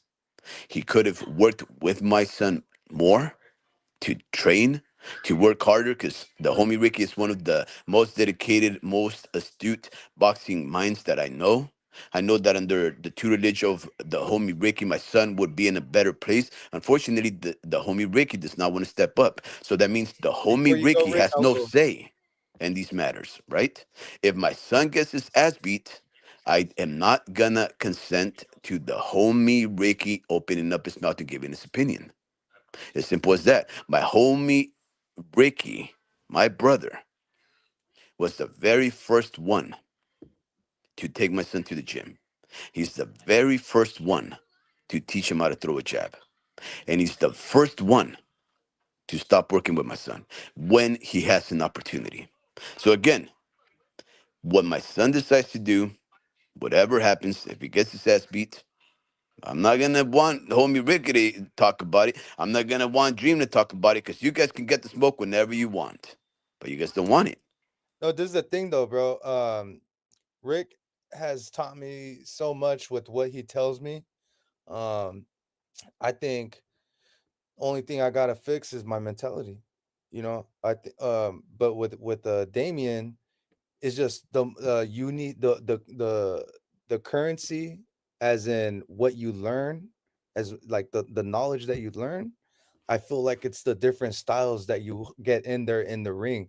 Like I really don't learn anything until I get in the ring. So that's all Damien does. That's all he does is he literally doesn't even do the workout. Like last I haven't been there in 3 weeks. uh I think like the last day of the second to the last day of October was the last day I went there.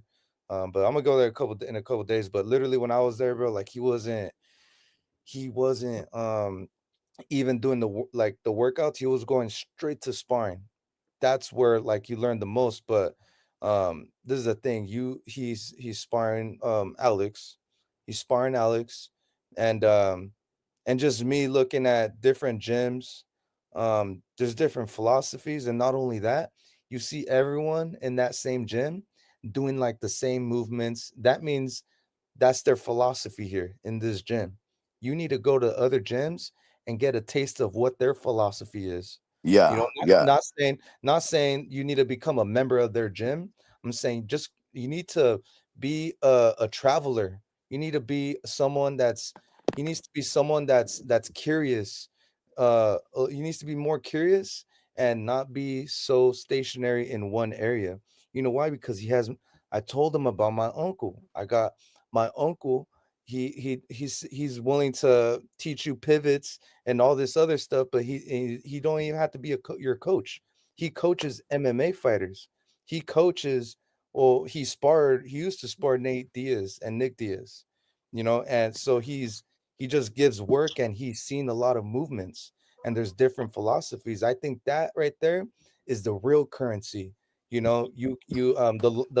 time that you spend at this gym, I feel like it does matter, but that's not where the currency is at. It's not for his knowledge. You need to go and check out other people's philosophy and see how it's because their footwork is almost like footwork is footwork. I feel like you're either Loma or you know how to cut off the ring. There's no yes and no's about it. Either you do know or you don't know how to cut off the ring.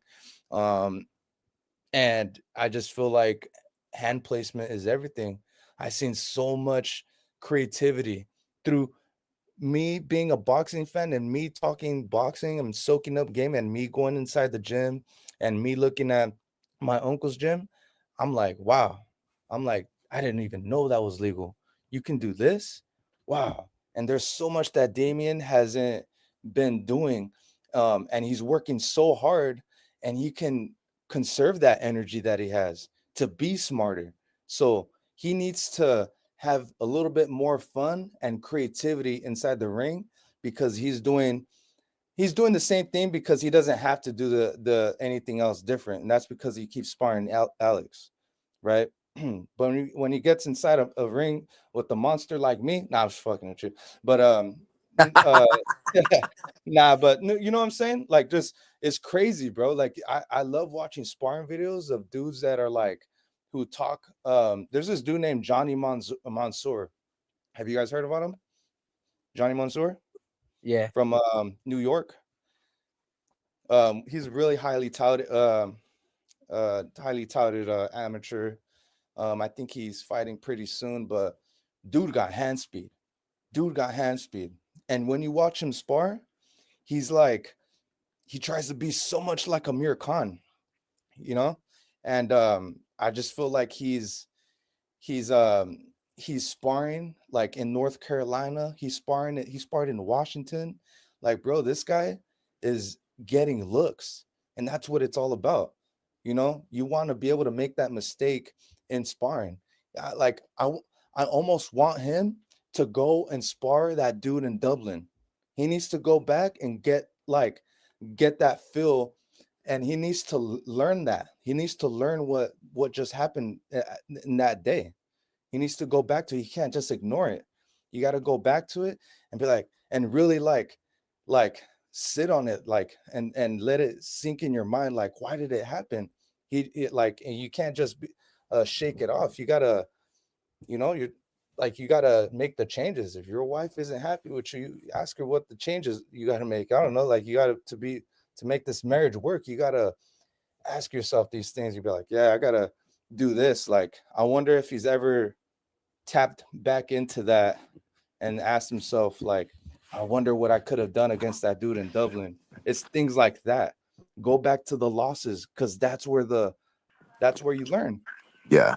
Well, look, Dream. And you know why he got knocked down?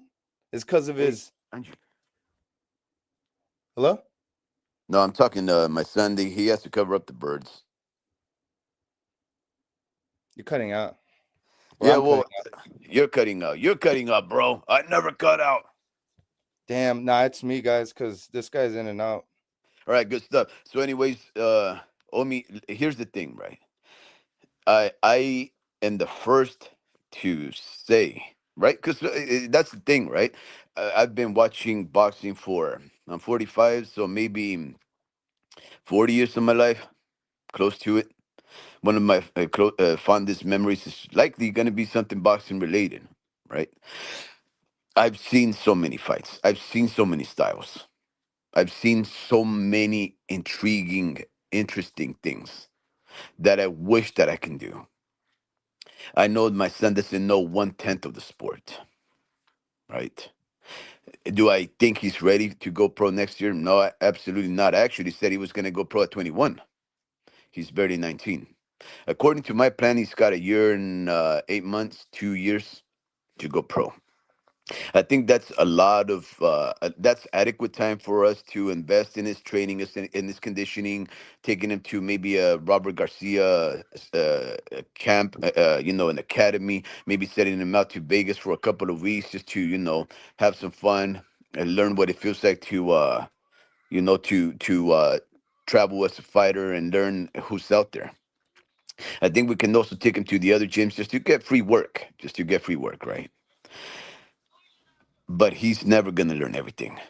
And at the pace that he is learning, of course, he's only going to learn one style. He's going to learn to fight a style like Alex. And he's fighting different styles. He's fighting shorter guys that come more forward aggressors. He's able to neutralize them for the most part. He's able to fight guys that are his size for the most part. He's had, you know, good success against those fighters that are his height and reach. He just has to dedicate himself to his jabs and his, like El Pachuco says, his 1-2. but he has so much to learn. Unfortunately, none of you two blokes is willing to step up to the plate and do it. It's so much, in fact, that you guys want to duck the work that Dream just dropped off. El Pachuco says Drew gave a fake name at Starbucks. The barista was calling for a latte for Fernando for 20 minutes without any response. Oh, I get it. They had to cancel his order because he gave a fake name and he forgot the fake name. El Pachuco, I didn't know you were a joker like that, man. That's hilarious. Yeah, him and the Mexican G and Adi Medi, bro. They're fucking funny, dude. They're the best, bro. They're literally the best. Like I I used to frequent a lot of boxing channels, homie. You know this. I am a big fan of Ring IQ.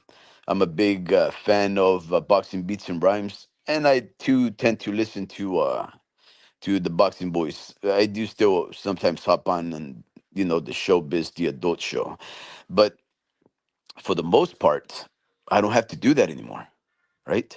Because when I want to learn something or have fun loving the sport that I do appreciate so much, I just have to hang out with you guys, chat around with some of our long-time listeners, and I say 5 listeners on the live, 3 listeners on the live, as long as they're the people that we know, I'm pretty happy with that. Homie, what are you? Wait, do you work tomorrow on Thanksgiving? Yeah, 2 to 10, man. 2 to 10. Yeah. So Yeah, you're gonna swing. miss football. You're gonna miss Misfits boxing. I'm definitely gonna miss Misfits boxing. I'll probably watch football, maybe. El Pachuco says, "Do you guys part with Ruben? Robert Garcia Boxing Academy? No, not yet. But that is definitely one. I think, in my opinion, at least one of my dreams, one of my hopes that my son, that we can probably save up a few thousand to go over there and just enroll him in one of those, 2 3 week long academies. I that's one of the things that I really have to find out. My son wants that kind of dedication. El Pachuco, he's gonna have to, right? Because my son, he doesn't necessarily say no, right? He's not the type of fighter that, I don't know if it's just, if he has to, he'll say no, right? But if there's a yes or a no, it's always going to be yes, right?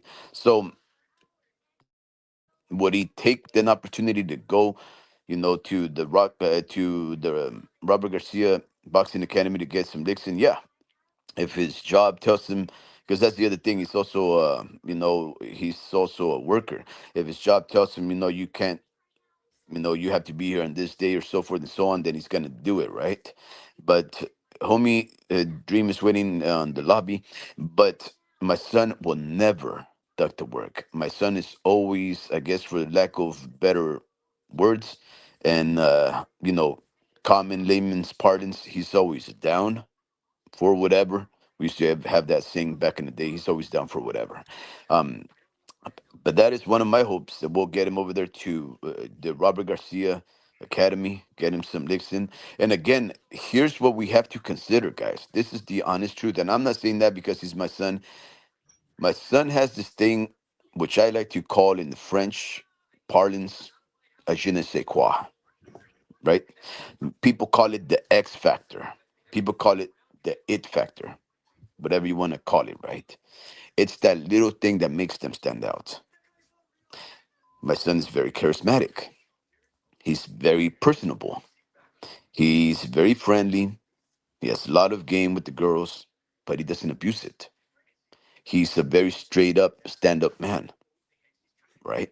He doesn't go around there and say bad words. In fact, I think every time that he says anything that resembles a bad word, I stop him in his tracks and I always check him on it. But for the most part, I don't think I've ever heard my son say a bad word. I hear he says bad words, right? But it's never in my presence, right?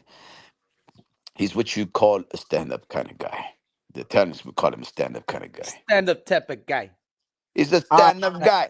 He's a Hey, bro. stand-up guy, I want to right? be with my girl and play video games. You guys got to wrap it up, man. What's up?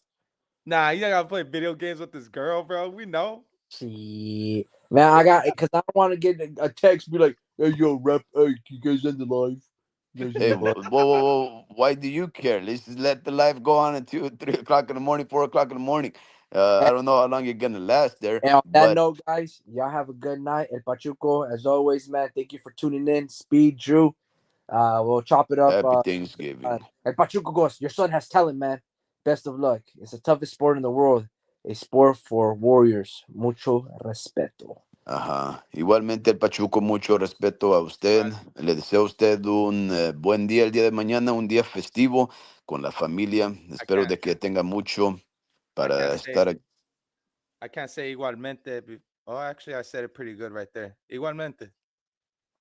Yeah, very, very fluent. Look, man, I know you guys are talking a little bit about RGBA, Robert Boxing Academy, and stuff like that. It'd be nice because there's a lot of big name there and stuff. But in terms of just where your son is at, in terms of the amateur circuit, he doesn't have to travel far. There's 5 or 6 professionals within this Monterey, Gilroy, California area. You have Robert Guerrero Jr., Robert Guerrero's son. I think he's 3-0. They're sparring with. There's Justin Cardona. My mom. He's a pro. My mom used to work with her. Yeah, absolutely. Then there's Ruben Villa, Drew Superfly. There's Adrian Serrano, my boy Jorge Maravillo. Well, there you go. That's And 6, we 7. know, And and we know most of these guys. And then there's what's the other kid? Jesus Medrano, the Medrano brothers. Oh yeah. There's those kids. So there's so much fighters in or around this area that are just literally down the street. So before you guys get all like enamored with turning pro by March, go spar those guys. Go pick their brain. Go. I think Ruben Villa, he had posted that he was thinking about having like a running morning crew, kind of like when Manny Pacquiao used to have his entourage and they would run. Dope. That's dope. Bro, who's down for that? That's what they should do with the pro fighters out of here. You know what I mean? You're only as good as you know how there's that saying that it takes a village to raise a child, so to speak, right? Well, it also takes a lot of other boxers to cultivate to make one really great one. And so the more that these fighters in this area are together, rather than these guys are in this gym, if they all train together, then you create your own Salinas Boxing Academy.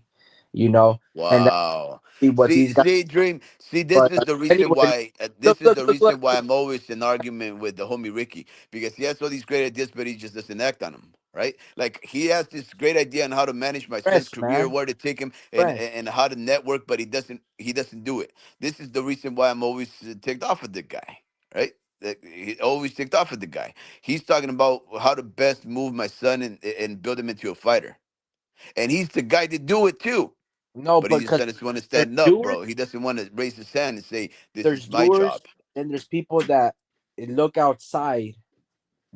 Like what do you call it? Excuses, The outside guys bro. looking in. That's me, It's man. all excuses, bro. Yeah, but look, guys, on that note, man, happy Turkey Day. Happy Dia del Pavo.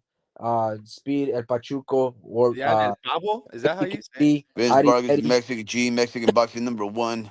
Yeah, all of those guys. All you guys, man. Thank you guys for stopping by and giving you guys, your time to listen to us a little bit, rant on about everything. But follow us on the homie Ricky podcast on Instagram. Yeah. So Drew 1 2 3 Speed El Pachuco signing off, brothers. Peace. Órale.